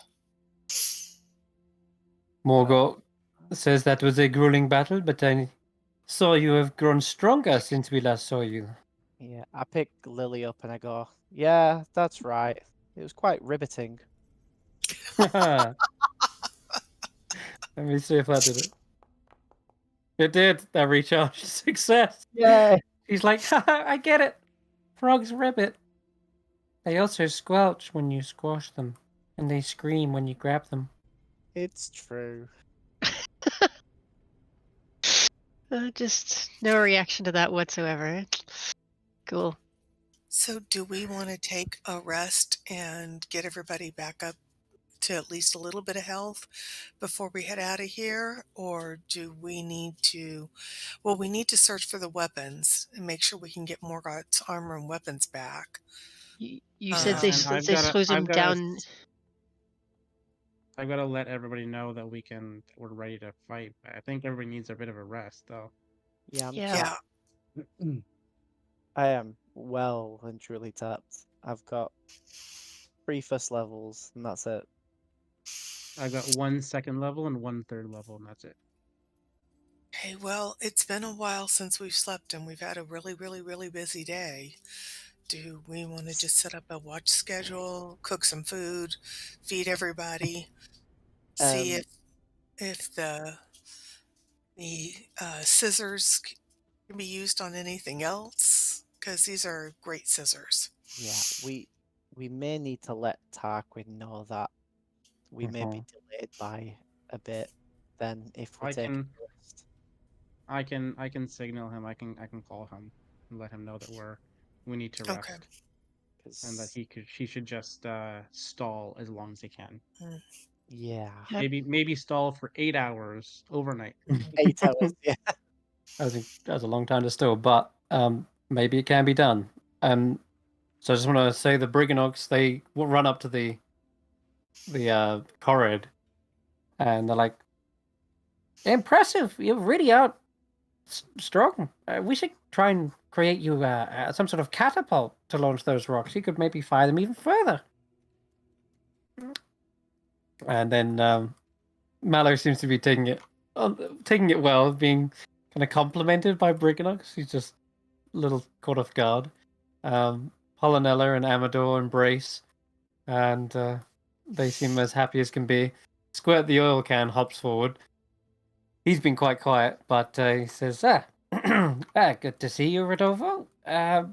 Sorry, Team B got caught up in all this. That's quite all right. I We're just understand when things don't go your way. So, well, you did very well. I must say, you are still alive. You are still together. We have tunnels. You know, it could be worse. I And mean, we met someone down here as well. He's hiding at the moment. He wasn't strong enough to free us all, but is someone you should meet. who? One of the Someone we know? What are the? Yes, one of the Briganox. He had actually made a tunnel already, and he helped us. His name's Obud. Oh, bud. Oh, but by the way, before I forget, Brignox, there's one of your guys is up in the basement area. What's his name? He made a cake. Oh, What's his you name? found him, old Golmo. Golmo's our Golmo, chief yeah. architect. Yeah. Good to know he's still alive. All this stuff. He's chained to a wall, like literally just Oh. outside where your cave entrance is, like right there. I'm so glad you found him. We did poke our heads out, and we couldn't see him, but we'll all go together this time. And finally, as the crowd is dispersing, and Gleam and Glister are trying to get to each other with all the piles of wrenched metal in the way, finally they see each other with the space in between, and without words, they rush towards each other, and you see Glister just basically jump into Gleam's embrace, right behind where the spiritual weapon seems to be silhouetting them or framing them. And we get this lovely shot here as the two sisters embrace, and they say, "Thought I'd never see you again. Thank goodness you're all right."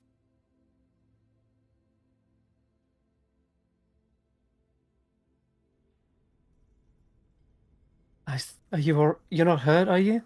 No. It's just been a long journey, that's all. Did you find your shadow? Glister asks, and Gleam shakes her head solemnly. Okay, well that's what's next then. And they both kind of look towards the group as a whole, and they kind of both take a little bow, a little sorry. curtsy. Sorry to interrupt. Gleam, I Hmm? did find your shadow. You did? Yeah. And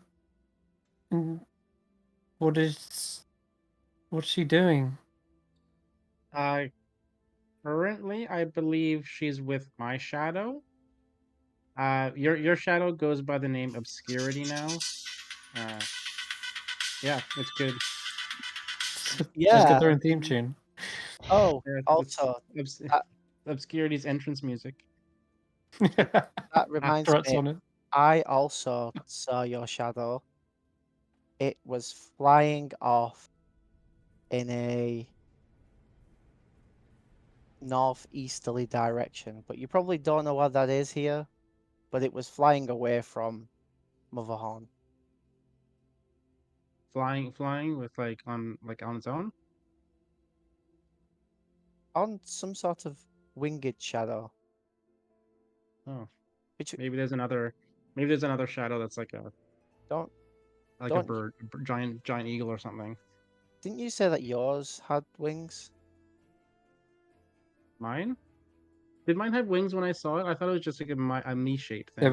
There was a moment when you failed to convince them to join you, and instead they took flight just briefly, where wings sprouted from their back, very much like your own, where the spectral wings appear, and it swooped Okay. 10 feet away and landed at Obscurity's side.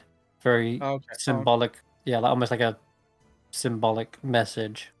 Oh, So, maybe it's flying on my shadow, because my shadow might be able to do the wing thing that I can do too, right? So maybe so it was a short trip probably. But either way, Obscurity, who is the hench person, Edlin, who stole my thing, is your shadow, and we have a way to reconnect you.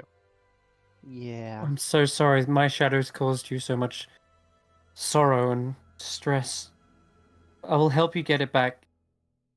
We'll get all of our shadows back. We'll put an end to Enderlin's cruel reign.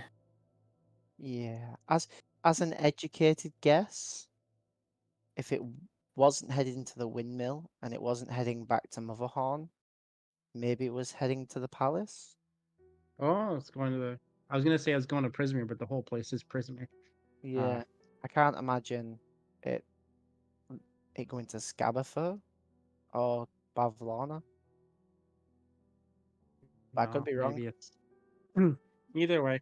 Yeah, but we have a way. We have some thread and a needle that we can reattach your shadow to. Um, you can you can choose how you want to do it with Obscurity, but with my shadow, I'm not gonna force it. I'm gonna try to convince it to want to rejoin with me. Obscurity seems like a lost cause. She's caused so many people pain and misery.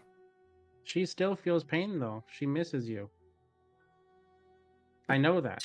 I talked to her a couple days ago, and Are you sure of I know this? that I'm positive, and I know that she misses you. She misses being connected with you. The only thing that she really wants, and it's the same with my shadow actually, is that they don't want to be beholden to our actions. They want to have their own sense of independence and sense of self still. They don't want to disappear and just be another shadow that can only mimic what we do. They want to be themselves. That's all it is. See, She doesn't I want to never. lose who she's become. A part of me always considered that, but now you telling me this sort of confirms my suspicions. So she does miss you. I'm hoping my shadow misses me, but I know that Obscurity misses you, and we've just got to approach them the right way, and maybe they'll be accepting. I don't know. I have to think on the words. What to say to her when I see her next. But I know with Glister by my side now, I at least feel some relief. And perhaps I won't feel so desperate when I come to see her. Right. We'll Let's get find some them, rest. and yeah, Okay. yeah. And switch to Tarquin before we wrap up. One really quick thing while we're resting, and doing guard duty, can we at least look for the armor and weapons? I mean, Morgoth thinks they threw Yes. it over the edge, but I would like to make sure of that, or at least make sure it's not in the immediate area and that we just walked right by and Yeah. left it behind. I will jump back to you guys if we still have time afterwards. But Okay, perfect. Thank you. okay. Yeah, don't worry. There's still things to do there. With you've got to speak to Obad, and a little something else there. Anyway, Tarquin, as you finally make it to Motherhorn once again, back and forth, the skeletal face of Enderlin on the double doors says, The Corrids may not enter, but Tarquin, Clapperclaw, you are still my guests. Meet me in my bedroom. That sounded weird. Just meet me in my office. Yeah. Tarquin sort of just. I don't really have a bed in it anyway. Just meet me in my room. Tarquin nods, looks to the Corrids and says, "Wait here.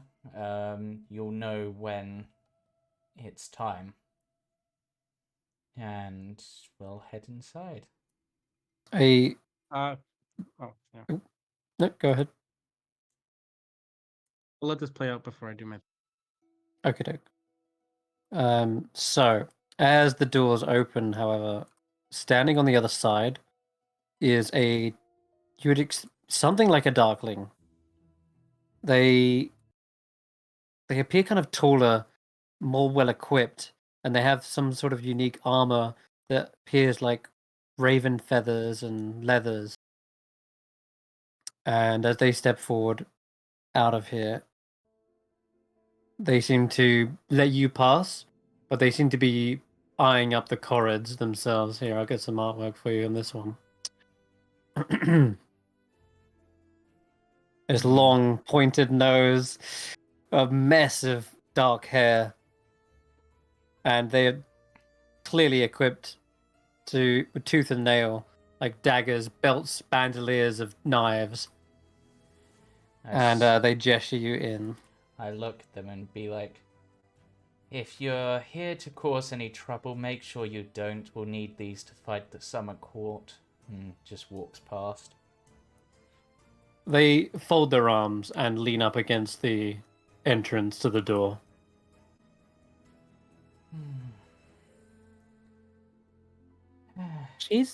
They seem nice. Clavicle says. Yeah. They look like they've got crow's feet under their eyes.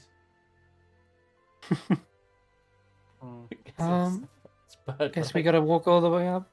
I wish there was a quicker way.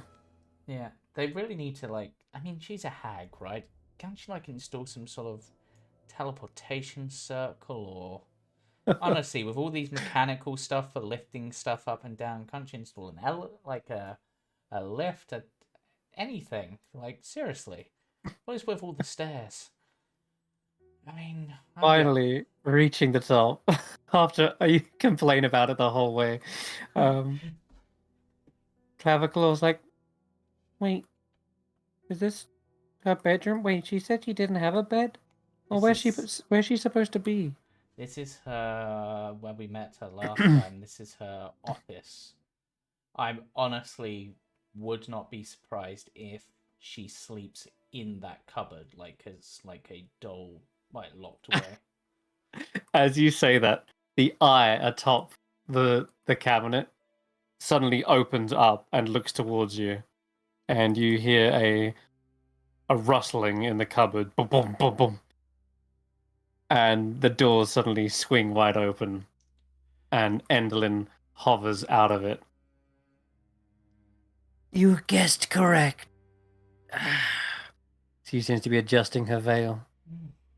You were gone some time. Well, it's maybe if you installed some quicker way to get up and down this place, like I wouldn't take as long. Like seriously. But the Corrids are ready, or as ready as they'll ever be. They're not happy about the situation, but I think they will fight alongside us for the mission that you have in mind. You've done well. She begins to sort of walk around near some of the marionettes. I thought your time was running out. Some of the hourglasses seem to switch over and turn. But you've bought yourself some time. If there's one thing that I'm good with, it's time. Yes. Speaking of, how's that little stopwatch that Bavlorna was holding on to for you? Well, It's an odd one. It works, but I'm still not 100% sure whether it's working properly. If you know what I mean. It's I mean,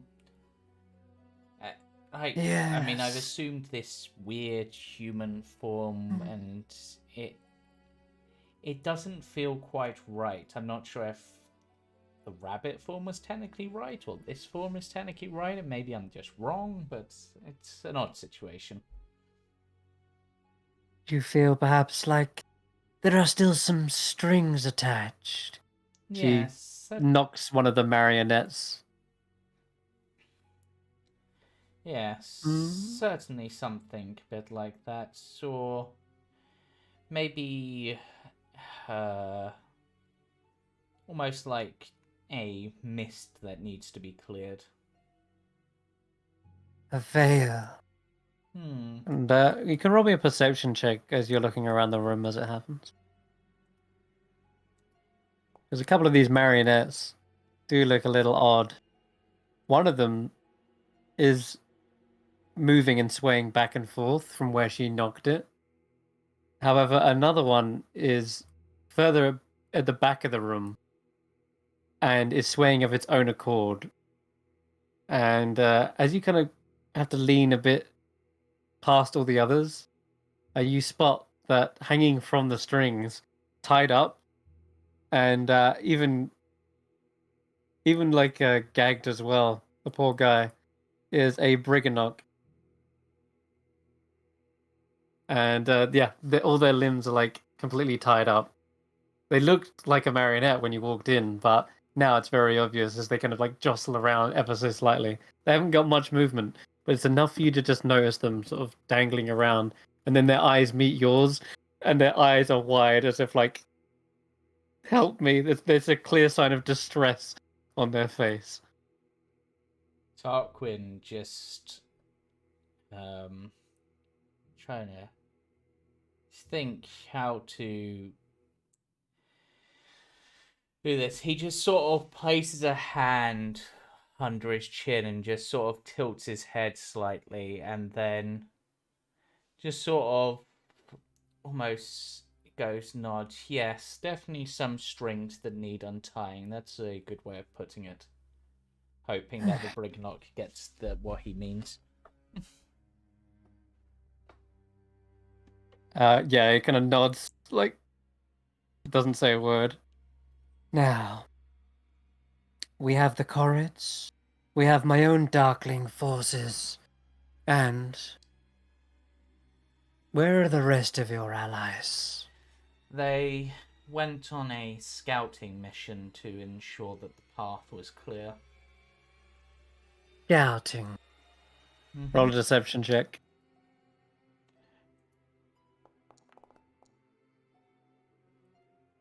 You know We we're are making this sure a contested. path is clear. Yep. Absolutely making this contested. Yeah. Yeah. Ah, yes.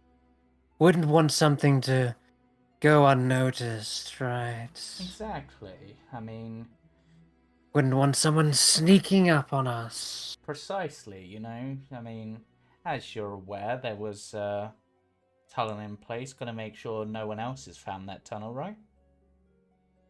Of course. In fact, I was thinking perhaps we should just block it up. It's not a bad idea. Not a bad idea. Certainly block the... Or, better idea. Better idea. You've got some Cause a cave-in and crush them all. No. You've got some clever people here, right, who can do like cool stuff with mechanical things, and we've got the Corrids who are really good with stone. What if you turn it into a hidden doorway that only you and maybe your people know how to enter them? When they come up to invade from the front, you can outflank them by going through that way. 'Tis a potential. I was more thinking keeping the fight away from my castle. Oh, this would be more, last resort sort of thing if it got this far. I see. You've got to prepare for all the angles. I mean, I know you can see the future, but I'm still not 100% sure if you see like a certain future or possible futures. So I'm gonna think it's the latter and just say that it's a good idea to prepare for the possible futures. I mean, because after all, With our current course, I do not see the invading summer court achieving their goal. That's good. That's good. But nor is the summer court all they seem. Oh, what are we expecting? What do you mean by not all they seem? Are they secretly the Winter Court in disguise? That would be very hard to pull off. An illusion to over an entire army? No. This is more to do with their lack of a queen. Wait, Titania's not with them? Someone else is in their stead. Who would lead in her place? I mean, Tarquin tries to rack his memories for anything he knows of the Summer Court. I mean, You're not sure, yeah, and I'm not even going to entertain it with a roll. That is very, very, very unorthodox. Like, yeah. also, you definitely spotted a throne, which I described fully. Like, someone is with them of very high nobility, but I mean, does who Titania this have is? like a daughter or a son or something? Is it like the prince or princess of the Summer Court? Fae do not usually procreate in the normal fashions. They are born of energy. That's true. They more wane of age, and others rise. But who this figure is, I am not sure. I mean, then there's the potential in... I mean, that's an unknown element, but, I mean, it should mean they're... In terms of at least raw destructive capability, they should be less than Titania, but... Because they're an unknown factor, that adds something that is hard to predict. They ride Titania's throne, however. Damn, they must be important to ride that. Titania would not let others ride her throne. If they did, they would be a pile of ash. So, are we saying someone has managed to use up Titania? I am unsure. And that's a worry. I would need to do another reading. But until now, the prism has been shrouded, and I could not see past its borders. So, in a way, removing the mist did you a favour in that regard. If we can deal with Titania, then, you know, then you've got, like, more scope. You can make bigger plans. Potentially. Though, But as for the current plan, the Corrids, they should set up ambushes along the canyon.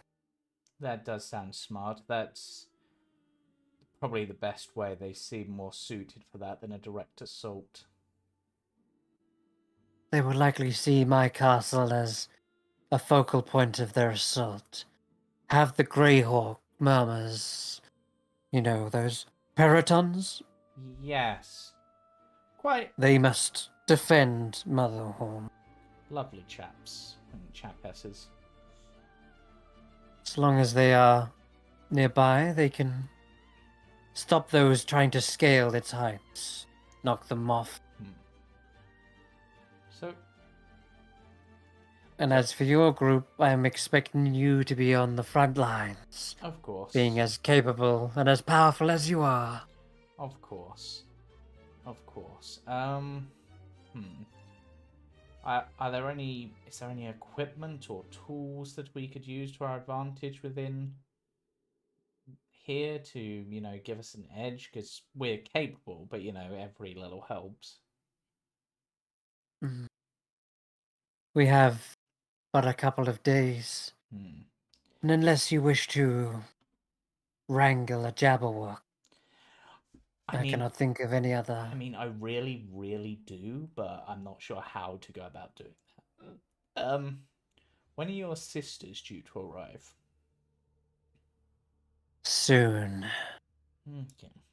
She looks out to the window, where her ornithopter seems to be flexing its wings. In fact, it kind of hops along the perch, seemingly to like make room for more. Other than that, if there's anything else you wish to discuss. I mean, I'm just gonna ask the question because of curiosity. Is your wardrobe a mimic? Or is it something else? Like, I'm just curious. No other reason than that. I mean, it's got an eye, it's furniture. It's probably dangerous, so my initial thought was mimic. It is something else. That's fair. Right, well... Not something I wish to reveal, however. Oh, that's fair, that's fair. She does, however, I'm just saying this, you can roll an insight check.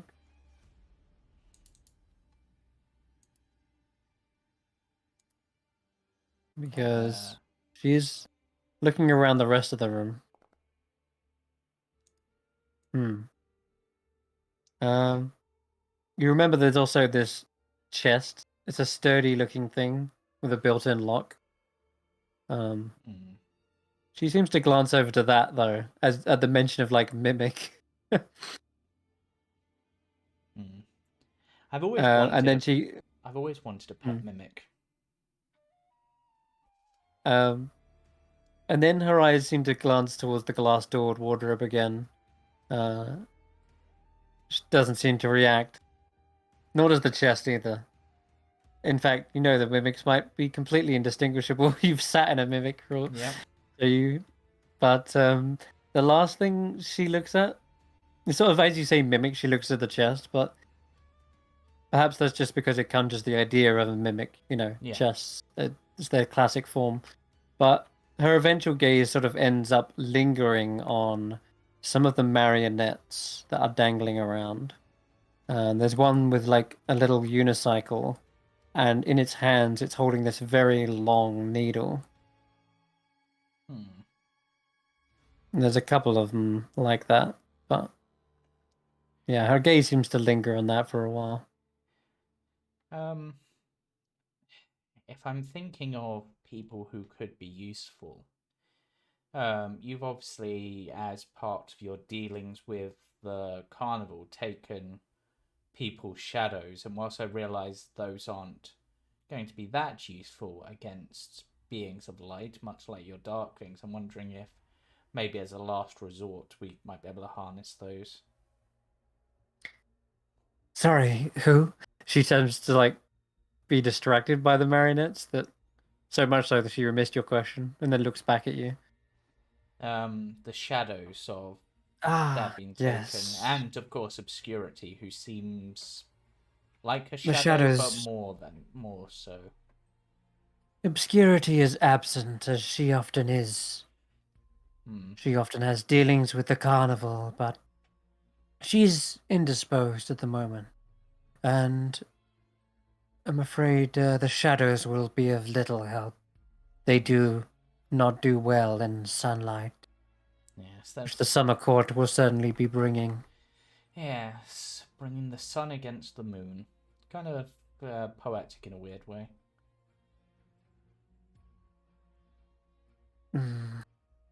She raises her eyebrows, if she had them, I guess.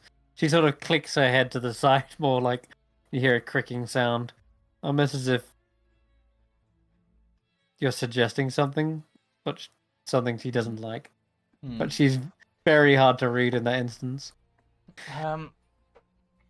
You said about using the orrery to view potential, to try to get more information. Is that something that's possible, or is it still out of power?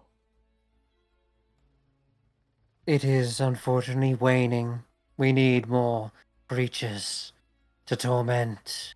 Hmm. Only then will the storm return. I It might, needs to be a powerful one, I might like, be able, say, the Jabberwock. I might be able to give it a small charge. Yes? There's something that is tormenting you, Well, enough to conjure a cloud of lightning. I mean, no, but he just makes his hands crack with lightning. I mean, I can kind of do this. I mean, it's not much, but it might give you a few seconds. It wouldn't be enough. But perhaps you could assist my goblins in creating some more bottled lightning. Yes. We store up enough, then perhaps it'll be enough for one more charge.